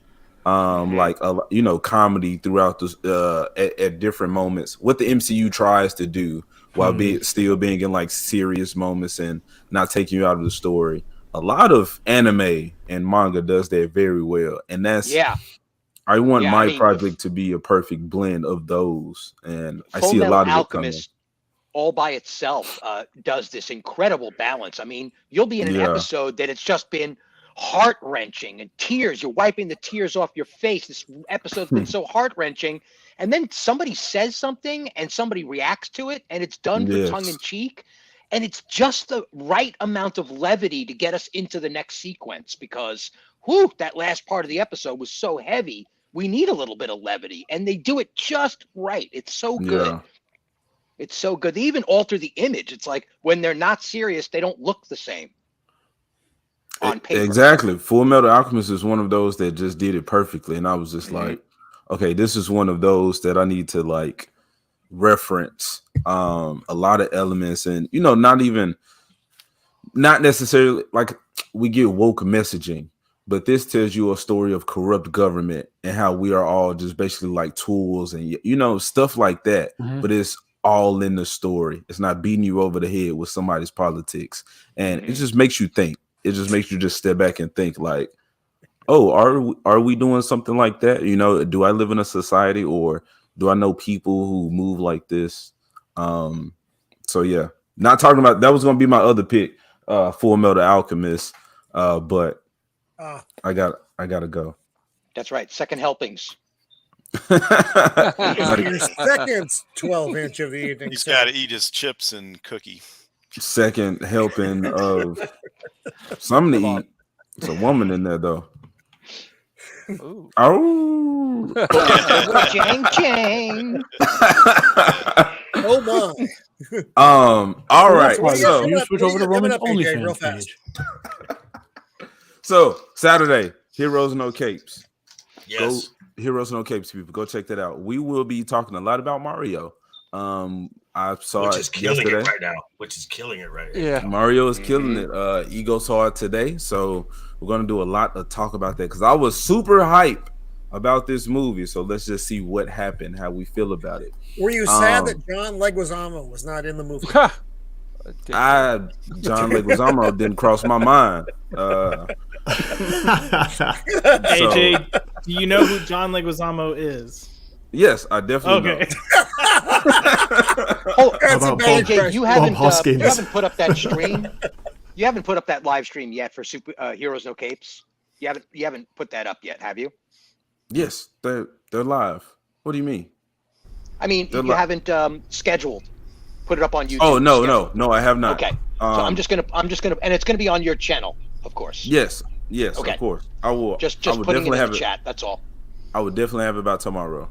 Trying to look at the camera, talk to the people. Yeah, so I have that by tomorrow. I'm trying to figure out if I want to do a Mario stream before then and talk about it, but I don't know. No, we're just gonna save it for Saturday. But I will be putting out a review for it by tomorrow. There you go. That's all I got, people. Just Mario. All right, get me off full screen. All right. Make me nervous. I was admiring your pop figures in the back there. Your Same. The Lion King. It's magic. Oh, and the little other ones, but those are the main ones. I have a Nightcrawler. I'm going to make an admission here. I have 3 Funko Pop figures. 3. So this is why I like Funko Pops. I don't love them. I like them. Okay, I'm being honest right here. Flash is not watching this. It's because they look so cartoony, and cartoons, a lot of them are simple, but they get the point across. And the fact that these people have found a design that lets you know or is able to create all of these characters with that simple design, I respect that, but it's also visually appealing. But no, I'm not. Snap! You better not. That is why the Funko respect. Okay, I'm gonna leave it at that. I only have 1 Funko, and it was bought by Roman for Christmas. It's true. It actually was. Oh, what is it, Steven? Tell them what it is. I'll tell them what it is. Here it is right here. It can't be like random. It's not like some fluffy fucking bunny fucking. Let me see that Funko. Funko. Still in the box. Still in the box. It's oh yeah. From They Live. I ain't got no bubble gum. I'm all out of bubble gum. That's pretty good. Obey. Consume. Yeah, it's to remind him that he's living where he's living at. It's actually like that movie. Really? Right. It's true. Yeah, for Easter, Starbucks decided to go with a new coffee drink that has extra virgin olive oil in it. That's as close to Catholicism as Starbucks is willing to go. What There's not a single gift card in the entire store for Easter. Not one. Olive oil in a drink? Oh, that's nasty. It is nasty, actually. I don't know what the hell they're doing. No, that's what you drink. You drink olive oil if you're worried you're going to get poisoned. You do a couple shots of olive oil. It's a thing. Yeah, nice. Just in case you're curious. So Starbucks is concerned about their poisonous qualities, I guess. So when we try, AJ, so you guys are on Saturday like always. Yes, sir. Every Saturday, unless something come up, which I'm sure it won't. It's already close to Saturday. No one knows. No one knows, AJ. You're right, but hey, it's happening as far as I know. So be there, people. All right, cool. Well, thanks for being on the show. Oh, no problem. Thanks for having me. Thanks for having me. Good to be on stream with you, bud. Being here tonight, buddy. It's fun. I'm gonna keep listening. Our lycanthrope representative. We don't have a lot of lycanthropes on the show, so it's nice to have one. Yep. I'm not a furry. We auditioned for a wear Not a furry. Just didn't work out. Oh man, so y'all are cat people, huh? I wanted to wear sloth or wear wallet, but we just couldn't find any. All right, that's better. I hate cats. I hate them. Okay, that's better than being a cat person. Peace, people. All right. Bye, All right, AJ. bye, AJ. Thanks for being here, buddy. I gotta scoot too because I've got I gotta eat, and then I gotta record my video for tomorrow morning, and then I gotta go to work. So it is. It's so much. I know. Well, So- Joker, thank you. What do you got coming up, buddy? Tomorrow morning, I've got my review for Mandalorian season 3, episode 6. Oh dear God! God in heaven. There's that, and then Friday night, starting off, I will be over on Legion Talk at 5 p.m. We will be discussing the week in pop culture, kind of taking a big segment to discuss the beatdown that Iger got on the Monday, which was glorious. And then I will be going after that. I will be going over to Mrs. Cannoli Sasquatch for her show with my sister Vex and Left Eye Ego's wife Shiro. Wow. We'll be doing that.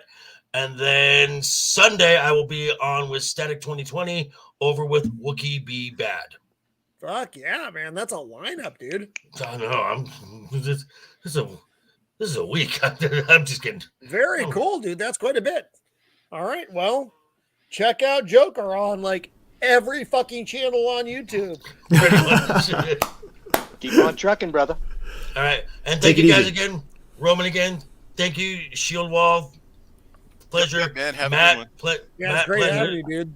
Steven, Jinja, and Gray. Always a pleasure. And wow. And Josh, I've never met you before, but pleasure. Pleasure meeting you too, brother. And also, guys, I just want to take. I'm sorry, one more thing. My last campaign with my merch store, we were raising funds for the Stuttering Foundation, and my goal each campaign is for $100. Our first campaign, we did the 100. I put in about half of my own cash to make that happen. This last campaign, we did the $100. I had to put nothing in. This was all from my supporters and my subscribers. So be ready for another one probably sometime this summer. JT and I are late night with Cap. We're looking at making a extra design to go on the back of the shirts for this summer campaign. So thanks again, everyone, and always, folks, have fun, keep talking, and always keep that smile on your face. Right on, Joker. You take care, brother. Toodles. See you soon. Cool. Hey guys, talk comics for a few minutes. I have to go take care of things in the Empire. I'll be right back, though. All right. Things of the Empire. I love it. Things of fantastic. the Empire. The lore expands. That would be that's the new Star Wars movie. Rayum Dea. Oh, come on. I remember bits and pieces of Latin. While we've got this few seconds here, I absolutely have to see that alien, that xenomorph you got there, Jinja. Let's see that thing up close. Look at it. It's a glow-in-the-dark one. Yeah. So gorgeous. Did you make that, Jinja? No. I went to the thrift store, and they had this, but it was all broken apart. I was like, what the heck is going on here?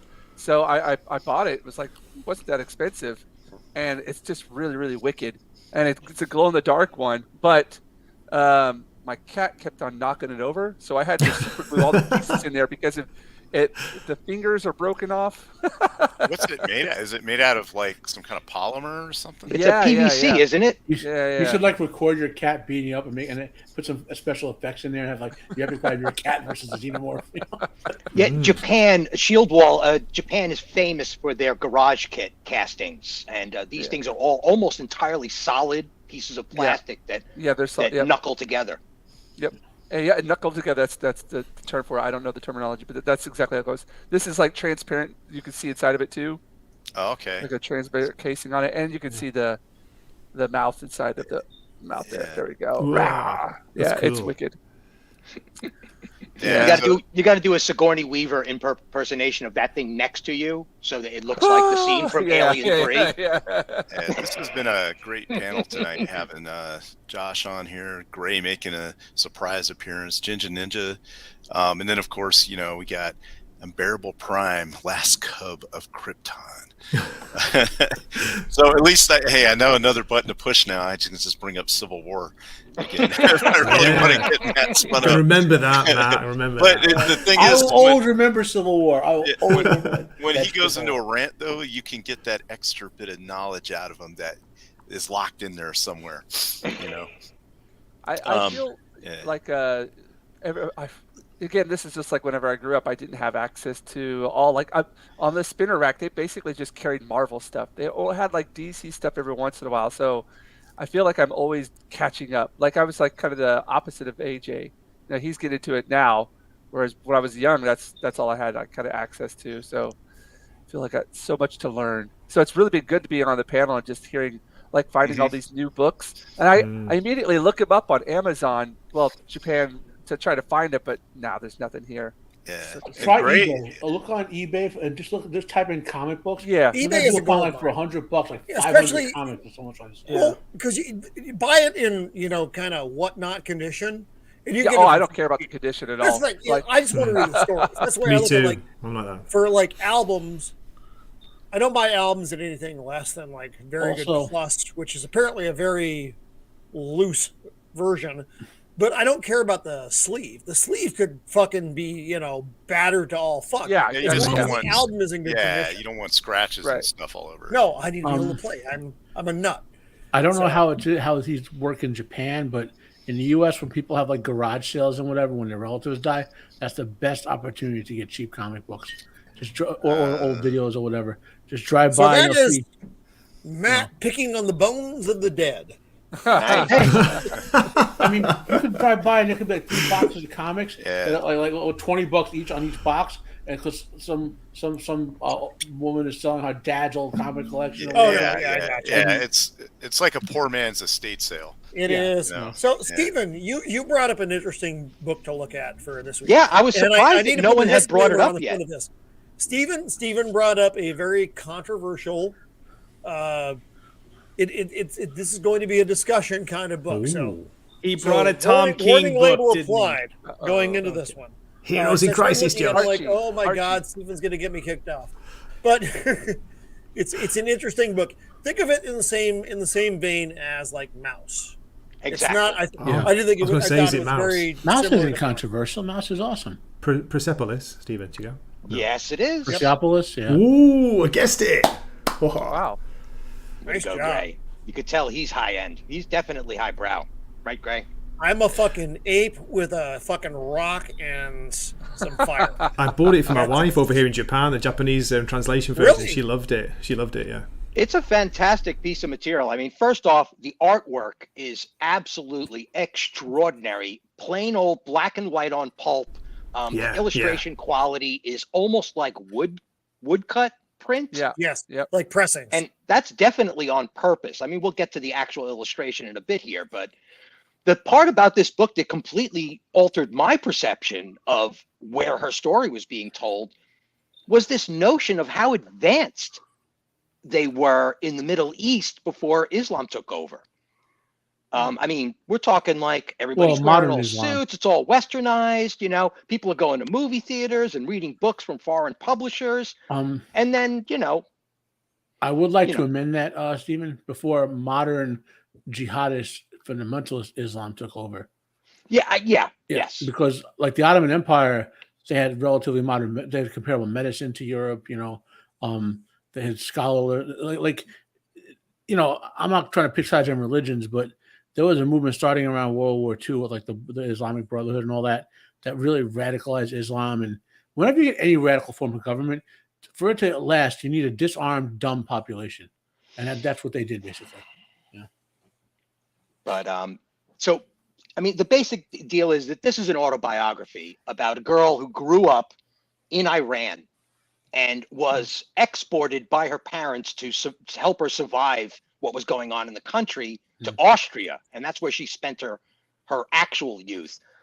But there's some dialogue and some earmarked conversation in this that really enlightens the people outside of Iran as to, what the conditions actually were. I mean, on a personal level, right? I mean, we kind of get broad strokes in our history, but to hear a single individual's story and her describing it, like just this one panel right here, Roman, with the tools on one side, just read that caption off. I mean, I can barely see it on my screen. No, I don't really know what to think about the veil.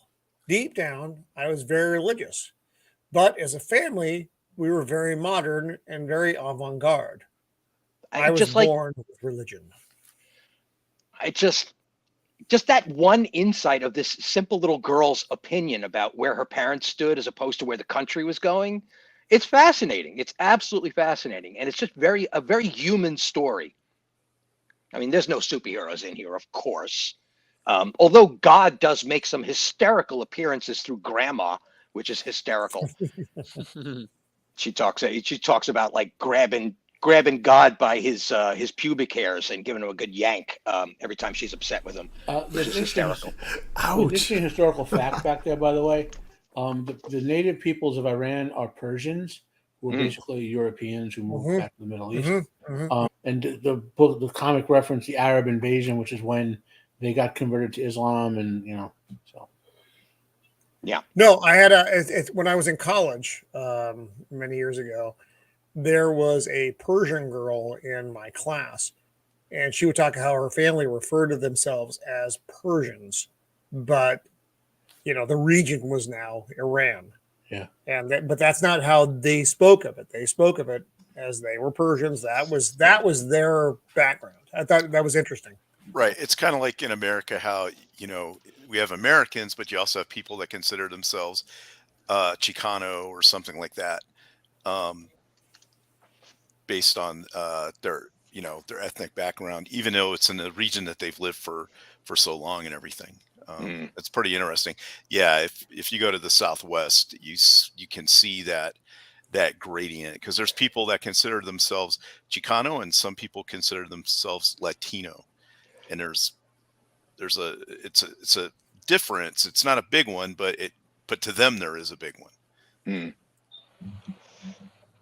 This was adapted almost immediately after publishing into an animated feature, which is Oh, really? I didn't know page for page. It quite literally is almost page for page the way it plays out. Yeah, 2007 they released the film, and the books were originally published in 2000. So 7 years, including production. That's immediate adaptation, and it's done black and white in the same style with minimal colorization in the background. Yeah. So it tends to lean very heavily on the original material. To enlighten me, they bought books. I knew everything about the children of Palestine, about Fidel Castro, about the young Vietnamese killed by the Americans, about the revolutionaries of my country. Wow. Right, the indoctrination. It's the only way those certain ideologies work. But just this notion that it's like you hear these people talking about glass ceilings and enlightening the public. They were already there. It's like crying out loud. I mean, there's a sequence in this where she's a young girl, and there's a guy on the street that almost looks like he might be a nefarious character because he's all trench coat and dark, hanging out in the alleyway in the shadows, and he's selling copies of like Kiss and ABBA, and he's like, I also got some punk rock, man. You want some punk rock? It's hysterical. Yeah, there was a big black market for Disney films and stuff. Yeah, you guys know Nita Infinity, right? Do you know of her? Yeah, so she was there during that time, and then she talks a lot about how she had to get bootleg, she had to get black market, like any kind of Disney or anything from the West. It was like they're risking their lives to get any kind of entertainment like that. Wow. Yeah. Yeah, my friend Rudy. Well, I haven't seen him in quite a few years, but he was a native-born Cuban, and he would tell like it was a crime to have like blue jeans or Beatles albums and stuff, unless you got it through legal import and they weren't if they were uncensored. And yeah, and don't let this artwork fool you, or the notion that this is a story being told by a little girl. There's some hinted at brutality that is plain on the face of it in this book. Teenagers escaping a simple teenage get-together are like beaten up by cops and stuff. It's just, there's some real serious historical earmarks in here that just kind of blew my mind. I mean, I don't know enough about the world. Right. No, I don't know a lot about it either. Well, I mean, it kind of like you can kind of like relate that to with nursery rhymes or songs that kids sing on the school grounds that sound very playful, but whenever you actually listen to the actual lyrics, they're very decrepit. So same kind of Ring Around the Rosy is up, burning the dead for the bubonic plague. Yeah, exactly. Yep. Yeah. Apparently, London Bridge is falling down has some child sacrifice meaning to it. I don't know. Yeah. But people can be confused by looking at the illustration and not notice that. But definitely, if you look in, I could see the morbidity in here. Definitely. No, and actually, the simple illustrations I don't think take away from the story. No, not at all. Mouse is the art's fine. You don't have super awesome Jim Lee level art to tell a great comic. You don't need that. Yeah, and the black and white of the it's kind of funny. Well, maybe I'm reading too much into it, but no, just it allows you to focus really on the strengths of. Well, what I think so the simplicity of the art speaks to the story of a child. Yes. Yes, yeah. It's almost like a child drew it, or what their imagination would be. Exactly. Yeah. The black and white speaks to the bleakness of the situation, and also possibly her feelings about like life has no color to it while you're going through all of this. Yeah. Right. Yeah, and her lack of perception that there's anything beyond the scope of what she's perceiving, like her parents. So when the background is detailed, it's because she's paying attention to it. But if she's not paying attention to it, there is no background. Hey, Roman, before we scrub all the way through this, I love that. I love that bottom part right there, page 34. Well, what you just said there, Stephen. Right. Remember we were talking about in the Mad Max films how they were from the perspective of certain characters, so the background details didn't necessarily have to make sense because the character didn't know them. They were just blank. They were just. It's the same sort of thing. Like if the character whose perspective this is doesn't know it, it's either going to be blank or she's going to fill in her own version of events. Right.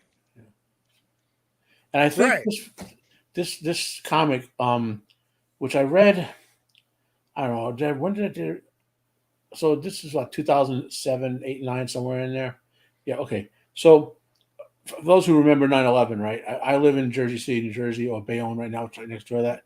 And there was a lot of activity by those who committed that in my area, right? So I think you gain a perspective based on a native culture from people who actually lived in it more so than you would from news reports sometimes. So there was a guy I knew who was a taxi driver. He's an Egyptian guy. And I remember when 9/11 happened, and he said to me, Matt, this area is getting bad. There are a lot of those fanatics moving into this area. He was pointing out mosques like this mosque is an okay mosque. There are normal Muslims there, but he put through like this one is like what crazy ones are, because he's like warning. He said, I left Egypt because the crazy ones are taking over my part of Egypt, and I wanted my daughter to be able to go to school and marry normally, not for any prearranged whatever. And now they're here in this area of the country, and like they're trying to actually force other Muslims to comply with the Sharia stuff and to not educate your daughters and whatever it is. I'm leaving New Jersey. I'm moving to Alabama, and I'd rather live near some of the racists down there who will just leave me alone because I'm God fearing, and as long as we don't interact, they'll leave me alone. Right. Than be my own so-called people who want to force my family to do stuff. Good Lord. Yeah. That's some heavy stuff. Yeah, and then if you spent any time in that part of the world and you interact, I think you and I both have, and you interact with the people there, not necessarily, like the people that are supposed that are on our side and other people, it just really opens your eyes. You get to see a lot of things to where people are just people, for the most part, and they just want to live their lives and be left alone. It's when you start bringing other things into it that it gets complicated. Yeah. Hey, Roman, do you think you could run the trailer? I mean, this can get the trailer. No, for the film. I'll end up getting. I'd love to. No, I figured I'd every ask. time I run any kind of fucking anything live on this thing, they just kill me with copyright strikes. Just run the Japanese version of it; it'll be fine. Yeah, no, Thank you, no fucking Shieldwall. Thank you very much. There's an animated literally anything Japanese gets fucking smashed immediately. But anytime I run any live media on this fucking channel, everything gets fucking locked up for 10 hours. So there was an animated movie from a company I keep recommending called Cartoon Saloon. It's called The Breadwinner, and it's about like a young girl in the Taliban in Afghanistan, and she has to pretend to be a boy to work to support her family after her father is in prison for not being with the, like aligning with the Taliban properly. You know, wow. Yeah, I saw that movie, and it was like a minor infraction, and they threw him in jail. It wasn't anything big. And then she's showing pictures of her father so that she can ask around, and they're like, "Why do you have a picture? You're not allowed to have pictures. You can't take pictures. Pictures are for the devil." So they like take it from her and rip it up. And it is messed up. Yeah. It should be noted that it's quite ingenious that this story works solely because the artwork is so bleak and simplified and two-dimensional that you can get away with this. It's the same trick that South Park has been playing for decades now, is you can get away with real serious political commentary because the artwork is so below the uncanny valley that it doesn't register that you're talking about the real world. Right. It's just like old school Star Trek. You just replace aliens and other worlds for what's really going on in real life, but you can get away with it because TOS, aliens. Yeah. And you know what makes this even better / worse? Like this stuff is still going on, all these horror shows in the rest of the world. And instead of artists trying to point that stuff out, they're trying to point out all this woke stuff and all that sort of like nonsensical, fake problems, or, let's say there are legitimate problems that legitimate trans people have. They're not. It's not the same thing as the problems they're claiming that the non-trans. You know what I mean? And scroll back to that splash page, Roman. Yeah, I know what you're talking about there. Yeah. It's like, good grief. I mean, seriously? Look at that. Just look at that statement. Wow. And we complain about our first world problems as if they were bombing runs, but this person actually lived through that. And this was published in 2000. She was a teenager when she published this book.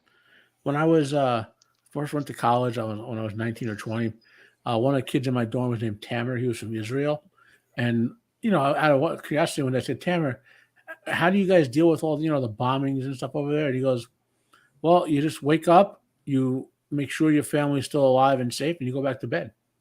Yep. Wow. Like it was just a part of his life. There's no. Yep. Relativity. Yeah. Stephen, you mentioned the art and how the simplicity of it kind of eliminates that uncanny valley. And that's one of the things I was going to comment on too, is just sometimes, as much as I was talking earlier about how I love like super hyper detailed art and, the background it creates and the story you can tell with it. Sometimes I almost prefer a simplistic art like this. And I look to artists like Patrick Gleason, who I think emulates similar mentalities with their art, but I think it allows the characters to emote so much more in so many ways. But also with a story like this, I think it kind of cuts it down to the simplicity of kind of what Shieldwall was saying. We're all just people, and then when you do, art that's this simplistic, you're not looking at the differences in the detail. You're not looking at how their housing situation is different. You're not looking at how the cities are different. You're not looking at the different lifestyles. You're looking at a young girl who's enduring terrible things. Yeah. And that's all you can see. Like that's all you're forced to see. And it's an effect, but it's effective, There's the big point to point out here, and kind of, I'm agreeing with you wholeheartedly, Josh. Thanks for, repeating and, expanding on what I was just saying. It's, but in comic books, the art quality is the tone. You could have this all written in verse, in prose, right? But the artwork lends a whole other atmospheric level. Yeah, it fills in the blanks. Well, and it also alters the text, because you could have her talking all of these things and have highly detailed photographs, and it just wouldn't be the same story. It would just be almost. Not at all. Yeah, the tone is actually shifting how all of this lands in your head. This is something that anime does all the time, where they'll show a prop that's hyper realistic, and then when it gets into the hands of the hero, it transforms into something cartoonish, because now it embodies, mystical powers, or it's finally found its home in this warrior's hands, or some nonsense like that. And the image alters what magical qualities are happening on screen. And this is kind of doing the same thing. It's showing the severity, but at the same time showing that this is still a child's perception of it, and it's that woodcut kind of quality. So it's still coming from a very simple understanding of the world and the details of the world. It's fantastic. Comic books are an entirely different voice for storytelling. And if you shift the level of uncanniness towards reality, away from super cartoonish, you can completely alter the exact same story in a single panel, just by showing it actually is taking place in the real world. I was just checking the dates, guys. The first book was out in 2000, and the second book came out in 2004. Interesting. Okay. So, and there are. So let me pull back, because I have both of them available. So interesting notion on something I was just thinking about. Like, obviously you guys know I'm a Lord of the Rings fan. So Sauron and Melkor took the elves and corrupted them into orcs by torturing them and miseducating them and so forth, right? That's fiction, and that he did that to all those millions and millions of elves, right? This is the real world where they're doing that to real people, portrayed in that comic book, in the whole truth is stranger than fiction type of thing. Like, you read something horrific happening in fiction, or say Naruto, where they weaponize human beings into what are called Jinchuriki. Like Naruto, he had a tailed beast in him and all that. He had a very horrible childhood and all that. In the real world, they make child soldiers by doing the same. That they badly educated, they put them on drugs. I think it was from South African countries, they drug children for years to indoctrinate them to be child soldiers. And that's the real world. And this is a great thing to bring attention to that. And it's still so stark to me that all these so-called artists now don't want to bring attention to this stuff anymore. They want to whine and complain about fake issues. Yeah. Yep. Roman, I'm sorry, I've got to bounce. It's lunchtime over here, so Mrs. Wakizashi is about to make some fantastic ramen, I think. Are you coming over? Do you fancy a bowl or two? I'd like some, Gray, to be fair. Yes, I would. Well, I'm glad thanks so much, mate. Tonight, buddy. Thank you for having me on. I really appreciate it. I was just glad to get the day off. It's a rare Friday. It's Friday here in Japan, so it's a rare Friday off for me. I'm delighted to be on this comics panel. It's probably the second best comics panel on YouTube. I accept that. That's fine. No, joking. I love Comics Aficionados, the Thinking Critical one on Saturdays. Josh is on that a lot. That's where I fell for Josh. Just saying. Everybody falls for Josh. I know, right? But I think Zach says he's his, so it's too late. Too late for all of us, Josh. It's very. It's a lot. Well, Josh is a Pokemon, so and Zach's has got to collect them all. I choose you, Josh. Yes. Move it towards the camera. Move it towards the camera. Look at that Gatling gun, all brass. That's fucking gorgeous. And this is a cheap one, isn't it, Roman? This wasn't even that expensive. It is. That's the cheap one. Yeah, it's gorgeous. The details are amazing. On sale for $17. That's beautiful. That's not bad. $17. It's amazing that they can even produce that for $17. Are you enjoying the springtime over there? Like Jinja is with the. It was awesome, mate. Last week, we had a full week of sun and the sakura, the cherry blossom were out. It was so nice, and then it's raining now over here. It's chucking it down, so it's a shame. I think it's over. Were you able to do like a picnic or anything where you go out underneath the? Yeah, we went out to a few places. We went to Izumo Daisha, one of the most famous shrines in Japan. It was really good. So you can go to all those like haunted Japanese places we see on YouTube videos and give us a real perspective. God, Nosferatu. That would actually be really fun for us. Yeah, Nosferatu's always on about those suicide forests. He wants me to go and visit. It's like, no, thanks. I'm all right. No. That's like for real over there. That, do the grave report. No, what is real? Japan is like Iceland. It's got real spirits there. Yeah. Oh yeah. Yeah. Well, they were big on that, weren't they? They were big on the gods, plural, in everything, in stones, in rocks, trees, everywhere. Yes, exactly. The spirits permeate everything, and it's a very ancient land. People have been living there for a long time, and long time. Yeah, it's interesting. So thanks again, guys. All I've got coming up is Friday night, late night movie show on Midnight Cowboy, one of my favorite early 1960s. I'm trying to walk here. I'm walking here. So good. Which was unscripted, by the way. Yeah, I believe so. Yeah. He almost got run over. He almost got hit by that. Yeah, it was some real jackass in New York. But it's New York, though. Excellent.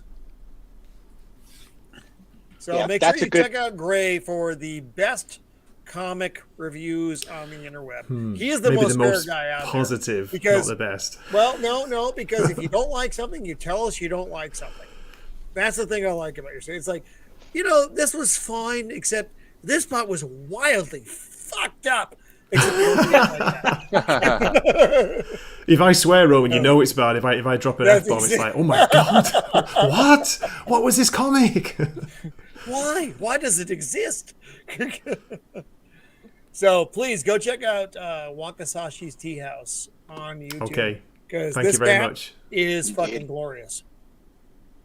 Yeah, great presentation work, Gray. I mean, you really get into the comic book. You get to see the artwork up front. You never spoil it ever, but you bring it right up to the edge of excitement. I love your reviews. It's like, go out and buy the book. I'm so excited about this, guys. Buy the book, would you? Go out and buy the book. I love it when Stephen does his British accent. It's absolutely fantastic. So Roman, Shieldwall, Matt, Stephen, Jinja, Josh, great to be here. Great to chat with you. And Joker voice was on before. AJ, thanks, mate. Catch you soon. And in the chat, Comics and Cosmetics, thank you very much. I've subbed back to you. Thank you. All right, pal. Good to see you, Joaquin. You take care. Have a good lunch. Lucky man. Right. And then he's going to be coming up to Osaka Comic Con. I got a booth out there, and him and Angry. You're going to get to meet him finally. Well, this will be the second time. He helped me out at Tokyo Comic Con. Yeah. Met him in person. He's a really cool guy. Really cool chap. Hey, Josh, you said you gotta bounce out of here pretty quick too. I do. I work tomorrow, and I got to be up pretty freaking early. Unfortunately. Oh, sorry about the work thing. No, it's all right. I thought changing careers, I'd get Good Friday off, but it's not happening. It's still, I can't complain. I still have a much better schedule than I had previously. God, why do you have me on full screen? What do you have coming up? What do I have coming up? Let's see. Tomorrow night, I'm going to be doing This Week in Comics with MVP and the guys from Comics Elite, so I'll hop in there for a little bit. Saturday, so originally Comics Aficionados was going to be Sunday. It moved back to Saturday, so Wes's plans changed. So Saturday morning, Comics Aficionados, come see me there. Sunday night, I'll be doing another stream with Max. Monday night, I will be with that jabroni Flaccid Phoenix doing premature ejection, where a lot of premature activities eject. And then, hey, guess what? I don't have a YouTube channel right now. However, in May, I'm going to have my own YouTube channel. What? So, what? No! So I'm jumping in that sphere, and you're diving in. You're doing I'm diving in. I've had Wes tell me for about 2 years now I needed to do it, and I've been like, sure. And then Zax and Max have both kind of hit me up on it, and Zax and Max have been a huge help and taking ideas from me. And he's like, do we have a channel for Josh. Well, I'm going to align it with my website that I tried to launch. Well, I originally tried to launch it in 2019, at the end of 2019, then 2020 happened. So if you're going to have a website covering media when no media is coming out, doesn't really work. That's a bad alignment. You're right. Yeah. And then unfortunately, when things came back, is when I started pulling like 70 plus hours a week. So I was like, there's no way. But I'm back to normal schedule. Choose not to work. It's so much easier.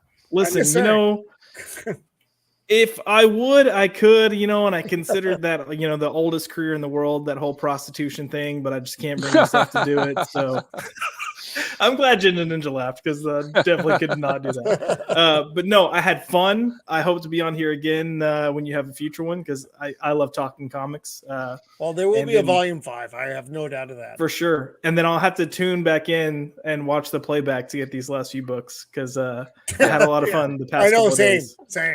I'm not for sure. You're down. I'm not getting rid of anything. It's like, I need this. I need this. I need this. For sure. But yeah, chat, everyone, thank you.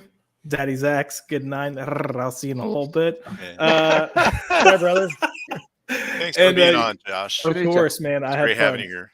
Thank you. You have a good night. Night, Josh. Yeah. Take care, Josh. This feels like we're on the life raft and we don't have enough water, so people are just jumping off voluntarily. I know. I'm waiting for that girl from Titanic to start to push me off. Yeah, exactly. And Matt's like, "There's room." It's fine. So Matt, you're like you're one because I know Shieldwall. Did you have one this week? I just had a character, but let's let Matt go because mine can be done pretty quickly. I don't remember everything I brought up in the past. I also saw Superman and those couple of comic books, like the Action Comics #1, Detective Comics #1. It's like the iconic, the important comic books, right? So if I brought one of these two up before, and whatever guys you want to discuss, we could. So either I have Kraven's Last Hunt. Oh, that's what I was going to pull up. That's a good or one. Superman, Whatever Happened to the World, the Man of Tomorrow. Well, which one do you guys want to talk about? I'm a guest here. It's up to you guys. We're all guests here. I'm barely running my own show. The only one I could, again, I'm a newbie when it comes to a lot of comic books, but I've read Kraven's Last Hunt. So let's do Kraven's, because obviously we're almost at the end of the show anyway, and I can hold on. Is this a Spider-Man title, or is this? It's okay. So I'll give the rundown on it. So it occurred. I just have to see if it's going to come up over here. It's a Spider-Man crossover, because back when Spider-Man. It does. It comes up. Yes. Yes. It was originally published in Web of Spider-Man, like 30 and 31 or something around there. Where the fuck did it Amazing go? Spider-Man 293, 294, and Peter Parker, the Spectacular Spider-Man. It's whatever one. It's 100 history ahead of Web. So if Web was issue 30 and 31, then Peter Parker is 130 and 131. Wait, where'd my thing go? And the premise is obviously the character had to be a better way Kraven, to right? say that. I actually apologize. Share screen. Should I keep going, Roman, or wait? Here. Okay. So the premise is. I need a couple moments, so I'm going to bring up the screen, but I got to take a couple. I'll just do the talk. The premise of Kraven's Last Hunt is that Kraven, who was kind of a B comedy villain for his entire run in Spider-Man, came out of nowhere to the work of the writers on this, which was oh god, what was his name? J.M. DeMatteis, something like that. DEMATT. J.M. DeMatteis or something like that. DeMatteis, yeah.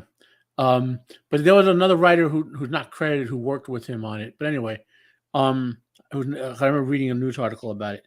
Anyway, so out of nowhere, Kraven became this ultra serious character, right? Who proved he was serious by discovering Peter's identity, hunting him down, just almost not quite as bad as what Bane did to Batman in Nightfall, but just sort of ruining his life in the short term. Could have killed him, but didn't. Yeah. And then Kraven dies of cancer shortly thereafter, right? And he had cancer. Yeah. So and they kept Kraven retired and dead for like a good 30 years after that. So now it's obviously, it's just another story. was an exceptional way to revitalize a villain in high stakes, but also to show that, there are degrees of villain. Like there are heroes who would have done all that and still killed Spider-Man. Kraven wasn't about the kill; he was about the hunt. He was proved he was. In other words, he got what he got his beast, so to speak. But he doesn't need to kill them. He's not.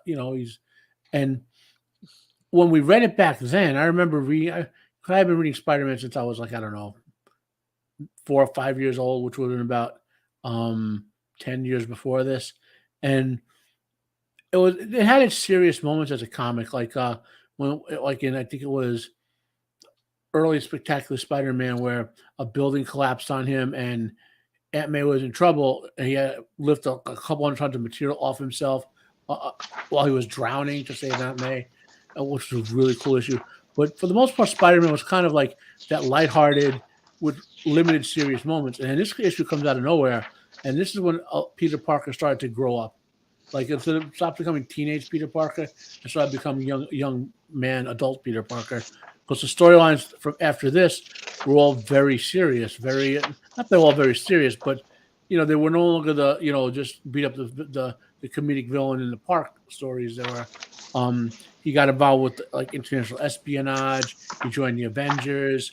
He finally got his PhD and all that. He got serious with Mary Jane.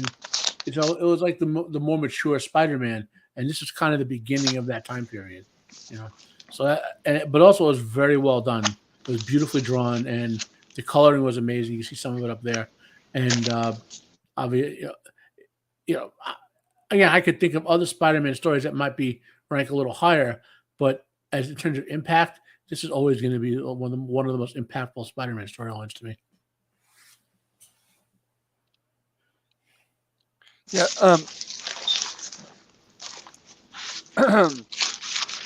With this one, that's the one with Vermin in it and everything, right?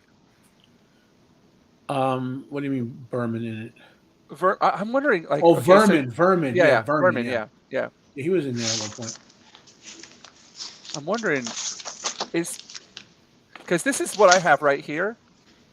Is that like what's an omnibus? Yes. There should be 6 issues. Right. So this is the omnibus. I got this way back when. I did a whole bunch. It was really crazy how whatchamacallit, it seemed to be. What are you finding there, James? Oh no, it's Craven's Last Time. It's the omnibus right here. This is one I got when I was really young, read it over and over. Got it. I don't want to give any. Okay, so you were saying that in the one you've got there, that Kraven passes away from cancer? He has terminal cancer. And that he dies from cancer? He died. It's been a long time since I read. He does die around the end of this. I don't know if we're allowed to give spoilers or not. I don't know if we're. It's 30 years old, man. I mean, remember, all right, because this is my show. You can do anything you want except maybe full frontal nudity. I was holding back on it because the way that the great thing about this story that really it hits you in the feels is at the end he's defeated Spider-Man, right? So there's basically nothing else left for him to do. So he offs himself, and it's really. Well, no, he does, but he would have died anyway from cancer. Well, yeah, but like, this is really extremely impactful part of the story there. He went out on his own terms, but he was dying of cancer. Yeah.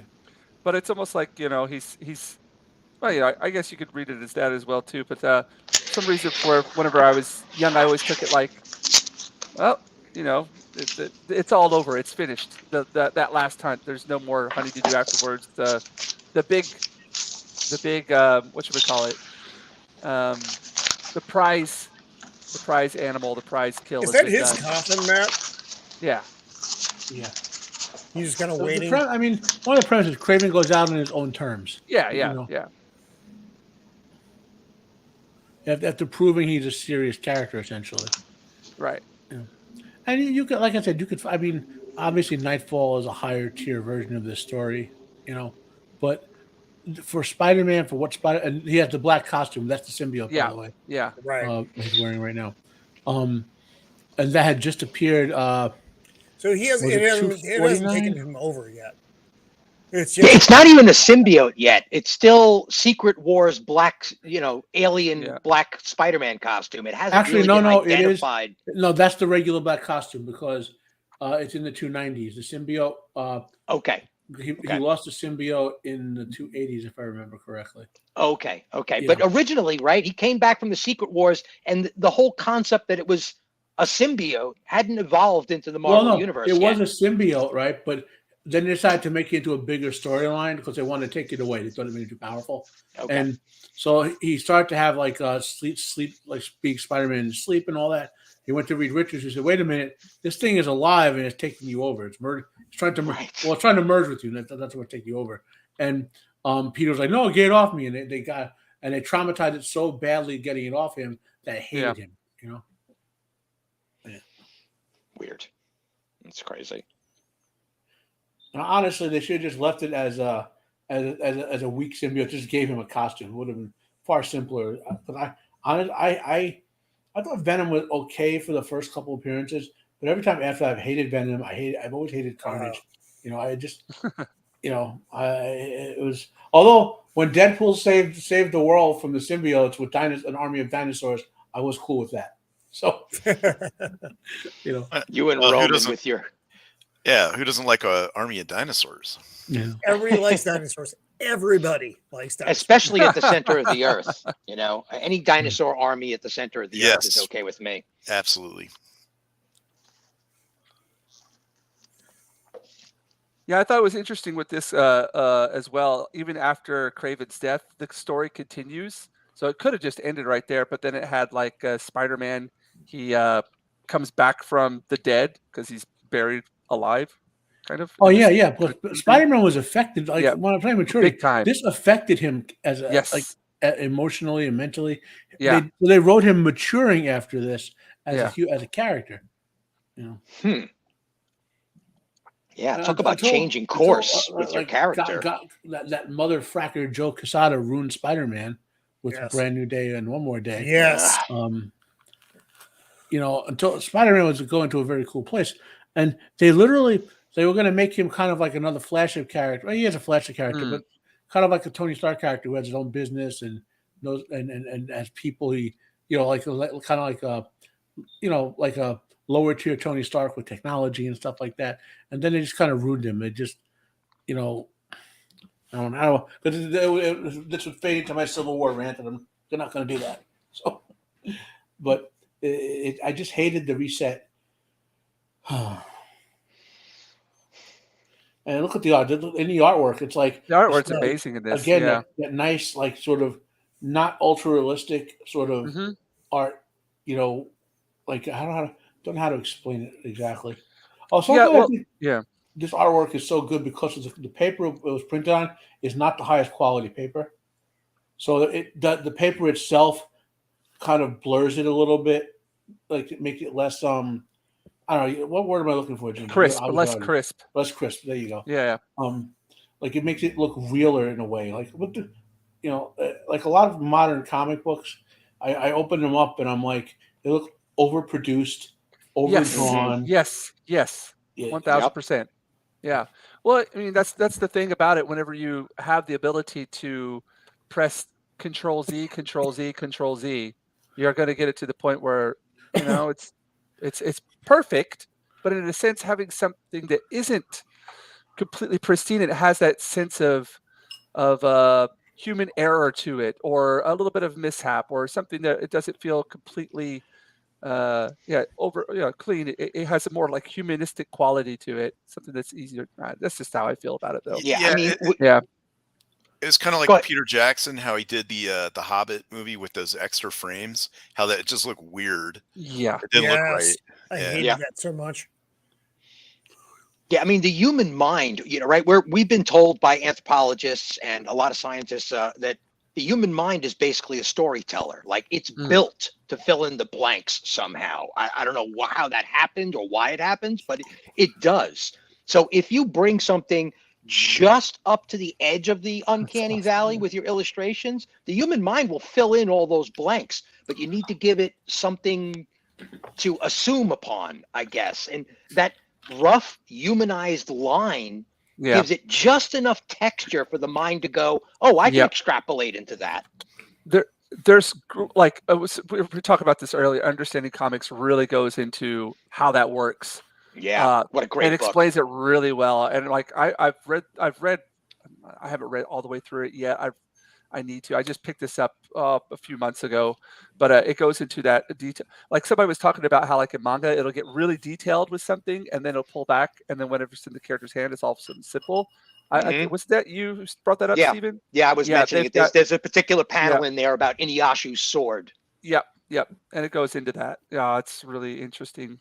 Boy, well, it's the power of cartoonisms, I guess. It's like the way Hanna-Barbera cartoons can just pull a sledgehammer out of their back pocket. It's kind of the same kind of thinking. This in the hands of this person, the reason why it looks like a gigantic sword is not because it actually transformed into a gigantic sword.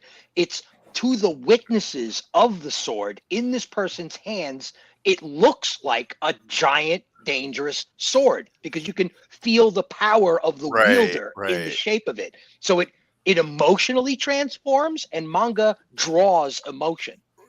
On page, where you'll see a villain and they'll be huge in the panel compared to the antagonist, like a building-sized dude, and then in the next frame they're the same size. Right, because it's supposed to be emulating the intimidation happening at that moment.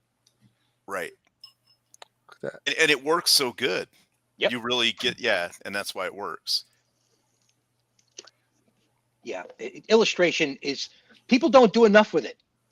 Some of that stuff we were just seeing in the book that Josh was talking about, and some of the parts in this book here too, where we'll see ghostly figures. But I just don't think people do enough manipulation. I don't think that they're as confident as they once were, where they were just flat out experimenting all the time. I mean, Bill Sienkiewicz, for crying out loud, God, that guy is just built to experiment all the time, 24/7. His images of Batman and his design for Moon Knight. Good grief, man. That guy really pulled out the stops. Yeah. Yeah, I know there's a lot of people who don't agree with me on that guy's style.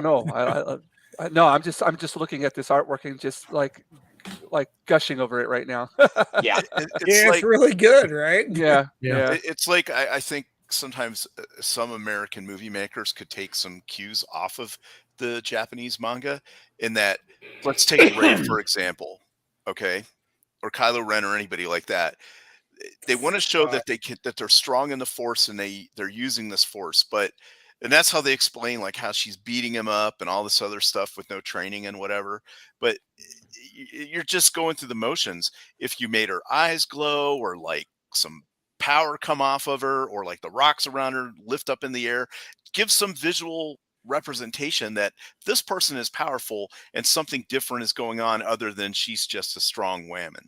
Yeah, and it would work. The part that made me like totally scream like a Beatles fan in the Matrix, at the end, at the final sequence in the Matrix, oh my God, the hallway just wobbles because he's compressing the reality. Exactly. I was screaming like a Beatles fan, man. I was like, finally, let's go, man. Of that, right? Of how powerful he was. Yeah, he's altering the dimension. You don't got to do a whole lot with it. You just add something to it that's a visual cue. This person's different. Like if you haven't, well, I don't want to spoil Picard, but Picard season 3, there's a character in there that has something going on with them, and something happens with their eyes that lets you know that, hey, there's something going on. So you don't have to guess what's going on. The Gawaul effect. Right. There was only one Matrix movie. Yes. Well, yes. Fine, yeah. We won't dance. Maybe two. Maybe 2. 1.5. 1.5. I was going to say that 1.5. Maybe I'll give it 1.5. I don't know. I like 1. That's the only, because I like 1 because of the way the movie flowed, and the ending was just fucking so cool. Where he just launches himself up and you go into the song. The movie was great.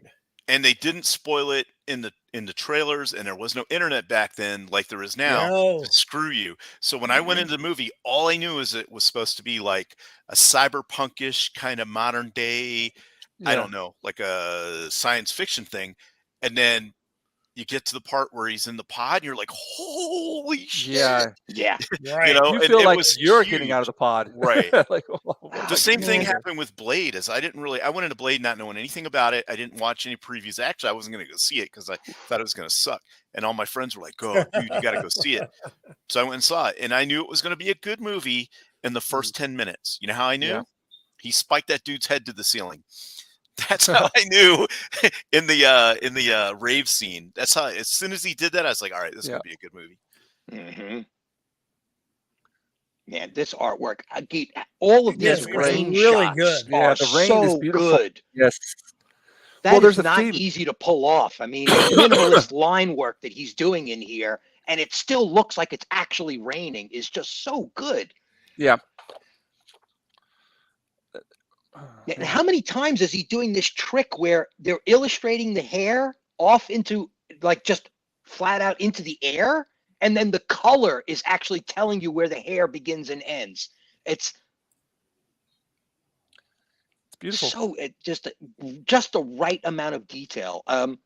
Jinja, you're familiar with Patrick Nagel, the guy who did the Rio album for Duran Duran, is like his most famous piece of work. Yeah. The Nagel stuff. Yeah, I'm horrible with names. But if you look it up, Patrick Nagel, you'll know exactly what I'm talking about. This guy did super flat 2D. Oh yeah, hyper low resolution. Yeah, that was so real. Well, I mean, he was doing it from a photograph, and he was doing it on canvas for all things. His pictures are iconic. Yeah, Mm-hmm. I know exactly. Yeah, I'm horrible with names, but no, we studied this guy in university. I remember. Yeah. It's like he basically invented Superflat. He defined it. It's just something about, like, even if you're off just a smidgen with these, the thing that's really difficult about this kind of art style too is if you're off just a smidgen with the line with your, because it's such a graphic style, it ruins it. It completely, you could feel it. It's almost like a person who has very straight hair. And they get Roman, scroll back up to that guy dressed up in a jacket and tie. Just look at how the line gets a little fatter where his collar goes under the lapel. Yep. I mean, that kind of detail is almost unregisterable, but if it wasn't there, it would look wrong. No, it looks wrong. And it's a very, very thin, tight rope that you have to walk whenever you're working with your lines like that. My professor, Kent Williams, the guest one that I had, we had a big talk about that. And one thing that he talked with me about my work, he's like, your work is great and all, just make sure you pay attention to your contour lines to capture that sense of weight, or the sense of, like, the weight of the character or something that's going on. And that's always in my head whenever I'm working on something. And that's something that becomes extremely, like, uber apparent whenever you're working in this style. Yeah, and I mean, a lot of that, you just track how the blue shadowing is working on his all black costume, and how the line gets thicker and thinner to exaggerate the edge of the curve of his shoulders or his forearm, so that it looks a little chunkier as it gets towards where it's changing direction, and all that kind of jazz is so important. Yeah, it's it really alters the quality level. It's just amazing. Well, like and I rave on about this, and I looked at a lot of this when I was in college as well. This ukiyo-e, Japanese woodblock printing, is a major influence on a lot of the kind of contour lines. They were the masters of contour lines. And a lot of that translates into Patrick Nagel. Is that how you pronounce his name? Yeah. Like, definitely, they've all looked at, like, Utamuro's picks or Hokusai's, the big name ukiyo-e artists, and that a lot of that translates into what you see into comic books as well. I look at this stuff forever. It just makes me want to, like, sit down and start drawing right now. Yeah, I mean, just all of this water being visualized is just, God. I mean, still, look at that. It's just amazing. Well, water is a huge theme in this book as well. I haven't read it. I wanted to pick it up and read it again for the show because it was one of my picks. Like, this is one that I read a lot when I was younger. But just him emerging out of that, Spider-Man emerging out of this grave and emerging as something new,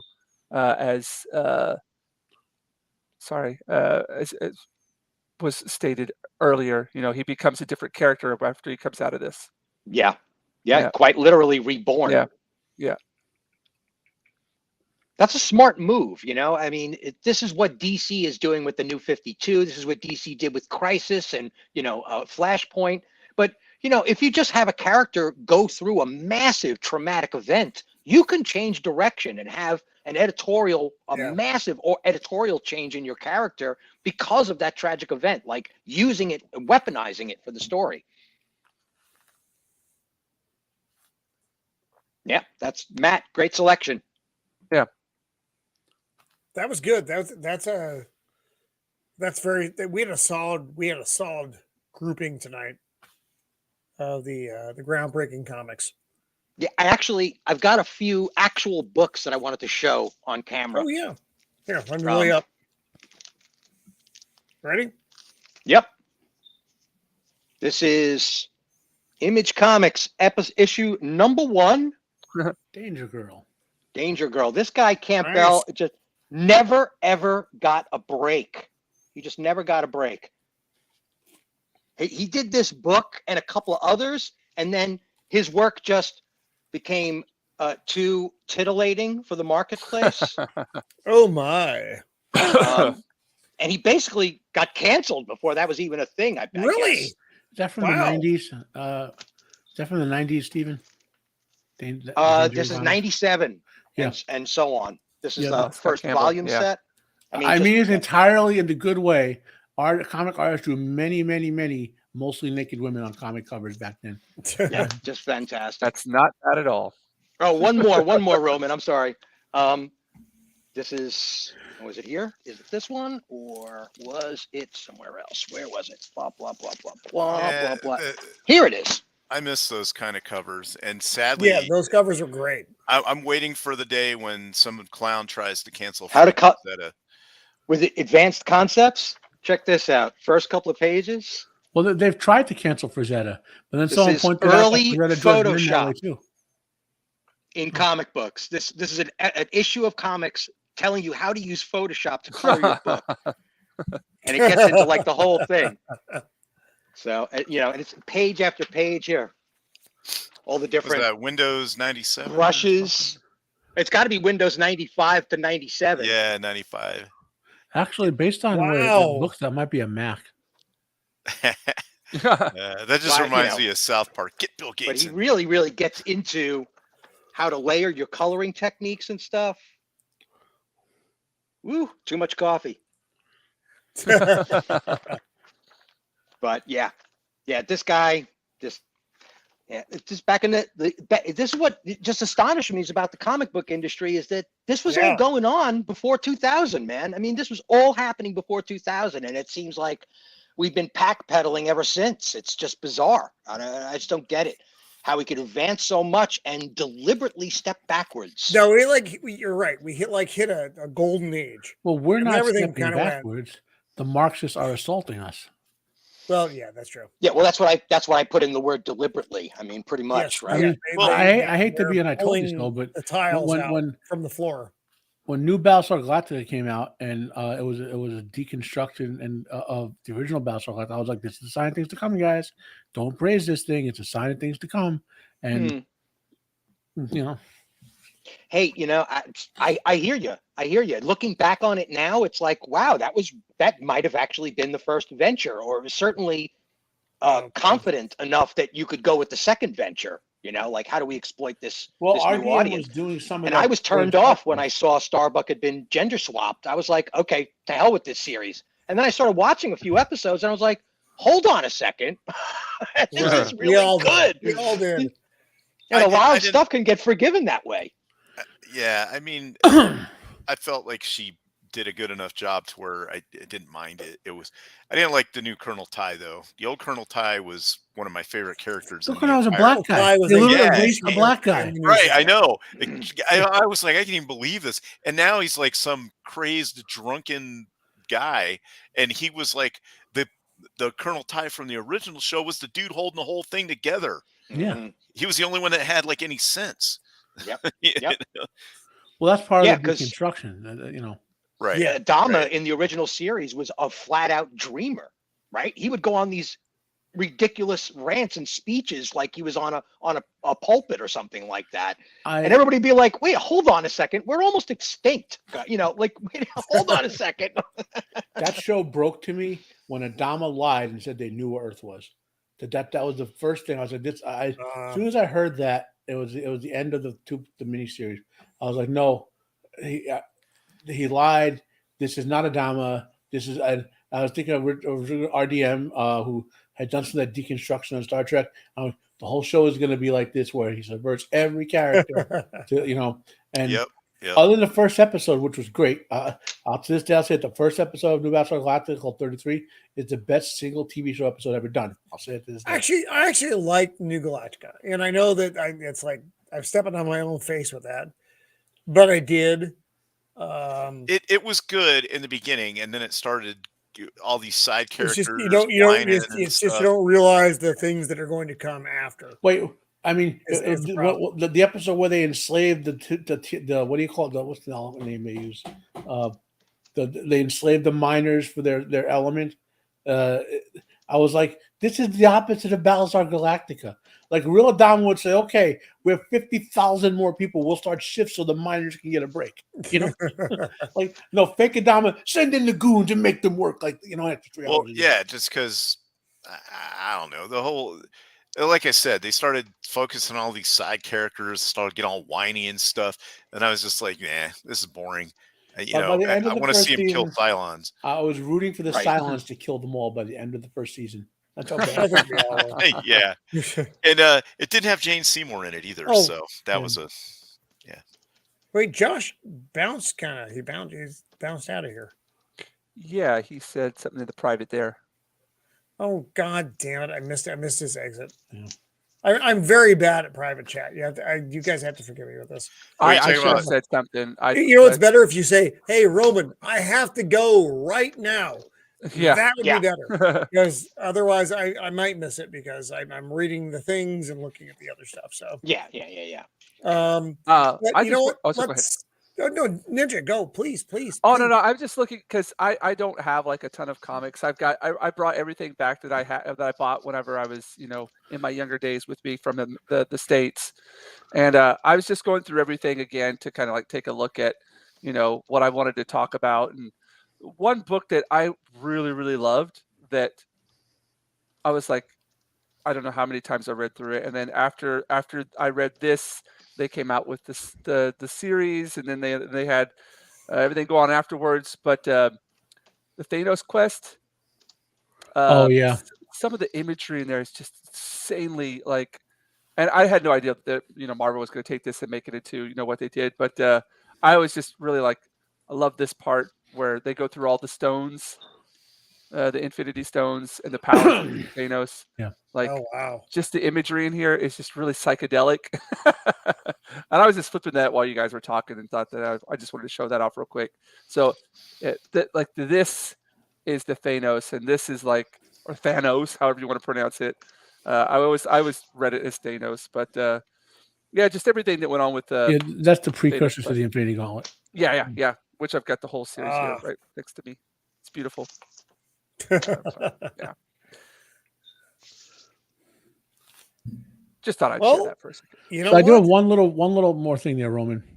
What do you got? Just as we were talking about this, right? Look at the article I just brought up.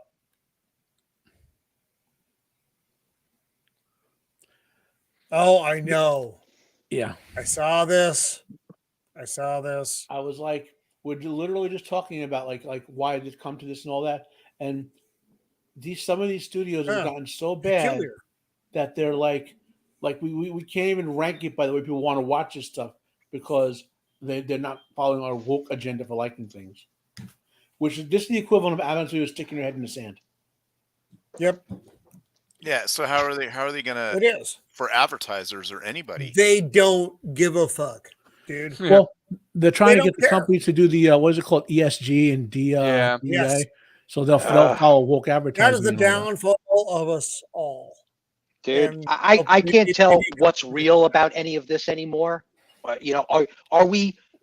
Has everything turned into gaslighting? Because it's like quite literally every article I see, I'm like, Is this gaslighting or is this an article? I can't tell. Or is it an article about gaslighting? I can't tell anymore. Right. Yeah. Or it's a clickbait article. That's not really a real story. The picture's photoshopped. You don't even know. It's like I just don't even really believe anything I see on Twitter anymore because there's no way to verify if it's real or not. You know, well, it doesn't even matter if it's real. It's like this quote by Lopez. It's nothing more than gas on a fire. They must know it at this point that all they got to do is put one stupid line in their trailer, and we will publicly announce how bad the trailer is, and everybody will watch the trailer to see how bad it was. It's like bizarre. They've got this down to a science. They'll watch the trailer. Blue Beetle. They won't watch the movie or the show. Right, exactly right, Matt. They will get everybody to smell the sour milk. Hey, smell how bad this milk is, and everyone will smell it and be, "Ooh, that smells bad," but no one's going to drink it. So, yeah, maybe we won't drink it, but there's an audience out there that by our projection will hear about it and make their own decision. Well, no, there's always going to be. See, there's always some percentage of people who will do something, right? So in a world with 8 billion, whatever billion people, or 7 billion people, whatever we have, you're going to find 100 million people who love Rings of Power. You're just going to find those 100 million people. You know, they might all live in China, but you're going to find them somewhere. You know, and so small. And it's like the idea though is you want to make sure that people are, at least the information is out there so that 1 billion people don't watch this and think this is what represents actual Lord of the Rings. You know. So. Mm-hmm. I mean, that article alone, it's like, you know what also makes me uncomfortable? Dunkirk, because of all the bloodshed and cruelty and brutality. That makes me uncomfortable too. Does that make me warophobic? I mean, seriously, like this is how bizarre a world has gotten. Well, you're supposed to be warophobic because war is bad. You should be afraid of war. War is the worst case scenario. That's right. This is like the Joker's speech at the end of Dark Knight to Two-Face. That's the kind of world we're living in now, where it's like, well, of course. And so, if a woke TV show gets canceled, everybody loses their minds. Well, look at Eric July right now. I don't know if I assume most of you follow Eric July. You may or may not. Right now, he is engaged in a war on Twitter, Instagram, and most of the platforms against a thing, because that thing is wrong. But he's just standing strong. He's standing strong. He's like, no, every argument you're presenting is supporting my argument. And he's like the last guy out there, though, just putting his arms up, saying, no, this is wrong. The fire is blazing against him, and he's still standing there saying, no, this is wrong. And so, and we're supporting him by buying his product, which is good. This is me. This is Rome of the Empire. I don't support the rest of the views of the panel because I don't speak for them. I stand with Eric July on what he is trying to do right now. And it's I would say it's hard, but it's the right thing to do in an environment that has gone fucking crazy with these ideas that don't actually coincide with human existence. So, human you do with it what you're going to do with it. What's bizarre about the whole Eric thing is that he's exactly what they say they want. Young, healthy, aggressive, capitalistic, moving forward, African-American, colored man, and he's doing all the things that they say are not possible in this Western world. And here he is getting attacked by the same people. He is aggressively male. And they cannot stand that. That's what they say they want, but it's actually not what they actually want. Obviously, right? I mean, if he came out as gay just to troll everybody, then everybody would finally be on board. That's all he would have to do. It's just jokingly come out as gay. The best thing that's happened so far in the war against woke is when that Canadian coach decided he's going to declare himself a woman for an hour and to set the world record that a previous trans woman and man had set. I think the only way to stop like that some of this woke stuff is to go 360. Have men should just start declaring themselves women to take over women's sports, and that will finally put a stop to it. It's got to be obvious, man. Oh yeah. Like you don't even try to like cover it up. You're just like, oh yeah, I'm a woman here now. Yeah. Yep. Like I'm a woman. I'm Hans the woman from. I'm a woman. Like that that thing was so funny. Oh, you girl, I'm woman. But here's the thing about the Eric July situation is, why can't they he's just a businessman. He wants to sell his product. You don't like it, don't buy it. And then it's not like that. Well, his product it's because he has spoken out against them. He does not like them. He does not like their attack on children. And he is being very vocal about that. And you know what? I 9,000% agree with him. It's the same thing they did. He doesn't have an argument that I'm going to disagree with on this topic. It's the same thing they did to the Comics Gate people with Papa Ethan Scriber. You know, they isolated, and now he's proven by doing the same thing Eric July did with his own comic. And, you know, there's a whole independent community of people out there who don't need these woke corporations anymore. Right, because all they're doing is putting out garbage. So, and it's now possible for people to do whatever that, you know, they can put out the same quality, and you can crowdfund it. So the people have spoken. You know what I mean? Yeah. It's so they can't ignore it anymore. And well, they can, but you know, it's not going to matter. They're quickly becoming irrelevant. Yeah. Well, he's been going on and on about creating the parallel economy, and there it is. You know, he doesn't need them anymore. It should be noted too, in parallel, that all of these celebrities that we complain about that are towing the line, you can tell. I mean, you could tell on the face of it, just because of how late they're coming to this game, that they're basically just doing it to save their careers. That's it. I mean, at this point, they're all just, I'm going to put on the armband, fine. I'll wear the uniform, fine. I'll go to that church, fine. You know, whatever. Just don't fire me. Right. I mean, that's it at this point. I can't believe anybody believes this message anymore. It's so obvious on the face of it that people are just saying these things so they could survive. No, they've been indoctrinated, though. I mean, but do they need that, Stephen? Do they need that? Apparently. If I was super famous, like or relatively famous, I wouldn't be on Twitter. I wouldn't be on Facebook. I wouldn't be making any comments, and then I would just stick to the key points when people ask me questions. You know, like, oh, I've got this new movie coming out. It's going to be great. Well, what do you think about this? They're like, well, I got this new movie coming out. It's going to be great. What do you think about this? Well, I got this new movie coming out. It's going to be great. And to just stay away from the politics and whatever, you know? Yeah. I'm going to mention it to you directly, Shieldwall, but I'm saying this generally to everybody listening. I think it would be really enlightening if you were to read an actual actor's film contract towards a single property. You would be surprised at the scope of authority the studio has over the voice of that person while they're red carpeting their movie, while they're on a trunket for that movie. They have absolute authority over even questions that can be asked. So, you know, these people are not in charge of their own freedom. They're getting paid a boatload of money to be a tool. I mean, it pretty much says that in their contract. You're our tool. And that may be true, but the thing is, they've grown up in an education system that's been indoctrinating them since like the 70s. So have I, but that didn't change my opinion. But not everyone. Some of us are smart enough to read through the indoctrination.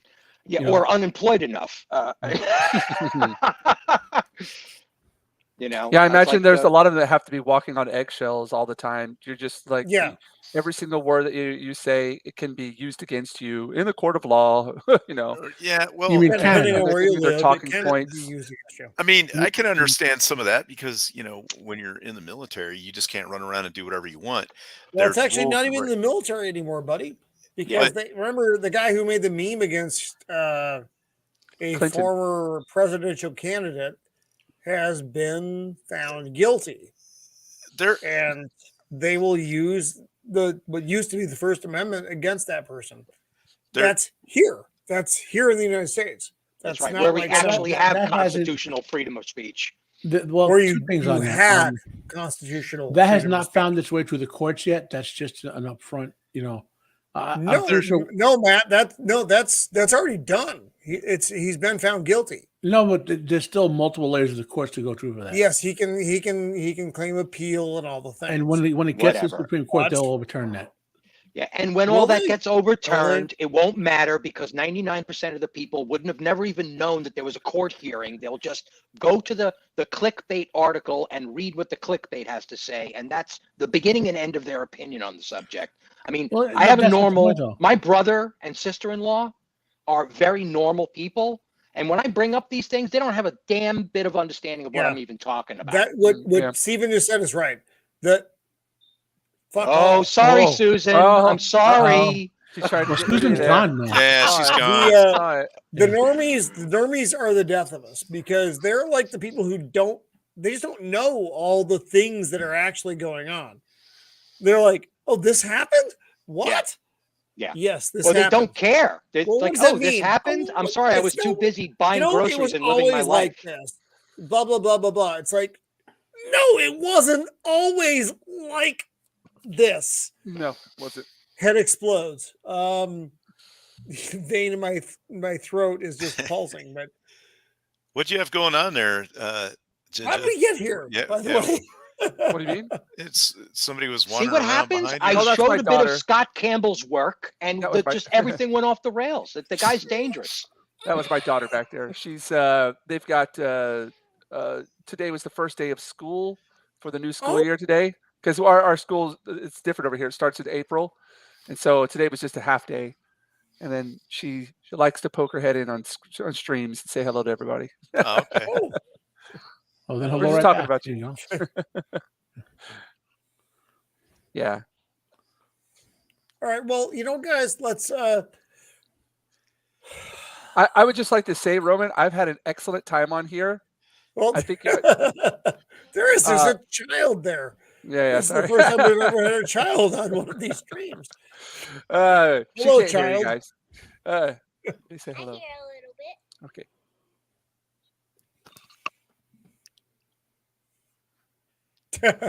Okay. Thank you. Oh, now I just want to. I know it feels like you're about ready to wrap things up here, but before you wrap things up, I just want to say this has been great. I don't have all of the knowledge that you guys got about comics, and I'm not able to put it all into words. I can do it whenever I'm drawing, but I hope that this has just been a great experience. Yeah. You're like a plumber. You're a specialist in something. Right. Yeah. You know a lot about you brought us. Yeah. It was great having you on. Yeah. The nuts and the bolts of it. You know what I mean? Like so I got your nuts for you. Yeah. We're looking at comic book art, but like Jinja, you're coming from the art angle. Like why this is so attractive? Why does this book work and so you point out things why did they do it this way? Well, I'm learning myself. Like it's just talking to you guys and just looking at all the other work that you're putting up and listen to your vernacular as well is helping me, understand One day, I will get to bring up Wolverine Old Man Logan and why it is such a fantastic We'll do it the first time on the next show. That is the first thing up on the next show.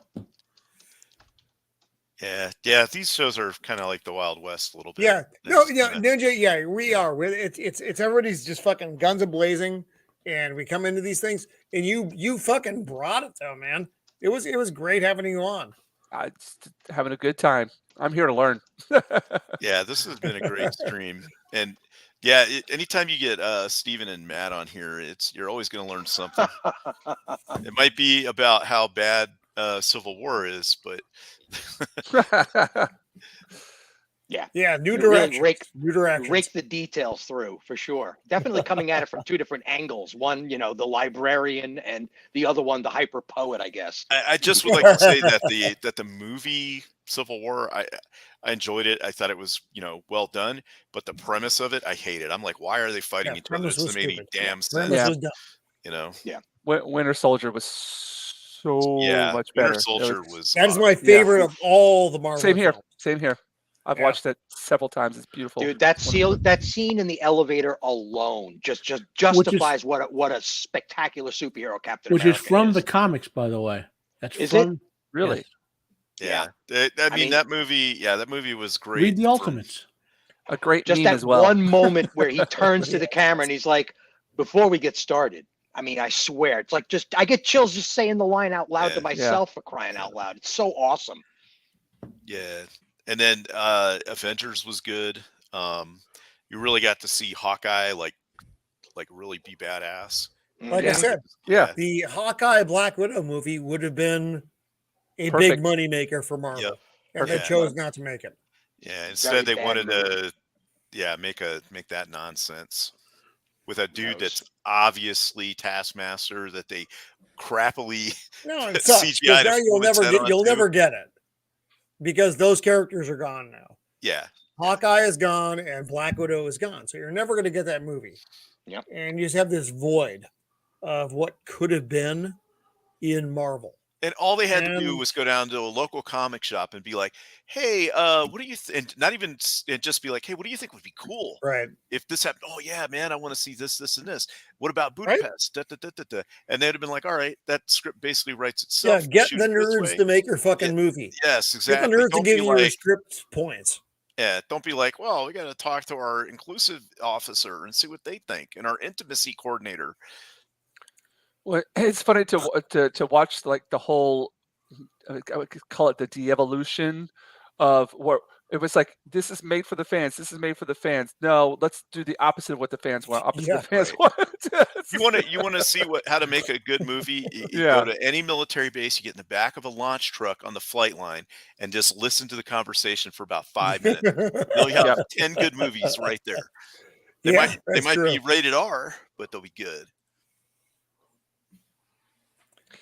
Well, this is speaking of movies. I know this is just like completely off topic with everything that we're talking here, but if you guys get a chance, go listen to the Critical Drinker talk to Russell Crowe.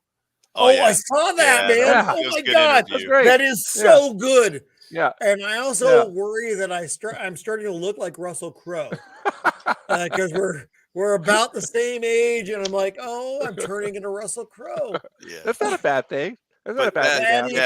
It's Russell Crowe. Yeah. That Master and Commander Far Side of the World movie is so good. Oh, it's so good. It's up there with one of my favorite. Yeah. Yep. That is you know what that movie is right now? That's gaining speed amongst young men. Good. You know what young men want to see? A movie about men doing things that men do. Yeah. It's an all-male cast. It's a battle during the Napoleonic Wars, and it is fucking brilliant.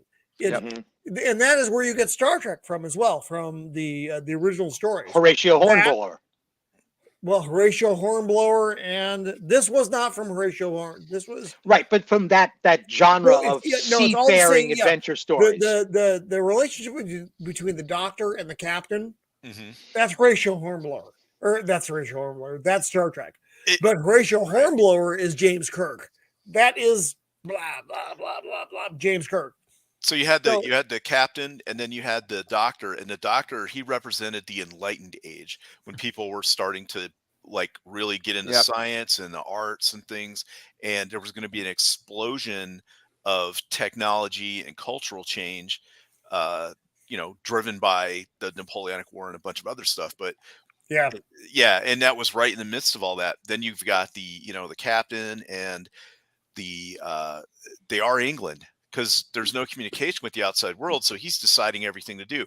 Imagine you're in Parliament and you got to clean up every mess that some guy over on the other side of the world did, like literally starting wars and stuff. Because that's how it was. Now it kind of leads, but back then it was super lagging. It might take 6 months to find out that hey, we're at war with somebody. And someone did something. Yep. It's crazy, but it's such a good movie. I highly recommend everybody read some Victorian style or early industrial age adventure stories. It's enlightening to hear the kind of world these guys were talking about and the style of adventure that these guys were talking about and the quality of men and women, for that matter, in those stories. There's something really interesting going on there. The book Captain Blood was enlightening to me. I mean, This guy gets picked up by pirates and dropped on an island, and he's a British slave for like 10 years. I mean, it's like, I didn't even know such activity was even going on. It's like, it's just incredible. It's really enlightening to hear these stories. That's because the left has covered up certain aspects of slavery. Yeah. Thomas Sowell wrote a book. I think it's called Black Rednecks and White Liberals, where he talks about the true history of slavery. How pretty much everyone was a slave up until a couple hundred years ago, and most people slaves were enslaved by their own people who look like them just from the next tribe over. No, and that is entirely correct. It is. You can choose to accept it or not, but it is correct. Yeah. So back to the. Oh, sorry. So at the 4-hour mark. Yeah. I've got to cut it. Cut it. We have to do our exits. I know there will be a volume 5. I will bring you back. I can't believe it. 5 volumes. Unbelievable. Yeah. But there are all these brilliant things to talk about. We haven't even touched. We found some of them, but there are so many brilliant comics to speak about. Like I said, I have my favorites. I have not spoken about any of my favorites because everybody brings such good stuff to the table. It's like, all right, let's fucking. We got, Jinja Ninja here, so we gotta. I know. Yeah. It's like he's like. It's like I've got the shark on the end of the line with Jinja Ninja. Yeah. Well, it's great because because of your schedule, we can't always have you on and stuff. So. This works perfectly. I would love to be on here anytime. Yep. Oh, really? Well, I will hit you up for volume 5. Yeah. I don't know when it will be, but it will be. I'd be more than happy to be on again. This has been great. Right on. Hey, Jinja, well, how do you feel about OG Star Trek? Because we've got a volume 2 coming up soon. I love OG Star Trek, but I'm like talking the original. Like for me, that's Star Trek. Yeah, we go OG. It's not like TOS. I would have to go back and start watching some episodes. I haven't watched it for a long while. I don't really watch a whole lot of anything anymore. I just like for the last 2 years it's just been drawing, and but I would go back and I would just like binge watch a bunch of it so I can. You know what I do? I do this, and I try to make music in between doing this right now. There you go. It's my life right now. I hear that, man. And his other job includes. Yes, Roman, yes, Roman, yes. Well, yes, there's the Misses of the Empire. Those stones aren't going to stack themselves. I know. Have you planted the celery yet? No, I haven't planted Marge Simpson's voice. They got Roman can cover it. Yeah, you can just fill in. But the chat's been great tonight. That's going on. Oh my god, chat's been fantastic. Crazy, going nuts. So you could tell it's a holiday week. So we're on Holy Thursday right now, and those in the Catholic calendar. This is the day that Jesus was handed over. Tomorrow is Good Friday. That's the day that Jesus dies. Saturday is Holy Saturday, where Jesus is just flat up dead, and then Easter Sunday is the day he comes back. Well, so Jesus that's in purgatory on not purgatory, limbo on Saturday. So it's a busy calendar period for us, but the chat was on fire tonight. The panel, my God, this was I think undoubtedly one of the best comics panels that we've had. This was just so much fun. So thank you all for being here and contributing and throwing all these crazy things at us that we can look at and go back on and go, I hadn't thought about that. That was fucking fantastic. So thank you.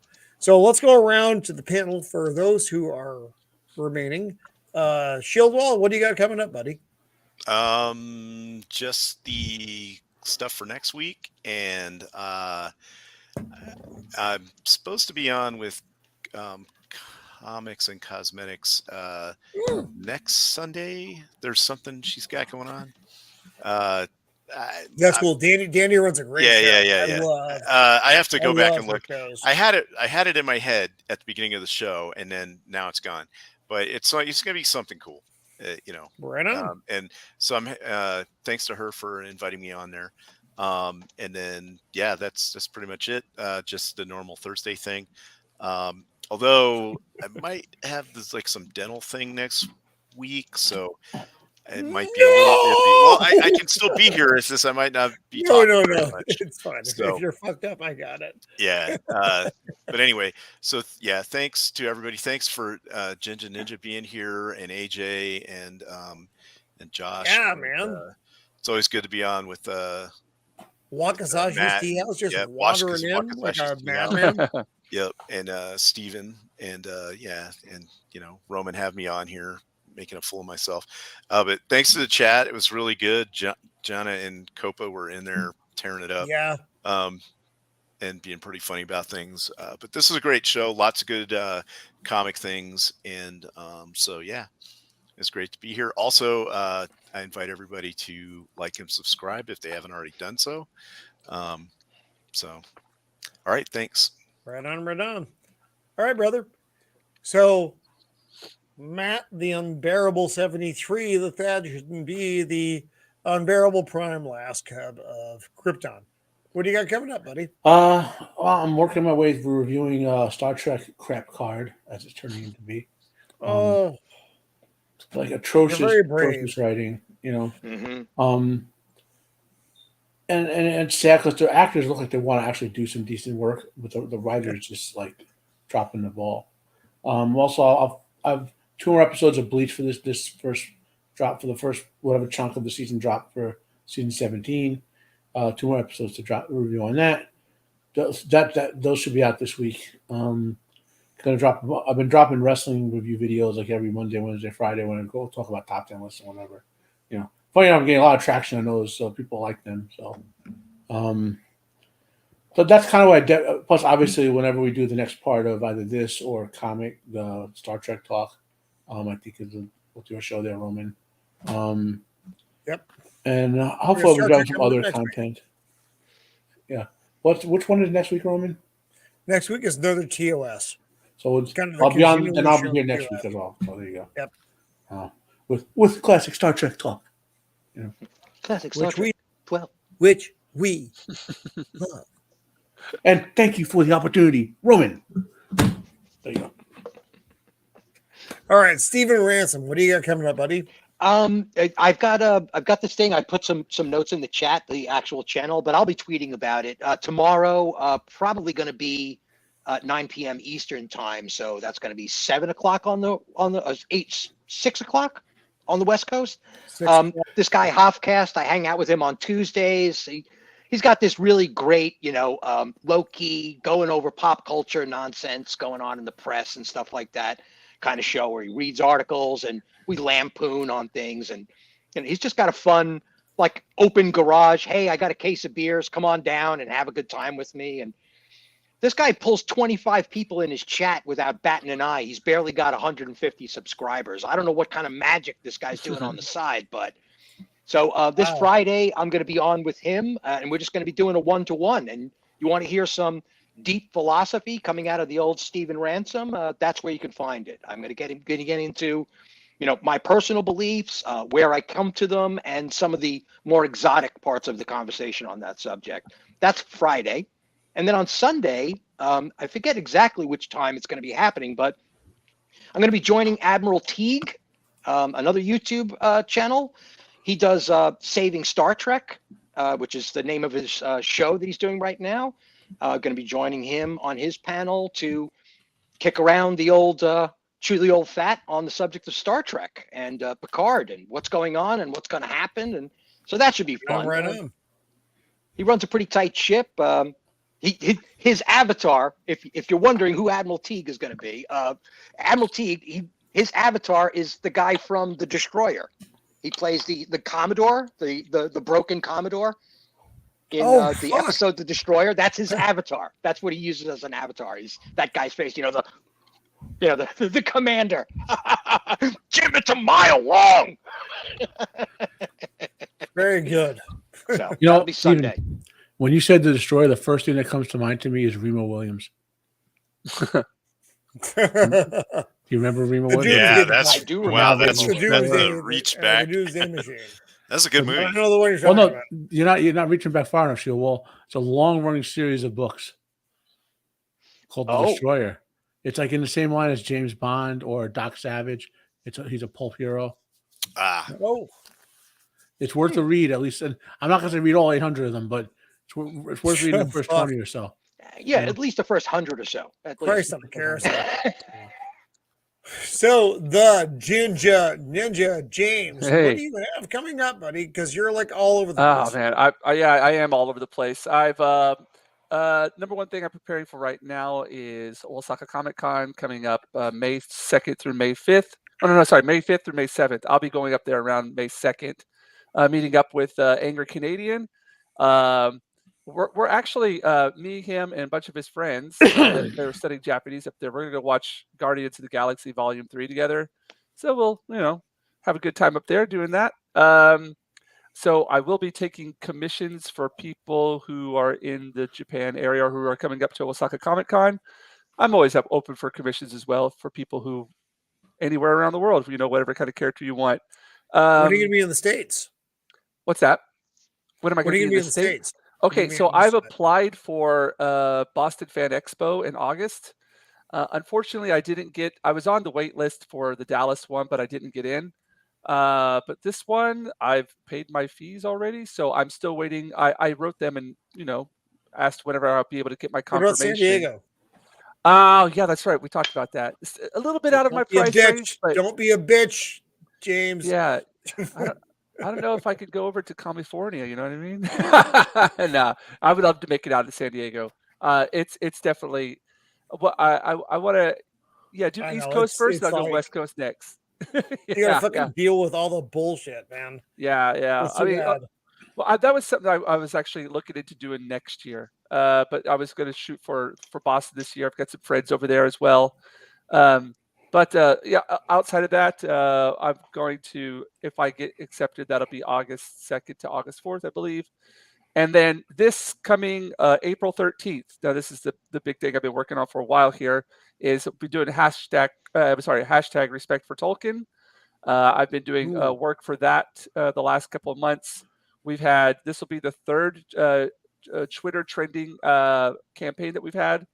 The first one I wasn't really involved with. The second one I did 9 illustrations for Fellowship of the Ring. This one I'm doing 9 illustrations for the Two Towers. I've got 5 more to go. And April 13th, we're having another Trend Hour, which goes along with the re-release of Return of the King in selected theaters, the extended version. So if you guys on that day, be on the lookout. If you are on Twitter, if you wouldn't mind, like if anything, just retweeting the hashtag, we'd be greatly appreciate that. Get the Nerdrotic. He's been really helpful with supporting us with that as well. But all of your support would be greatly appreciated. So right now, that's pretty much what I got on the plate right now. Got a couple of commissions, working on some illustrations for our friends.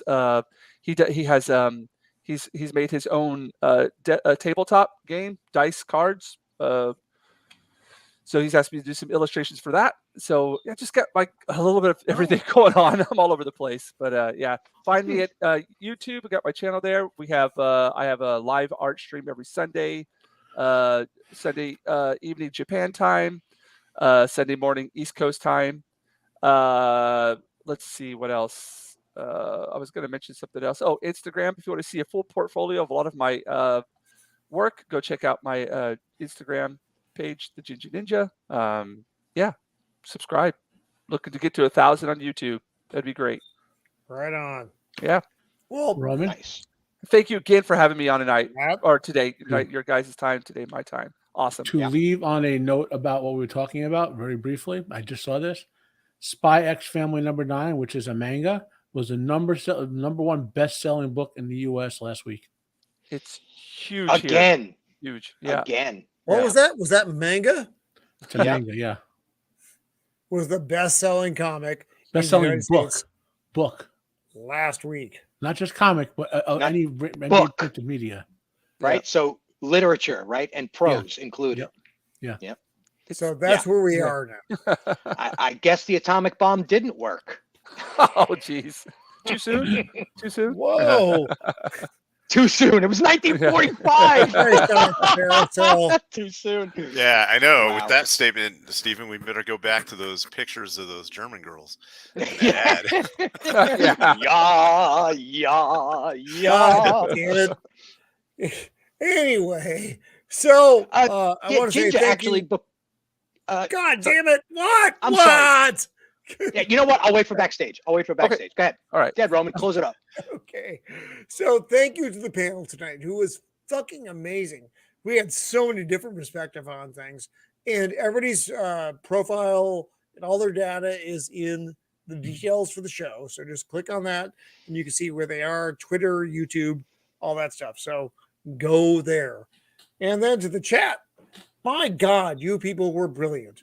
Thank you for bringing it tonight. You always do, and you're just fucking burned it. It was fantastic. So for now, this has been Roman of the Empire signing off. Please like and subscribe if you haven't, because God knows we need it. Vulcan, scissor Be hand. kind.